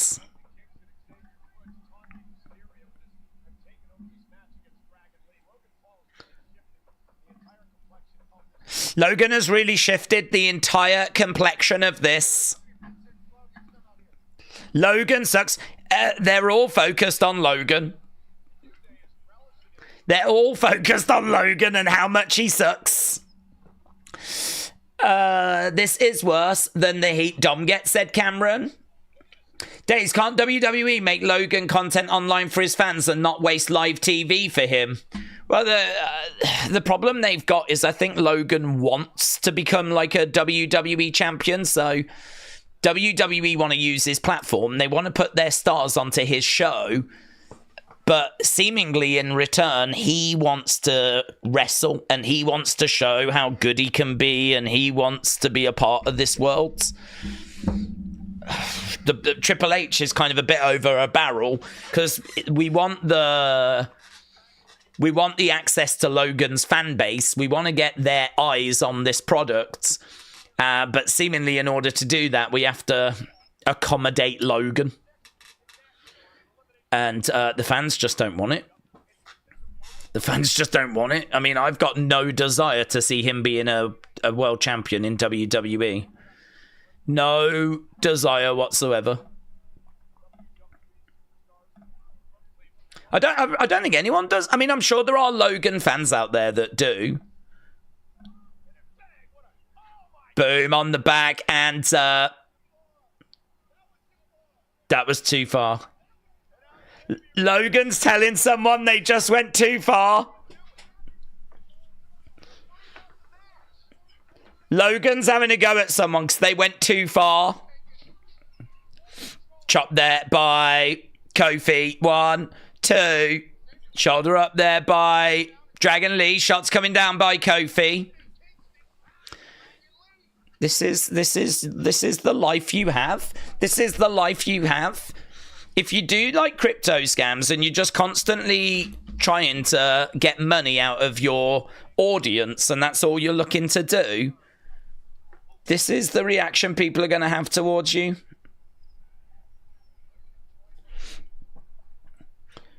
Boom, jump on the back. Xavier is in control and Dragon Lee is struggling. Crowd are not massively focused on this match, to be honest. I think they're just waiting for the next opportunity to shout at Logan. Logan might be a good wrestler, but he's got the personality of a serial killer, said Goat Meat. Isn't Logan's fans about like 13, said Vic? To be honest with you, those are the eyes that we want.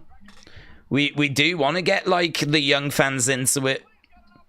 If you don't bring in the young fans and you've got like an aging fan base, at some point you're going to be in big trouble, aren't you? So WWE always has to find a way of bringing in new eyes, young guys that are, and you know, Speed being involved, Logan being involved, KSI being involved. I wouldn't be shocked if Mr. Beast's at WrestleMania. We've already had Kai Cenat, and I mean, really, who's bigger than these guys? I only know of Mr. Beast. Who's bigger than Kai Cenat and Speed? Over in the corner goes Kofi, and this is them getting right back into the mix, isn't it? This is WWE getting right back into pop culture. Against the ropes, and look at the Speed result, man. Flipping, what was it, 250 odd million views for his moment at the Rumble. Amazing. Boom, seated senton there by Ray. And Logan is confronting Ray. We've already done this. Logan gets pushed by Ray. Big shot there by Ray. Into the ring post goes Kofi. Xavier goes for a kick. Ow. Kicks the post instead. Whoa, lovely move. Brilliant. Head scissors to the outside. Referee having to jump out the way there, but Logan grabs Ray.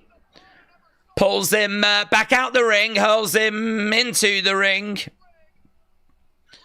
So Ray... Kick coming in. Trouble in Paradise by Kofi. 1, 2, 3. And it's a win for the New Day. Logan costs Ray. And are we really going to go back to that match? We're really going to revisit that, are we? Got to do something with him, haven't we, I suppose? I don't think that's going to excite too many people, though.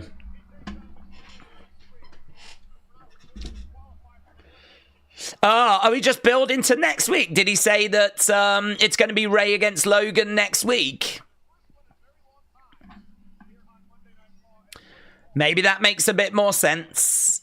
If we're building to that qualifying match next week, that now makes a bit more sense.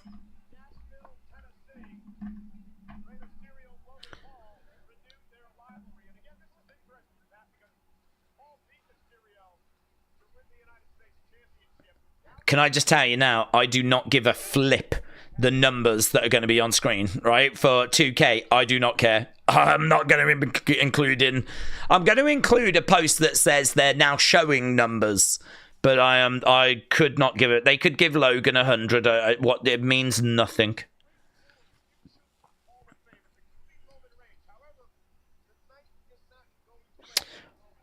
The night did not go the way that Roman wanted. Defcon said, if you want fresh audience about early adolescence, or you run the risk of becoming a dead brand like Star Wars or Star Trek with aging fans, said Defcon. You're absolutely right, buds. You're absolutely right.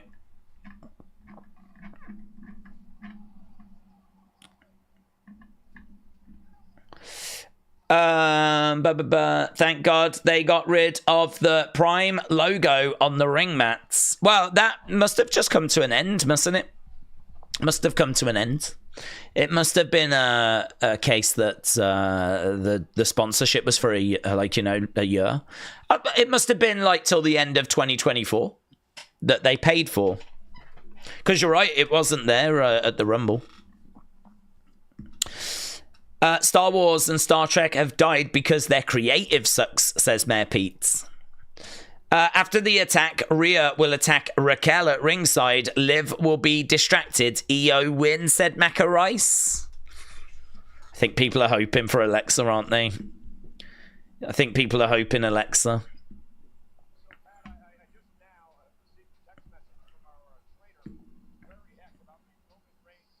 Okay. There's no injury update on Roman.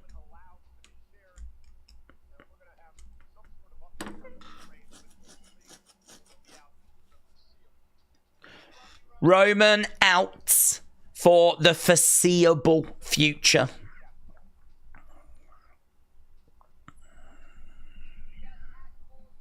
Roman out for the foreseeable future.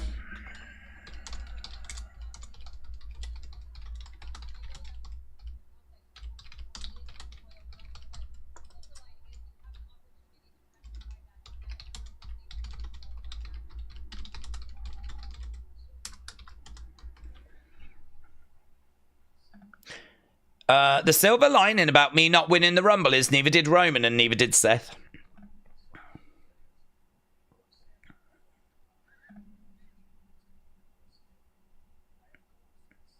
He said he's apologized to the Sammy fans. That's me. I'm a Sammy fan.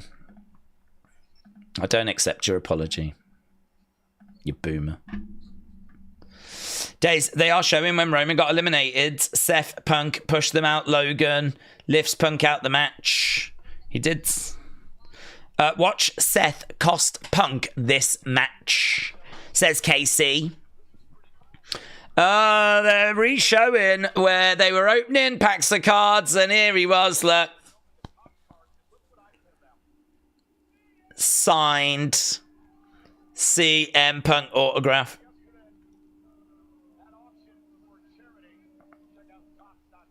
Oh, he sold it at auction for charity. That's good. That's good. I'm all right with that. That is acceptable. Is anyone else's stream keep cutting out? It's really flipping annoying.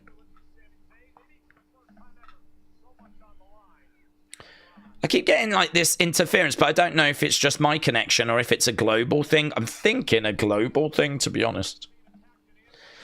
PFC are backstage. Having a look at EO. That's EO struggling, of course, after she was attacked by Liv. It is global. Oh, it's flipping annoying. Fix it. Fix it, Netflix. Boomers. This is more annoying than Logan. Here's Alpha Academy. Maxine, Otis, Akira Tozawa. Oh, yeah. Christopher said it is glitchy. It is very bad. David said, I've got an IRS autograph card now. I'm being audited. Very good.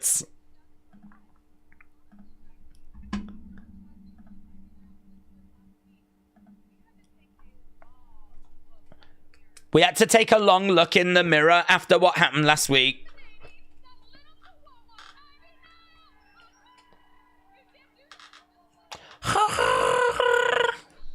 So Maxine is celebrating after eliminating Ivy Nile. Here's A-Town Down Under.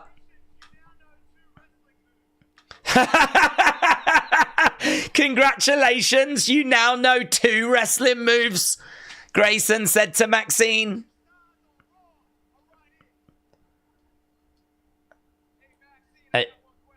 I got one question. Very good. Austin Theory said, Maxine, why are you hanging out with Timon and Pumbaa?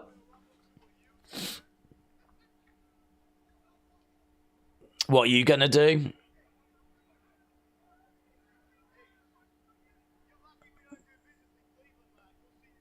I'm low-key here for A-Town Down Under and Alpha Academy, you know. Congratulations, Maxine. You now know 2 wrestling moves. What are you doing with Timon and Pumbaa? Okay, EO is making her way down. Defcon said, did the championship ever change from Rumble to Mania? And then the Chamber Rumble winner has to focus on a new champion. Well, my brain goes immediately to Sergeant Slaughter winning against Warrior. So I know we've definitely done it, yes. Warrior lost the title at the Rumble just before WrestleMania, and Punk as well. Lost, didn't he, to The Rock? Which then helped set up the once-in-a-lifetime rematch, Rock and Cena. So, yes, we have seen movement around this time of year. Yes. Remains to be seen.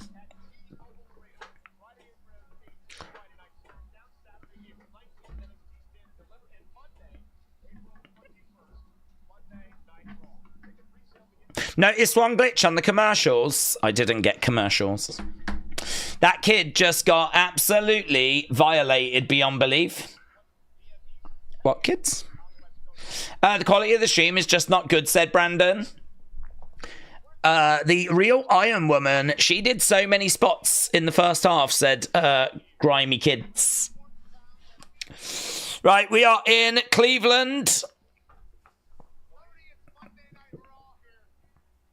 Raw in Cleveland.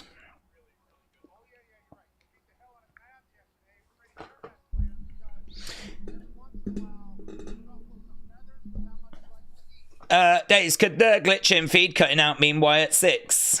I don't think so. I think it's too annoying. It's too often. I think it is just glitches. Oh, they're showing the speed moments.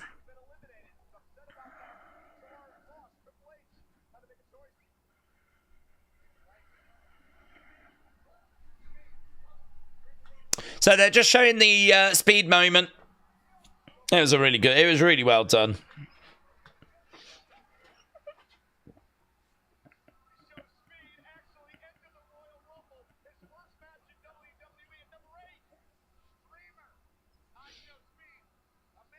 And then, I mean, like, when he gets in and he takes this, look, he goes over. He actually helps Bron Breakker eliminate Otis. Did a backflip. In the background, look at this. Oh, yeah, man. Amazing. Are they going to, like, say how viral it was? Look, they're showing all the angles.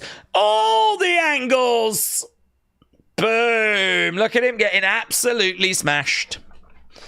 Absolutely smashed. Fair play to him, man. Fair play.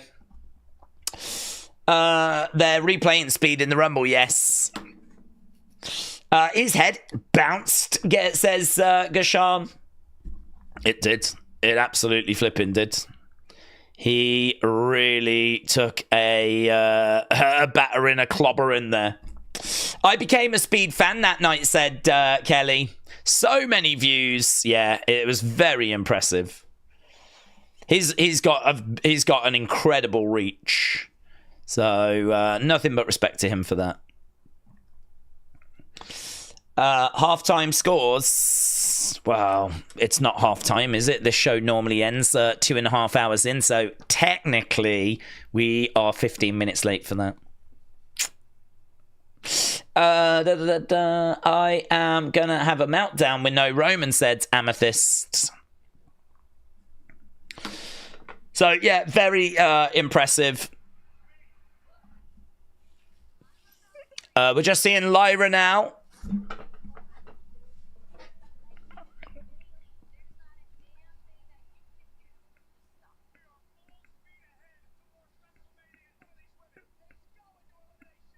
So is that going to be our qualifying match? Lyra Bailey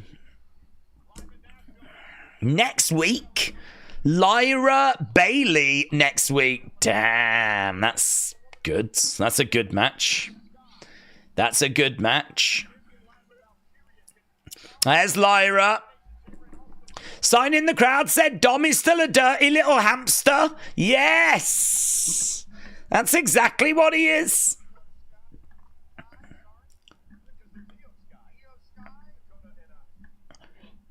Okay, so Io in the corner. She's got an injured shoulder. Watch me. Watch me. Everybody watch me. Here's Liv Morgan then. We're going over to match number 3. That means we need to end this poll. Watch me. Daze, a lot of people can say they eliminated Otis, but Speed can say that that's something. Not a lot of people can say it. Apparently, I mean, over 300 million views they're saying now for that Speed moment. Watch me. Okay, 60 up. The in-ring's been a bit flat tonight. I don't feel like the excitement of the Rumble, I don't feel like it's been followed up on tonight so far.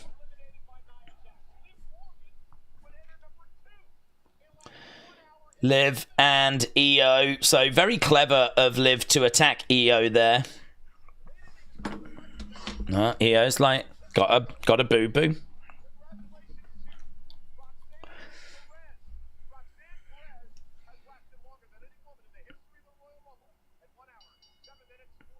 Liv tries to get out the ring. Io goes chasing after her. This should be a good match, though. Liv versus Io Sky. Qualifying match underway. Roman's nose was legit busted, said Lisa, because Seth lost his balance.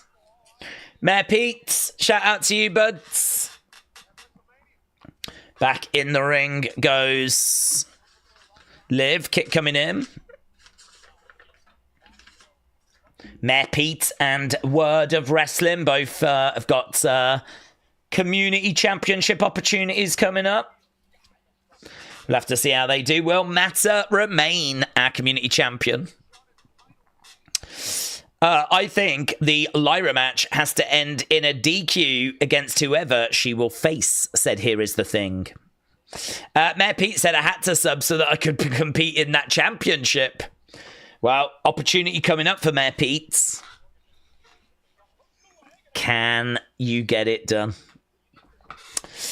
Daze, there is no way Lyra beats Bailey. Lyra is the women's IC title champion. I'm sure WWE is going to want to feature that new women's WWE IC title at this year's WrestleMania for the first time. Boom. Liv collides him. Knee there by Liv. I think we've got Let's Go Io chant. So the crowd seem to be very much with Io. Just seeing the drop kick there, how brutal that was to Io. Io going down. Sign in the crowd for EO. Seems to be a circular sign, actually, which you really don't see. Really, normally you just see normal signs. Look at that. Circular EO sky with like a plane on it. That's kind of smart, actually. Make your sign stand out even more by changing the shape. Keep up there by EO. I've always thought like bright green makes signs stand out as well. A lot of people just use like white. But like if you hold up a bright green sign, that's always going to grab attention as well, isn't it? You know, like brat green. Big shot there by EO. I'd like to see Bron Breakker and Otis get thrown together for a tag match, said Adam. I'd like to see if they've got any chemistry. 300 million views. My God, said AB. Yeah, it's just a different level and it's different worlds. Crossbody there by EO. Lands on top of Liv. Liv goes down. EO looking at the camera. As we go to commercial break, but we are going to stay with the action. So Liv down, EO on her feet. Raquel staying out the way as Liv is being thrown back into the ring. Daze, I think Judgment Day story says they're going to continue to lose to everybody till they break up. That would be fine. Certainly if it'd be the Wyatt 6 next. Going over, going for the pin. 2. No joy. Io gets her shoulder up. Daze, you know AEW doesn't glitch like this on Max. Probably because only 10 people are watching, says Corey. Brony said, I show speed generates unbelievable numbers. When he posts on TikTok, it gets a minimum of 30 million views. I can't believe how big he is. Yeah, I mean, we're really seeing the rise of the super content creators. I mean, not just people that create content and have got an audience, but people that can now start to captivate, you know, whole countries, like multiple countries. Like, I mean, 300 odd million is, you know, almost the population of America. Every single person in America. I think, isn't that like 350 or something?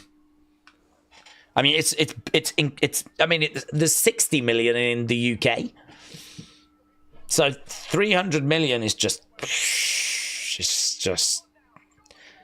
incredible. You know, you got Mr. Beast doing what he's doing. You've got Kai Cenat doing what he's doing. You got Speed doing what he's doing. We're seeing a whole new wave of content creators now.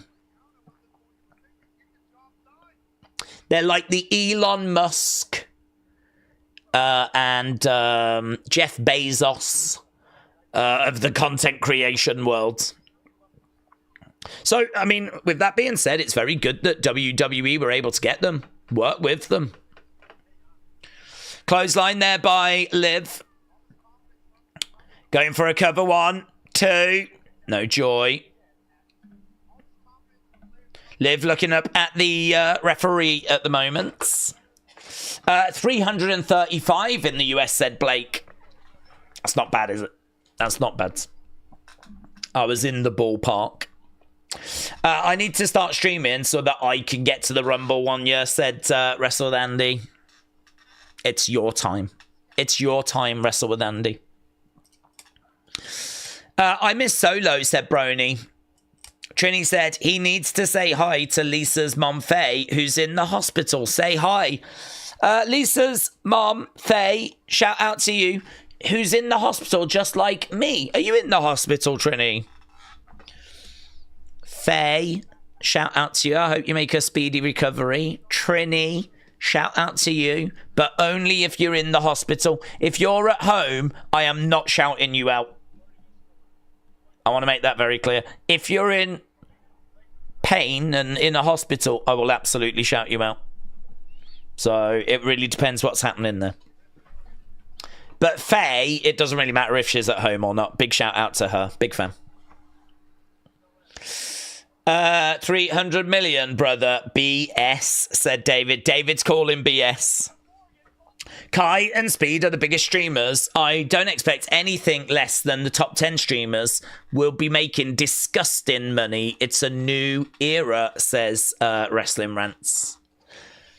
Oh, yeah. I mean, they're making millions and millions and millions and millions.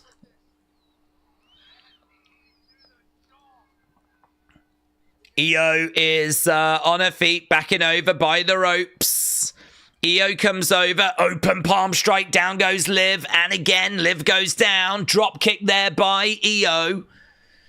Io coming over, grabs Liv, reverses. Io over the other side, goes through the ropes. Shot coming in there by Liv. Io's managed to get back into this. Does anyone else get the feeling The Rock has completely derailed this WrestleMania? And this is a backup scramble, said Aubrey. I think we are very much going to plan Bs.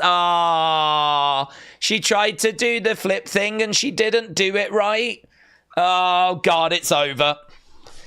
Oh, it's over. It's a botch from Io. It's a botch from Io. Pack it up. It's over. Her career's over. We're all going to turn on Io now. Oh, my God. Everyone used to love Io. They're even showing a replay. Oh, okay. They cut it on the bit she botched. They just showed all the good stuff, but they didn't show the botch. Knees there by Io. Backstabber there by Liv. Guys, do you remember when Io was good? Do you remember that? She botches now. Crossface by Io. She botched. She's washed, said George. George, you're just speaking the truth.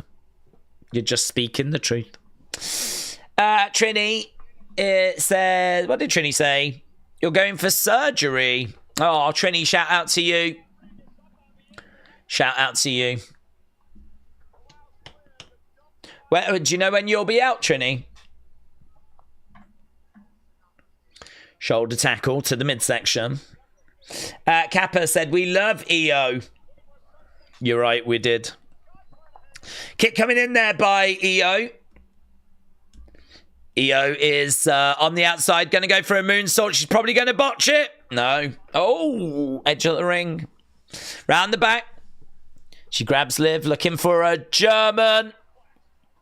Gets a German suplex. Liv's got a little mark on her stomach, you know. It's going to be a 2-hour neurosurgery, but I won't be awake till Wednesday, says Trini. Well, Trini, all the best, buds. You better be back by SmackDown, otherwise I'll be livid. Yeah. If you're not on this SmackDown stream, honestly, it's going to kick off. I mean, it already sounds like you might be missing the NXT stream, so, you know, bit rude. But Trini, all the best, buds. K-Pop said speedy recovery to Trini. Okay, Io is going up top. A German on the floor, said Zoom Station. Oh, double knees there by Liv.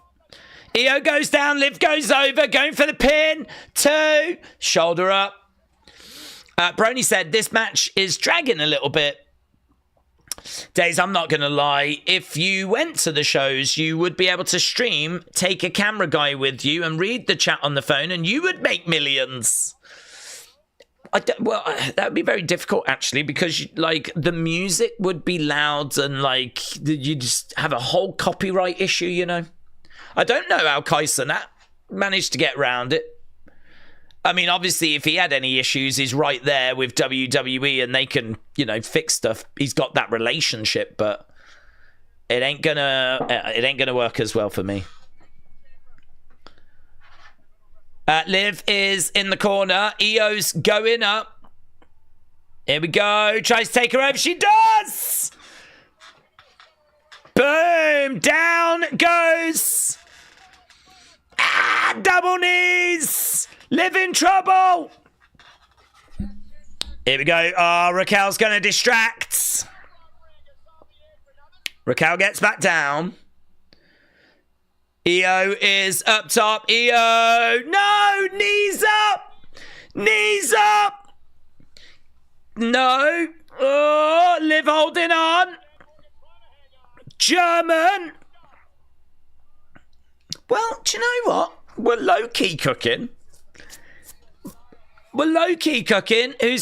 Rhea is coming down. Rhea goes after Raquel. Rhea and Raquel are brawling. Headbutt by mommy. Headbutt by mommy. Yeah, kicking her in the boob. Kicking her in the boob. Oh, what? EO disqualified? Oh my god. Liv wins by DQ. Oh my god, because Rhea came down, it's a DQ. Oh my god. Liv wins by DQ. And EO Botch has been eliminated. Oh my god, can you believe it? Can you believe it? I think WWE called an audible. I think EO was probably meant to win, but after the bot shoot, they were like, we can't trust this girl. Get out there, Rhea. Cause a DQ. We're going to do a screw job. We're going to do a screw job. EO is very frustrated and she walks away. Oh my god. Oh god, she's crying about it. She's crying about it.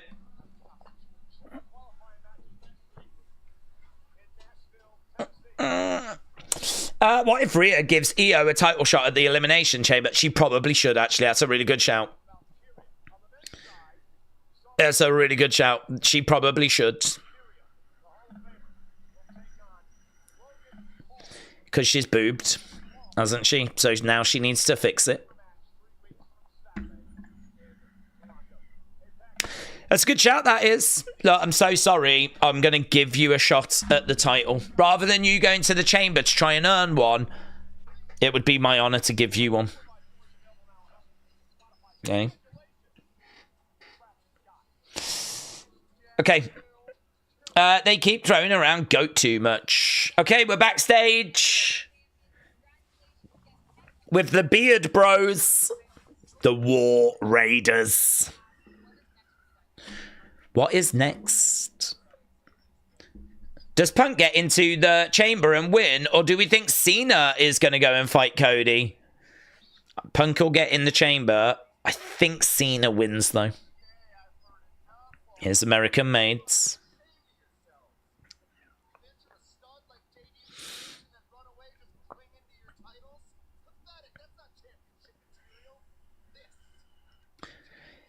This is championship material.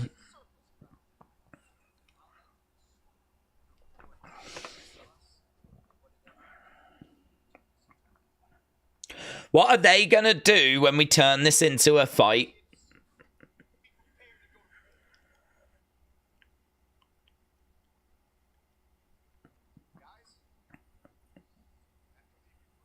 Oh. He keeps saying dark arts. Chad is leaving.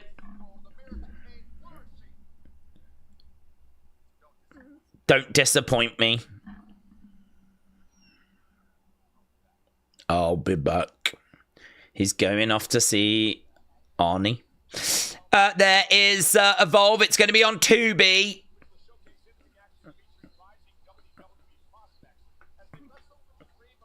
Yeah, Brindley Reese.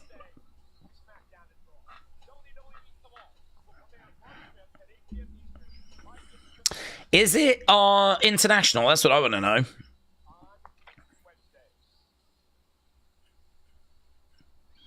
I like the theme song.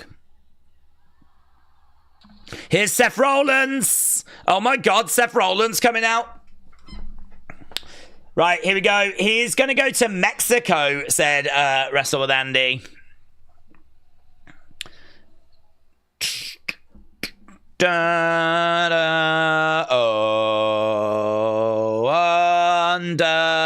Undertaker has come back. Yes, let's go.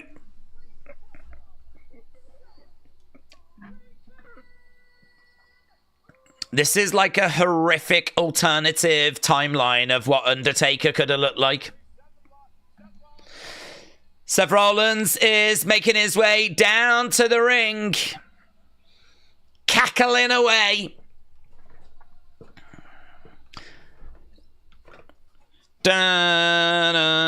Oh. Seth Taker. Daze, you are a fantastic singer. Car, shout out to you. Oh God, I love having liars in the community. Car, you are welcome here anytime. You and your lies. Right, we've gone to commercial break. This Undertaker, if he found TikTok, said Niall. Days in another parallel universe, Taker could have been Eggman. That's true. Perhaps Seth will come out as Eggman next week. Where in the world is Seth Diego, said Corey. Very good. Very good. Here he is, look. Flipping. Look at him. Oh my God, what a boomer. What a boomer. It's like if Undertaker went to Paris Fashion Week. This is Undertaker living his best life. Undertaker living his best life. Imagine if the gongs sounded at flipping WrestleMania and Undertaker came out like this. Whoa, whoa, whoa. What a goof. What a goofball. Mackenzie said Chad is off to see Lord Voldemort. Well, I'm sure he could help him. I'm sure he could fix his lucha problem. Oh.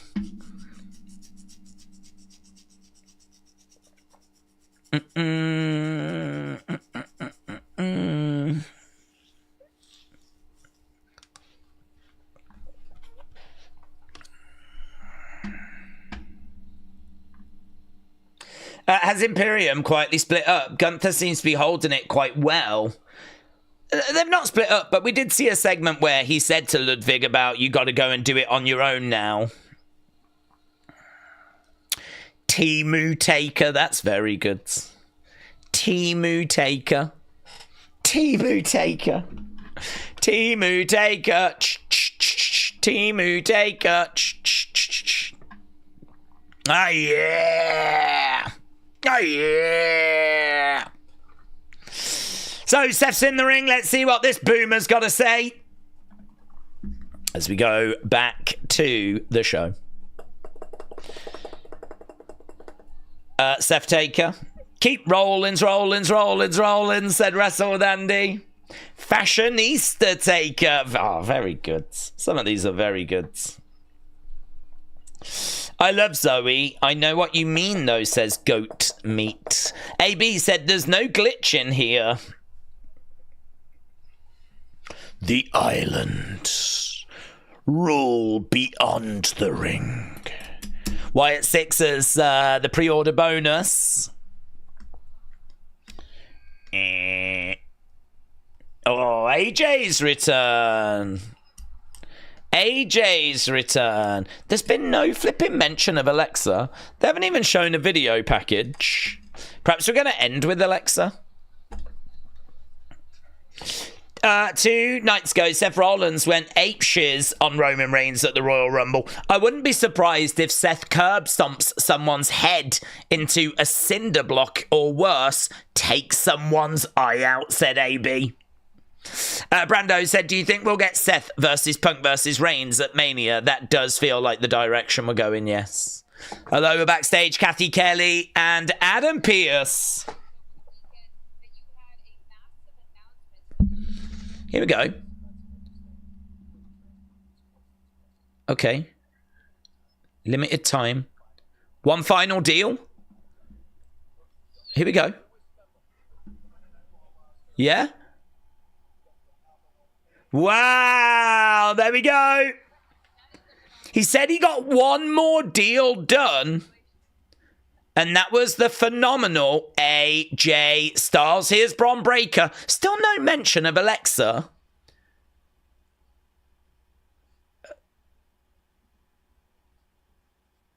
Are we going to do Bron AJ?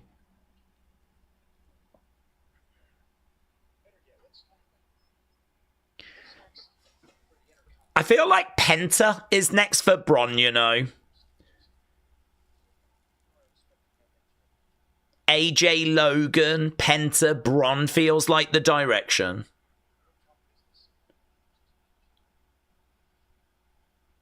Yeah, AJ, the newest star on Raw. Thank you. Thank you, everyone. Yeah. Thank you. Thank you, everyone. Thank you. Thank you. Alex, thank you. I'm Kyle. Thank you. K-Dub, thank you. Shelf Presence, thank you. Vic, thank you. Thank you, everyone. Thank you. Taker, 1990, thank you. Thank you. Right. Bron versus Speeds. If he wants to get murked again. Seth Rollins in the ring. Meanwhile, in the ring, 15 years later, said Shelf Presence. Cleveland! Where's Alexa or any mention of Alexa? This isn't Alexa. I am a visionary. How are we feeling about this episode? Bit mid. Just being honest. Bit mid, isn't it?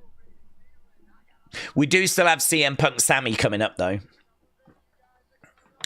Seth Red Dead Redemption said Ace.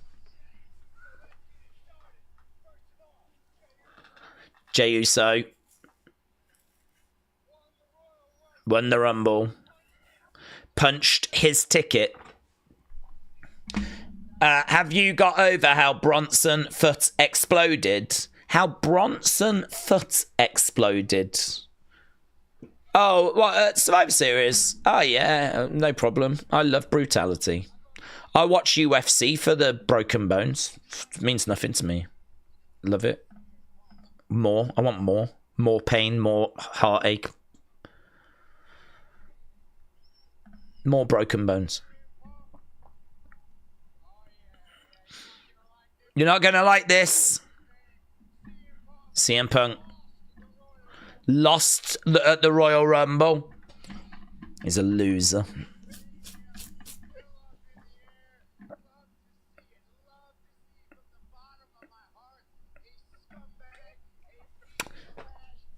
I love to see a scumbag get dumped over the top rope.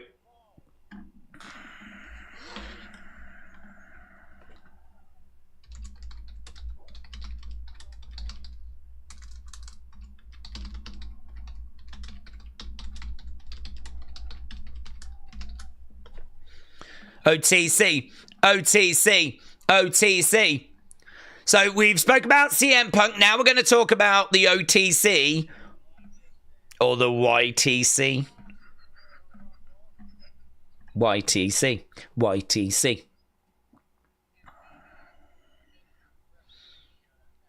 He might not make it to WrestleMania at all.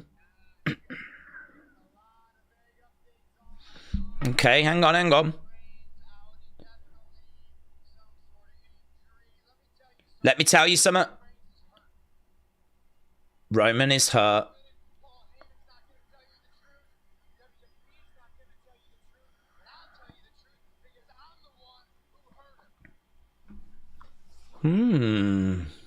Roman's hurt.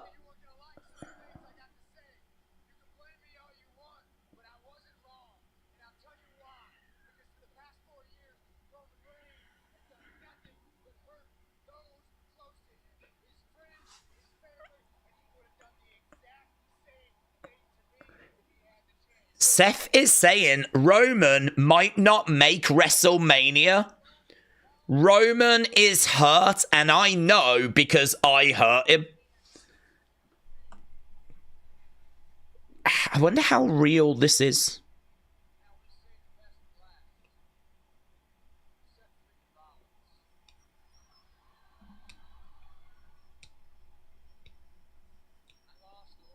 I lost the Royal Rumble. Did. Silly boomer. Roman will show up on the go-home show. He'll be in here. It'll be a couple of minutes.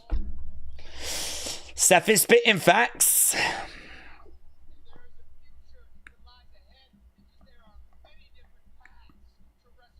Many different paths to WrestleMania.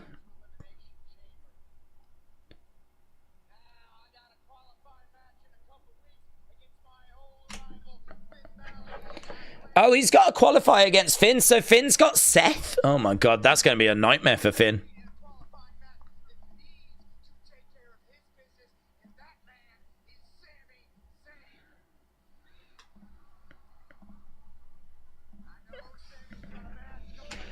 I know you got a match coming up, Sammy.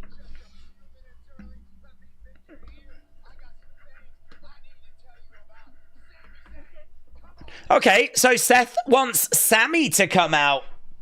This crowd is so bad, said Tyler. I don't think we've given them loads to work with. They certainly were making noise when Logan came out, and they certainly yeeted themselves into next year.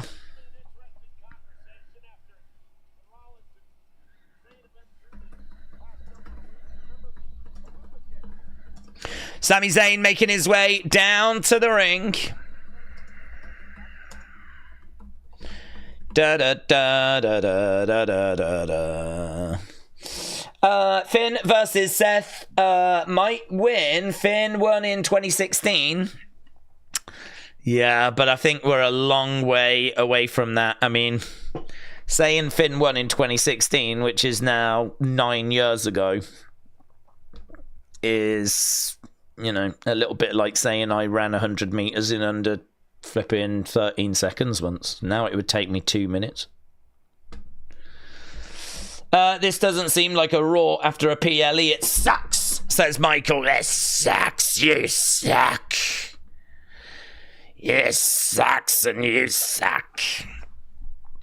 Okay, so Sammy is making his way down to the ring. Let's see. This is where this show is going to pick up now. The phenomenal Seth Stratus. That's very good, actually. That's very good. Your immediate future is CM Punk. That is very good, Brando. Take a bow. I hope you're bowing.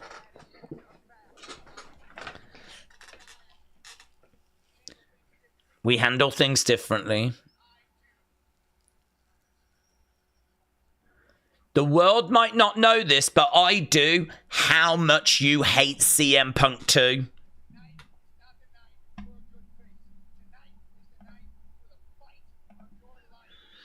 Need to bring the fight of your life. So this makes sense. This makes sense.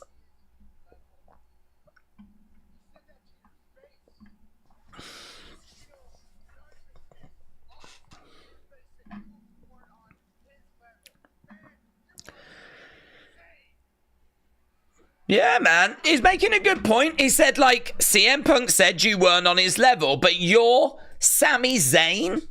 You're a main eventer.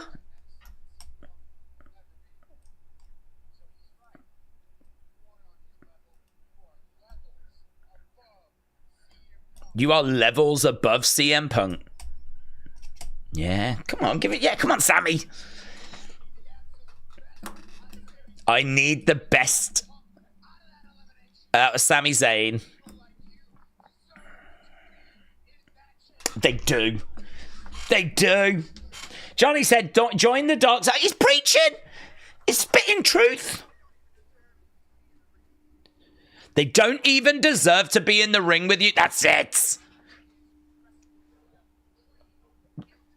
Doot, doot, doot is better than yeet, said Mayor Pete. Alexa Bliss has gone to the local Whataburger, said Spartan. Is that where she is? Let's go! He's a good hype man. Yeah, I'm hyped. Sammy. Sammy hasn't won a world title. CM Punk has won multiple. Oh, God, you're right.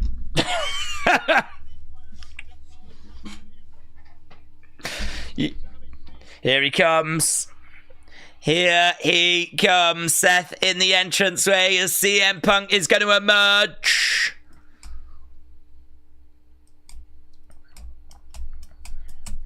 Punk's making his way out. Seth is in the entranceway. He looks up at Punk. Oh, the jacket's coming off. The hat's coming off.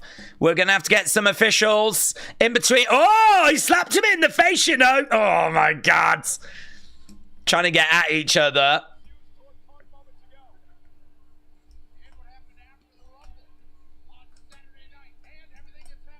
CM Punk staring at Seth. That dude had a sign that said Cleveland missed you, Punk, but Punk never saw it. I did get a little slap in there, Seth did. Dr. Luchalala said, what is Seth's problem? He's acting like a child. Ace said, this is a dub squabble. Dub squab. Yeah, dub squab. Sammy's going to choke like he always does. Oh, God, James. Can't you just give me a moment? Can't I just have a moment? Come on, Sammy! I don't mind CM Punk. I like CM Punk. I don't have a problem with Punk, but I'm a die-hard Sammy stan. I still like their beef. They could fight all the way to Mania. Imagine the promo, said Jake. Dark Angel said, for once, I'm rooting for Sammy. Come on. That little kerfuffle between Punk and Seth was more fun than a full-on brawl. Said it was a little different, weren't it? Just a little different. LFG Sammy said, Mike. I think there's a chance that Seth might cost Punk, said Jacob. I'm rooting for a great match, said James. Okay, so all we need is Sammy to beat Punk, go to the chamber, beat all the amazing people in the chamber, including Cena. That'll then get him a shot at the title. Then he goes to WrestleMania, where he just has to beat either Gunther or Cody so that he can then become champion. So, really, pretty straightforward. Come on, Sammy. Do you think we'll get Alexa, since the match is probably going to end, since Triple H likes to stop Raw at the 2.5 hour mark? I ain't feeling great about it. I ain't sat here feeling brilliant about the chances of getting Alexa, I can tell you that. Dre, shout out to you, my friends. Petition for Cena to let the hair go and return to the buzz cuts. Might be a good move. Reese said, I'm sorry, Daze, but that's just not going to happen.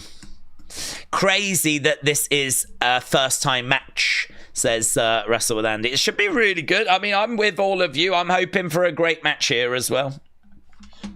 And Sammy winning. CM Punk versus Sami Zayn. Come on, Sammy. Sammy. Oh, God. A lot of pressure on Sammy's shoulders. You can do it, Sammy. Cheat. Low blow him.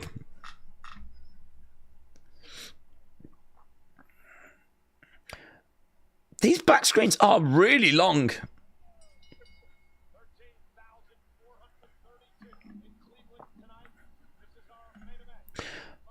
Okay, here we go then. They've locked up and we are underway with the main events. Dre, shout out to you, buds. Does Seth cost Punk or does Cross cost Sammy? Whoever wins ain't winning clean. Punk's like, there's levels, Sammy. There's levels.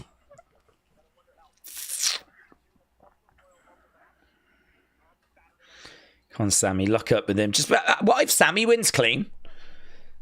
Imagine that. Sami Zayn. What if it's a squash match and Sammy wins clean?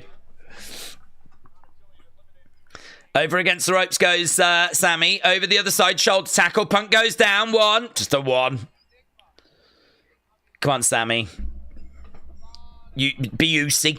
B-U-C. Punk coming over. Nice headlock takeover there by Punk.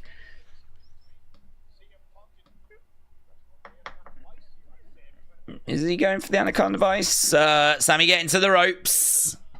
I still think they're building Sammy Kevin at WrestleMania, said KC.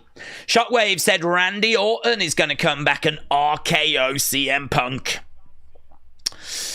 What's happened to the Prime sponsorship logo? It's not in the middle of the ring. It was never in the ring for Raw. That was a PLE thing. But it has gone from there as well. It wasn't at the Rumble. It's great to see Kane back in WWE.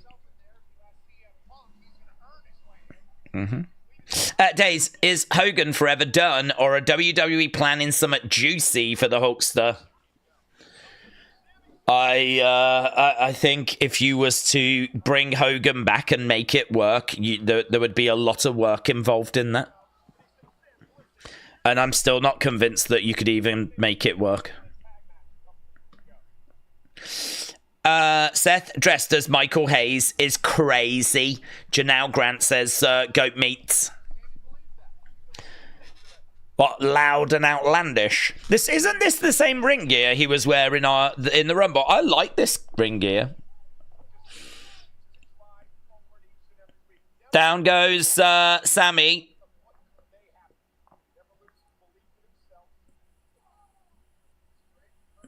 Shoulder tackle, down goes Sammy.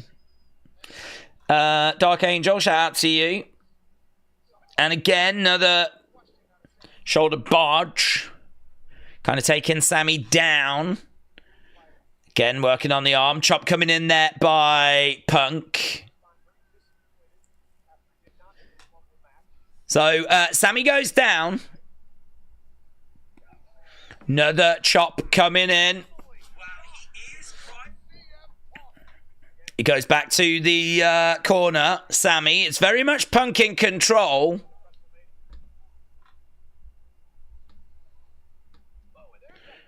Yeah, just showing the chop there. I reckon he's going to be showing a mark after Sammy. Another shot coming in there by Sammy. Sammy coming back now. Sammy coming back, throwing in some chops of his own.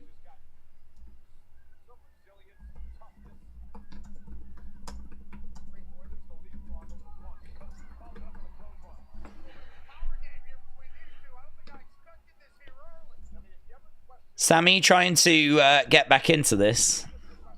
Another chop there by Sammy.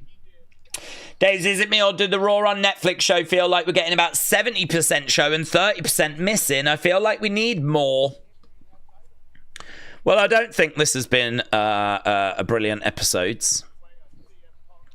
My favourite episode is the second week. The second week, I thought they killed it. I thought they did a brilliant job.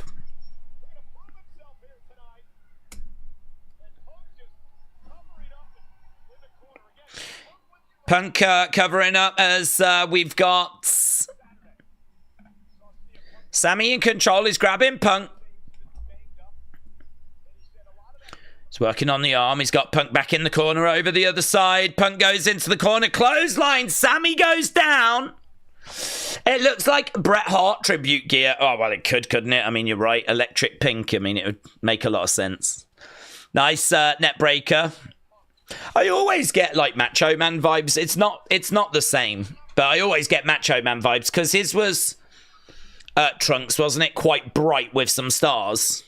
So and we know that Punk's paid tribute to him before, so I know it's not that though.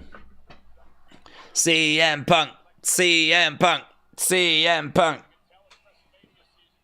Crowd chanting CM Punk. It's always nice when the crowd chant who they hope is going to lose. Sammy comes over, throws in a shot there to CM Punk, raining down some blows. And right now he's got CM Punk in the corner. Big superplex by Sammy. Let's go. Let's go. Who's going to the chamber? Let's flippin' go. Rumor is Alexa was just traded to the Lakers. Oh my God. What if the return as Hulk Hogan to justify the booze? Hogan comes in as like Hollywood Hogan. Oh well, you'd have to be a heel. Yes. I don't see any difference with Raw being on Netflix than when it was on USA. I just think the Netflix deal is a bust, said Lisa. Rumor is, we read that one. American Primeval is a fantastic series. If you've not seen it, said Yamil. Thank you, Yamil. Thank you. Shot coming in there by Punk. We've got Seth in the corner. More time is spent on filler and less on good stuff, says Big Time. I love that Maxine has improved, says Jessica. I miss the network, says McDiesel. We're at commercial again, said Dark Angel. People are two-faced, says Raven. They chant Sammy before Punk came out. Not all they chant now Punk. Shame on them. Shame on them. Yes, I agree. Shoulder up there by Sammy. Imagine Punk's favour just gets forgotten about and we keep saying this could be the favour till the end of his career. That'd be fun. Perhaps it gets to the point where one day they're just at a conference and they're both 80 and Punk's like, can I call in that favour? And Heyman's like, what? And he's like, can you pass me that pen? Mine's run out. He's signing these autographs and his doesn't work. Imagine that. Imagine if he did do something like that. They were doing a sign-in. And Punk was just like, oh, God, do us a favour, pass that. And Heyman's like, And as soon as Punk takes the pen, he's like, there's the favour. You just called it in. We're even. Yeah. And Punk's like, whoa, what? It's like, yeah, you called it. You said, do me a favour. I did you a favour. We're even. OTC. Sammy down. I don't think it'll go that way, by the way. If Roman is out, we might get Seth versus Punk this year at Mania, said Dr. Lucha Lala. I can't wait for Evolve, said Richards. They're going to raise the Netflix price with them adding more live sports. Oh, God. Big shot coming in there by Sammy. What happened to Punk's magic bracelet? It got murked, didn't it? It got wrecked. The magic has gone. Sammy in the corner goes down. CM Punk grabs Sammy.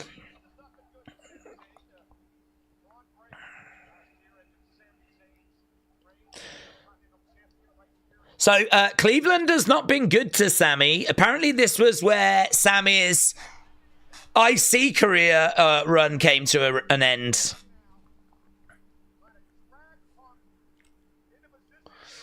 Right now, Sammy with a tornado DDT.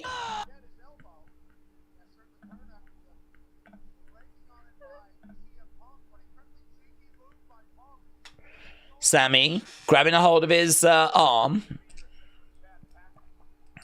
Oh, that was fun.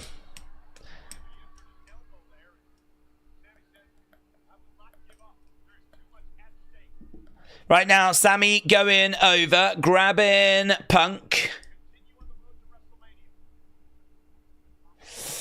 Sammy is about to lose yet again, said Felix. Come on, keep the faith. He can do this. It's in commercial. They said Alexa is on SmackDown. USA doesn't see, said Mr. Cardinal. Alexa was a one-time appearance to please the fans. The contract is not done. Oh, we're getting that glitchy thing happening again. Come on, Alexa. Please, I want that to be you. Blue Thunder Bomb there by Sami, but too early for this match to end. People have theorized if this glitching could have been Alexa, but I don't think you'd interrupt the whole show the way that it has. Crowd are chanting, "This is awesome," and that is largely because of Sami. This is awesome. This is awesome. Sami's awesome. Boom. Down goes Sami. The Blue Thunder Bomb was probably a really dope reversal. Too bad Netflix didn't want me to see it. Oh, he went hard into that ring post. That was a very satisfying thud. Oh, as thuds go, that was right up there. Sami back in the corner. Sami. He was about to unlock a haluva. CM Punk takes Sami down, keeping him grounded. Anaconda Vice is in. Anaconda Vice is in. Sami's in trouble. Sami's in a bit of trouble. Come on, Sami. Come on, Sami. I'm sending you lots of love. Come on, Sami. Middle of the ring. Sami is struggling a little bit here. Reverse it. Come on, Sami. Dig deep. Dig deep. Remember the tariffs, Sami. The tariffs. Don't let this American beat you, Sami. Oh, he's got to the ropes. He's managed to get to the ropes. Oh, Canada. You have to pay some more. Over in the corner, Sami, though, feeling the effects of that Anaconda Vice.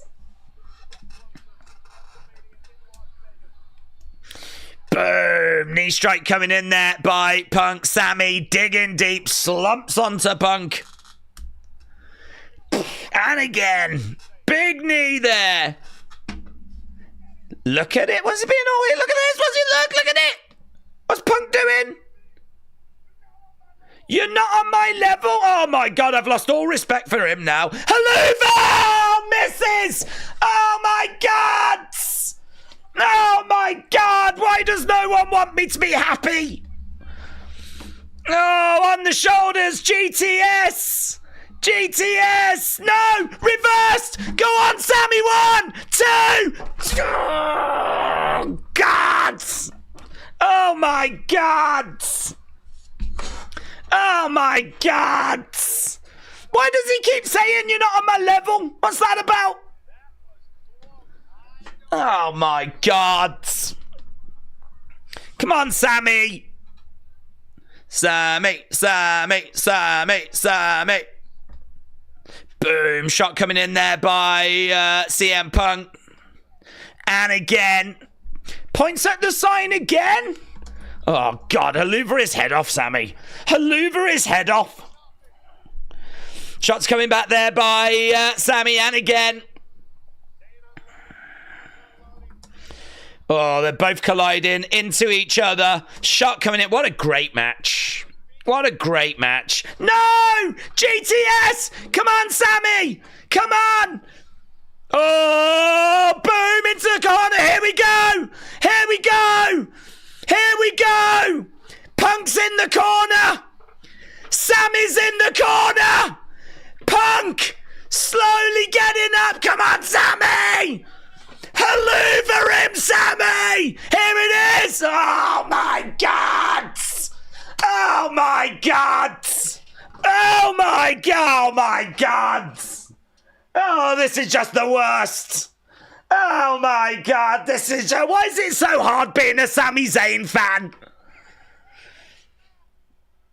Oh, my God!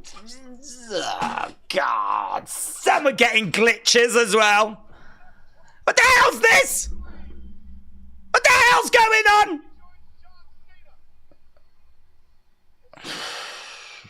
This just sums it up, doesn't it? This just sums it up. What the flip?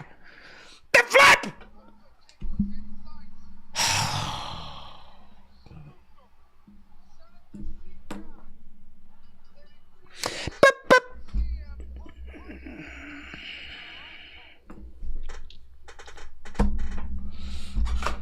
Well, he might as well retire. He might as well retire. Pack it up. Pack it up, pack it in. Let me begin.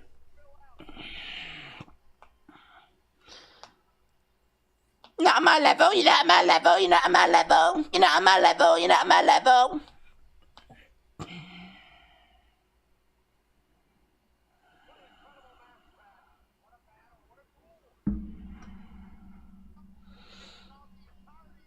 AE-dub, AE-dub, AE-dub, AE-dub, AE-dub. Tony Khan, Tony Khan, Tony Khan. Oh my God. Are we on Tony Khan's Wi-Fi? I don't know what we're flipping on. What the hell's this? What is this? It's flipping unwatchable. Beep, beep. Also, I'm getting it. Beep, beep. Beep, beep. Beep, beep. Perhaps it's struggling because 60 million people are viewing it. Do you reckon it's that? Who's attacked from behind? Who's attacked from behind? Kevin! Kevin has attacked.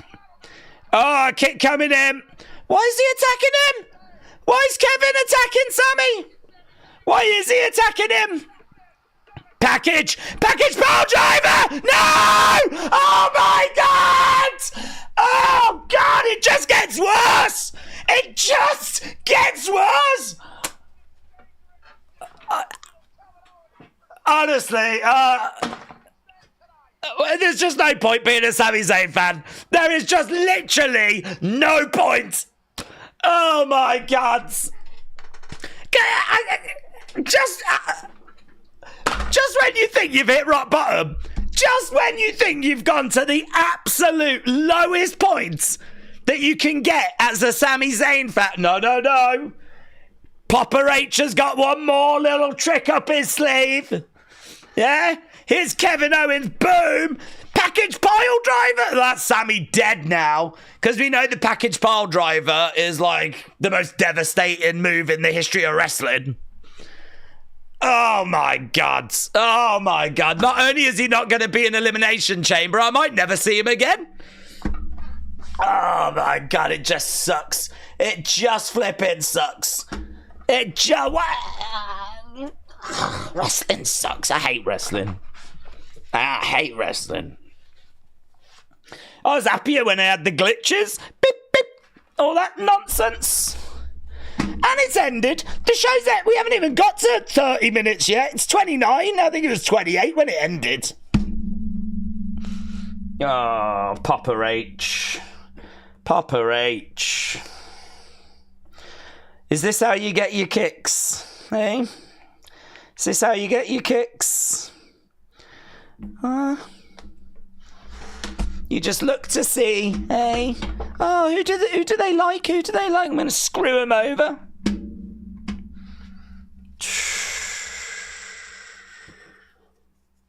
He was probably watching earlier. Do you remember earlier when I said about how Papa H has made some mistakes, and then I listed some of the mistakes, not all the mistakes, because I'd be here forever if I listed all the mistakes that Papa H had made. I'd have to cancel all my appointments tomorrow, right? If I had to sit here and talk of all the mistakes Papa H has made with his booking. But I said that earlier, and I listed some earlier, and I bet he saw it. And then he's like, well, screw you. Freddie, R.I.P. Sammy.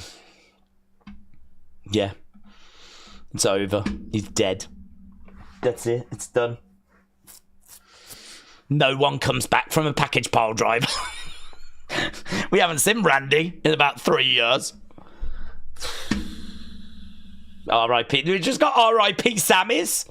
I know. What a bad day. Papa H is punishing Sammy and the Wyatt socks. What are the Wyatt socks? This is great booking because now Sammy will have a Mania match against Kevin, said Devil Dog. Doesn't feel like great booking. Doesn't feel like great booking. Not when you're a Sammy fan. Not when you're sitting here going, go on, Sammy.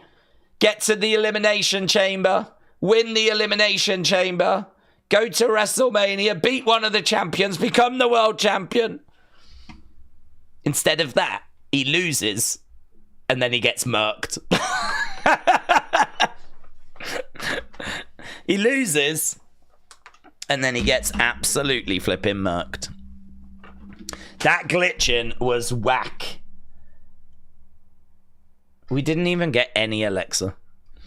We didn't get any Alexa. But that's all right. Because do you remember when I said I don't expect Alexa? And I was very, very clear about that point. Do you remember that? Do you remember that? So, that's okay. Daze. Apparently Jim Johnson did the New Days new music. Did he? Did he? Where's that coming from? Is that a reliable source? Did he? Yeah, lots of glitching tonight. That's going to be a big talking point, the glitching. Right, anyway, I need to get the thing. Okay, I've come back now. Emotionally, I'm back in the room after being a tad disappointed that Sammy was not able to get the job done there. To be honest with you, I think we all expected CM Punk to win, but why do they have to make it so dramatic? Why do they have to make it so it looks like he's about to hit a haluva and flipping get the victory? I reckon this is a 6, said LS Dub.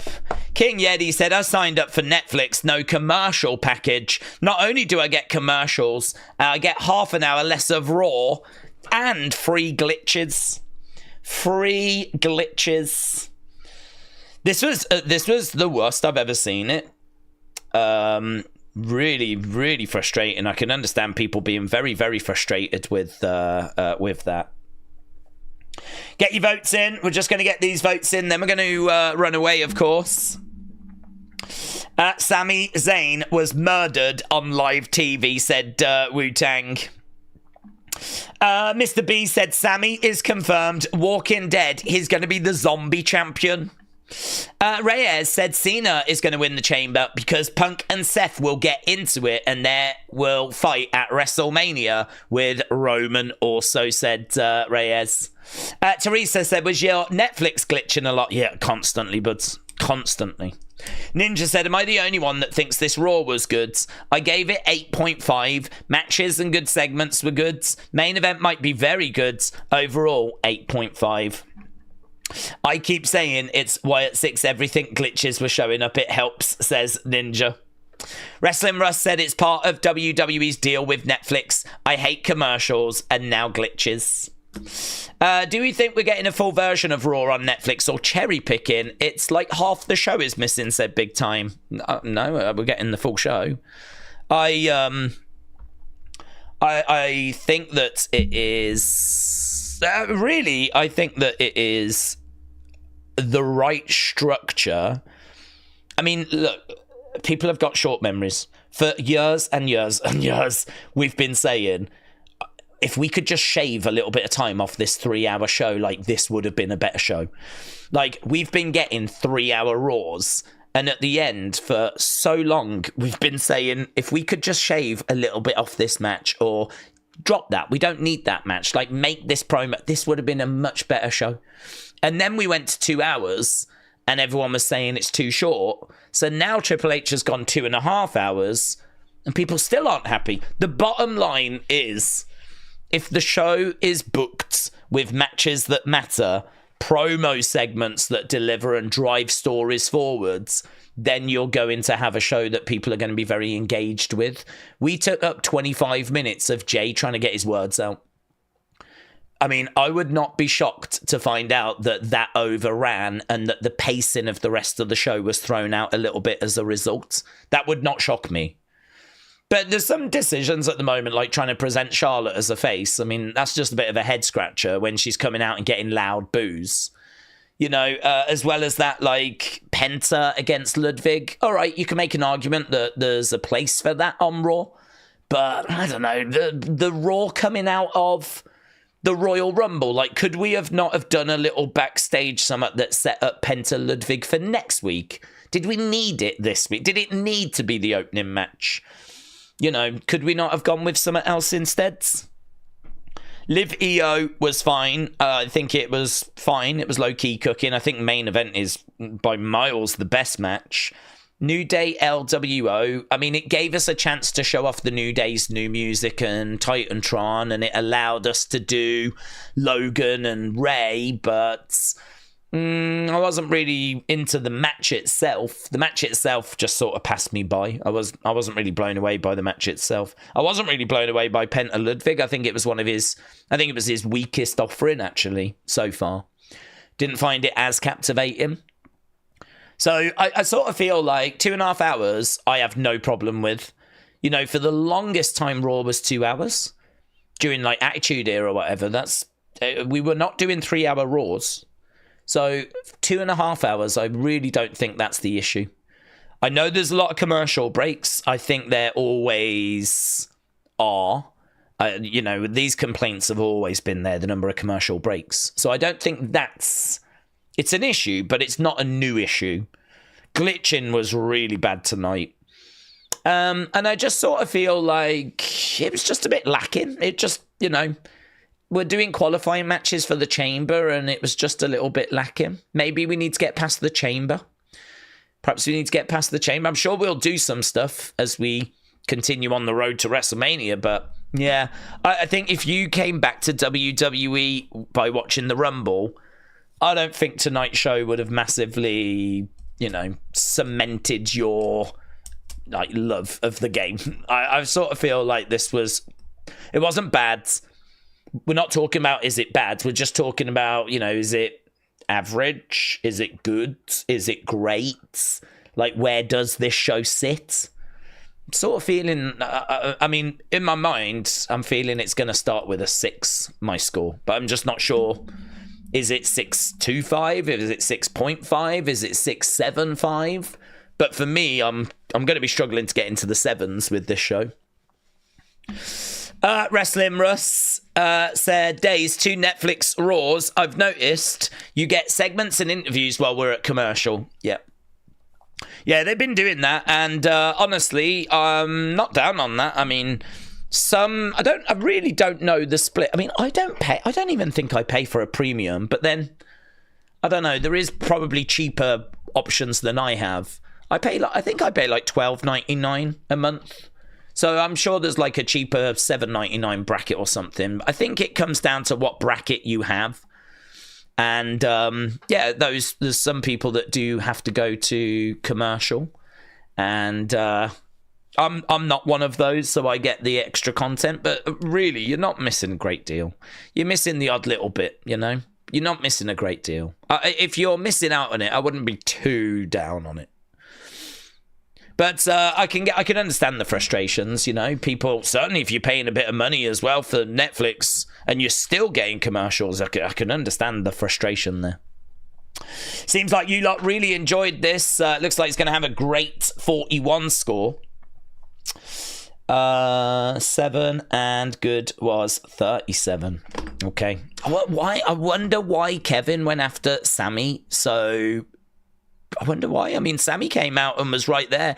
It doesn't feel like Sammy's going to do that heel turn now, does it? It doesn't feel like he's going to do that heel turn.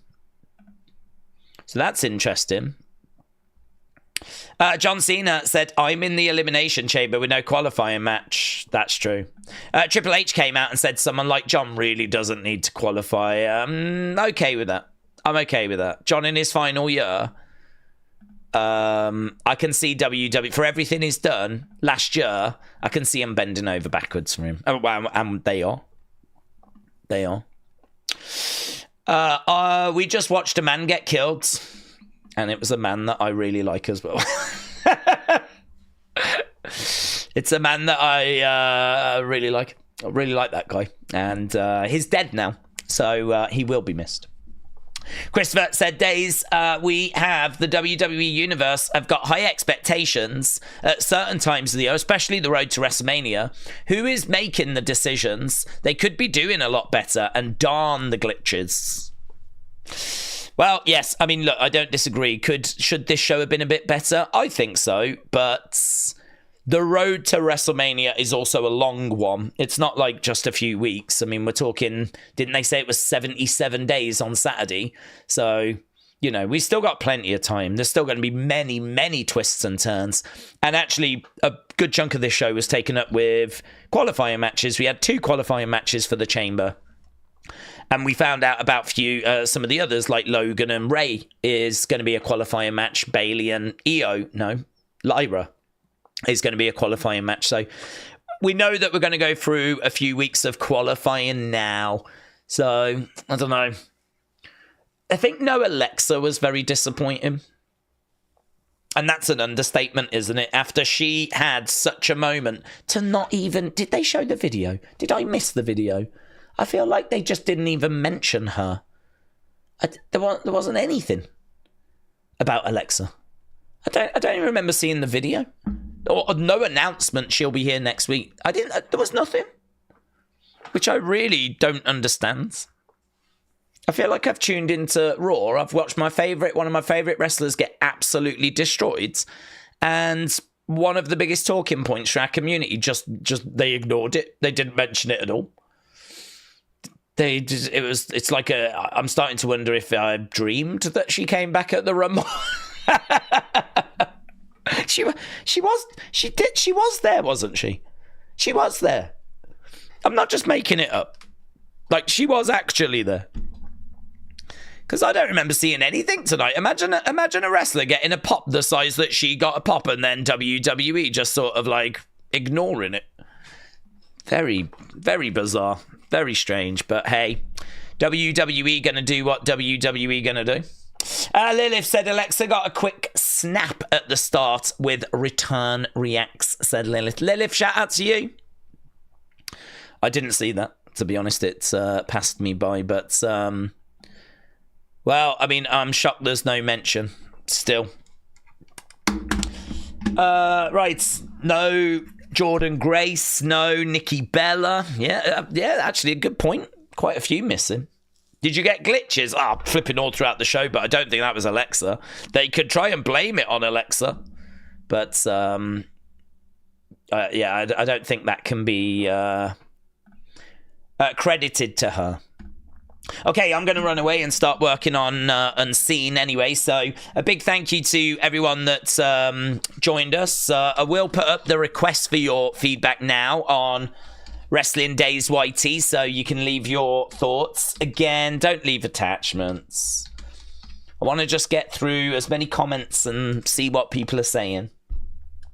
What did you think about Raw? 1 comment per person. Please, no attachments. I'm going to add that now. Please, no attachments. So that we can get through as many comments as possible. Right. Days, I didn't see Alexa being brought up during the stream. I wonder if she's going to go to SmackDown. Well, all day we've had people going Raw, and yesterday saying Raw. So unless they've got that wrong, which they absolutely could have. CM Punk is on a stretcher. And, no, Sami Zayn is on a stretcher. CM Punk threw up the X. I think that's a work, to be honest. I think that's probably a work. I've not seen the video yet, but if he's thrown up the X, we'll just talk about what's happened after. I need to go and do Unseen. David said, happy 84th birthday to Dory Funk Jr. US audiences have commercials during Raw. Part of Raw being on the US Netflix deal, said David. Yeah, but I've had people in America that join us in the community saying that they don't go to commercials. So I don't quite understand how that works, to be honest. Don't quite understand. So maybe not. I'm still in the dark a little bit how that works. But right, we're done. Thanks a lot for joining us. Appreciate the support, and I will see you in a bit for Unseen. Bye for now.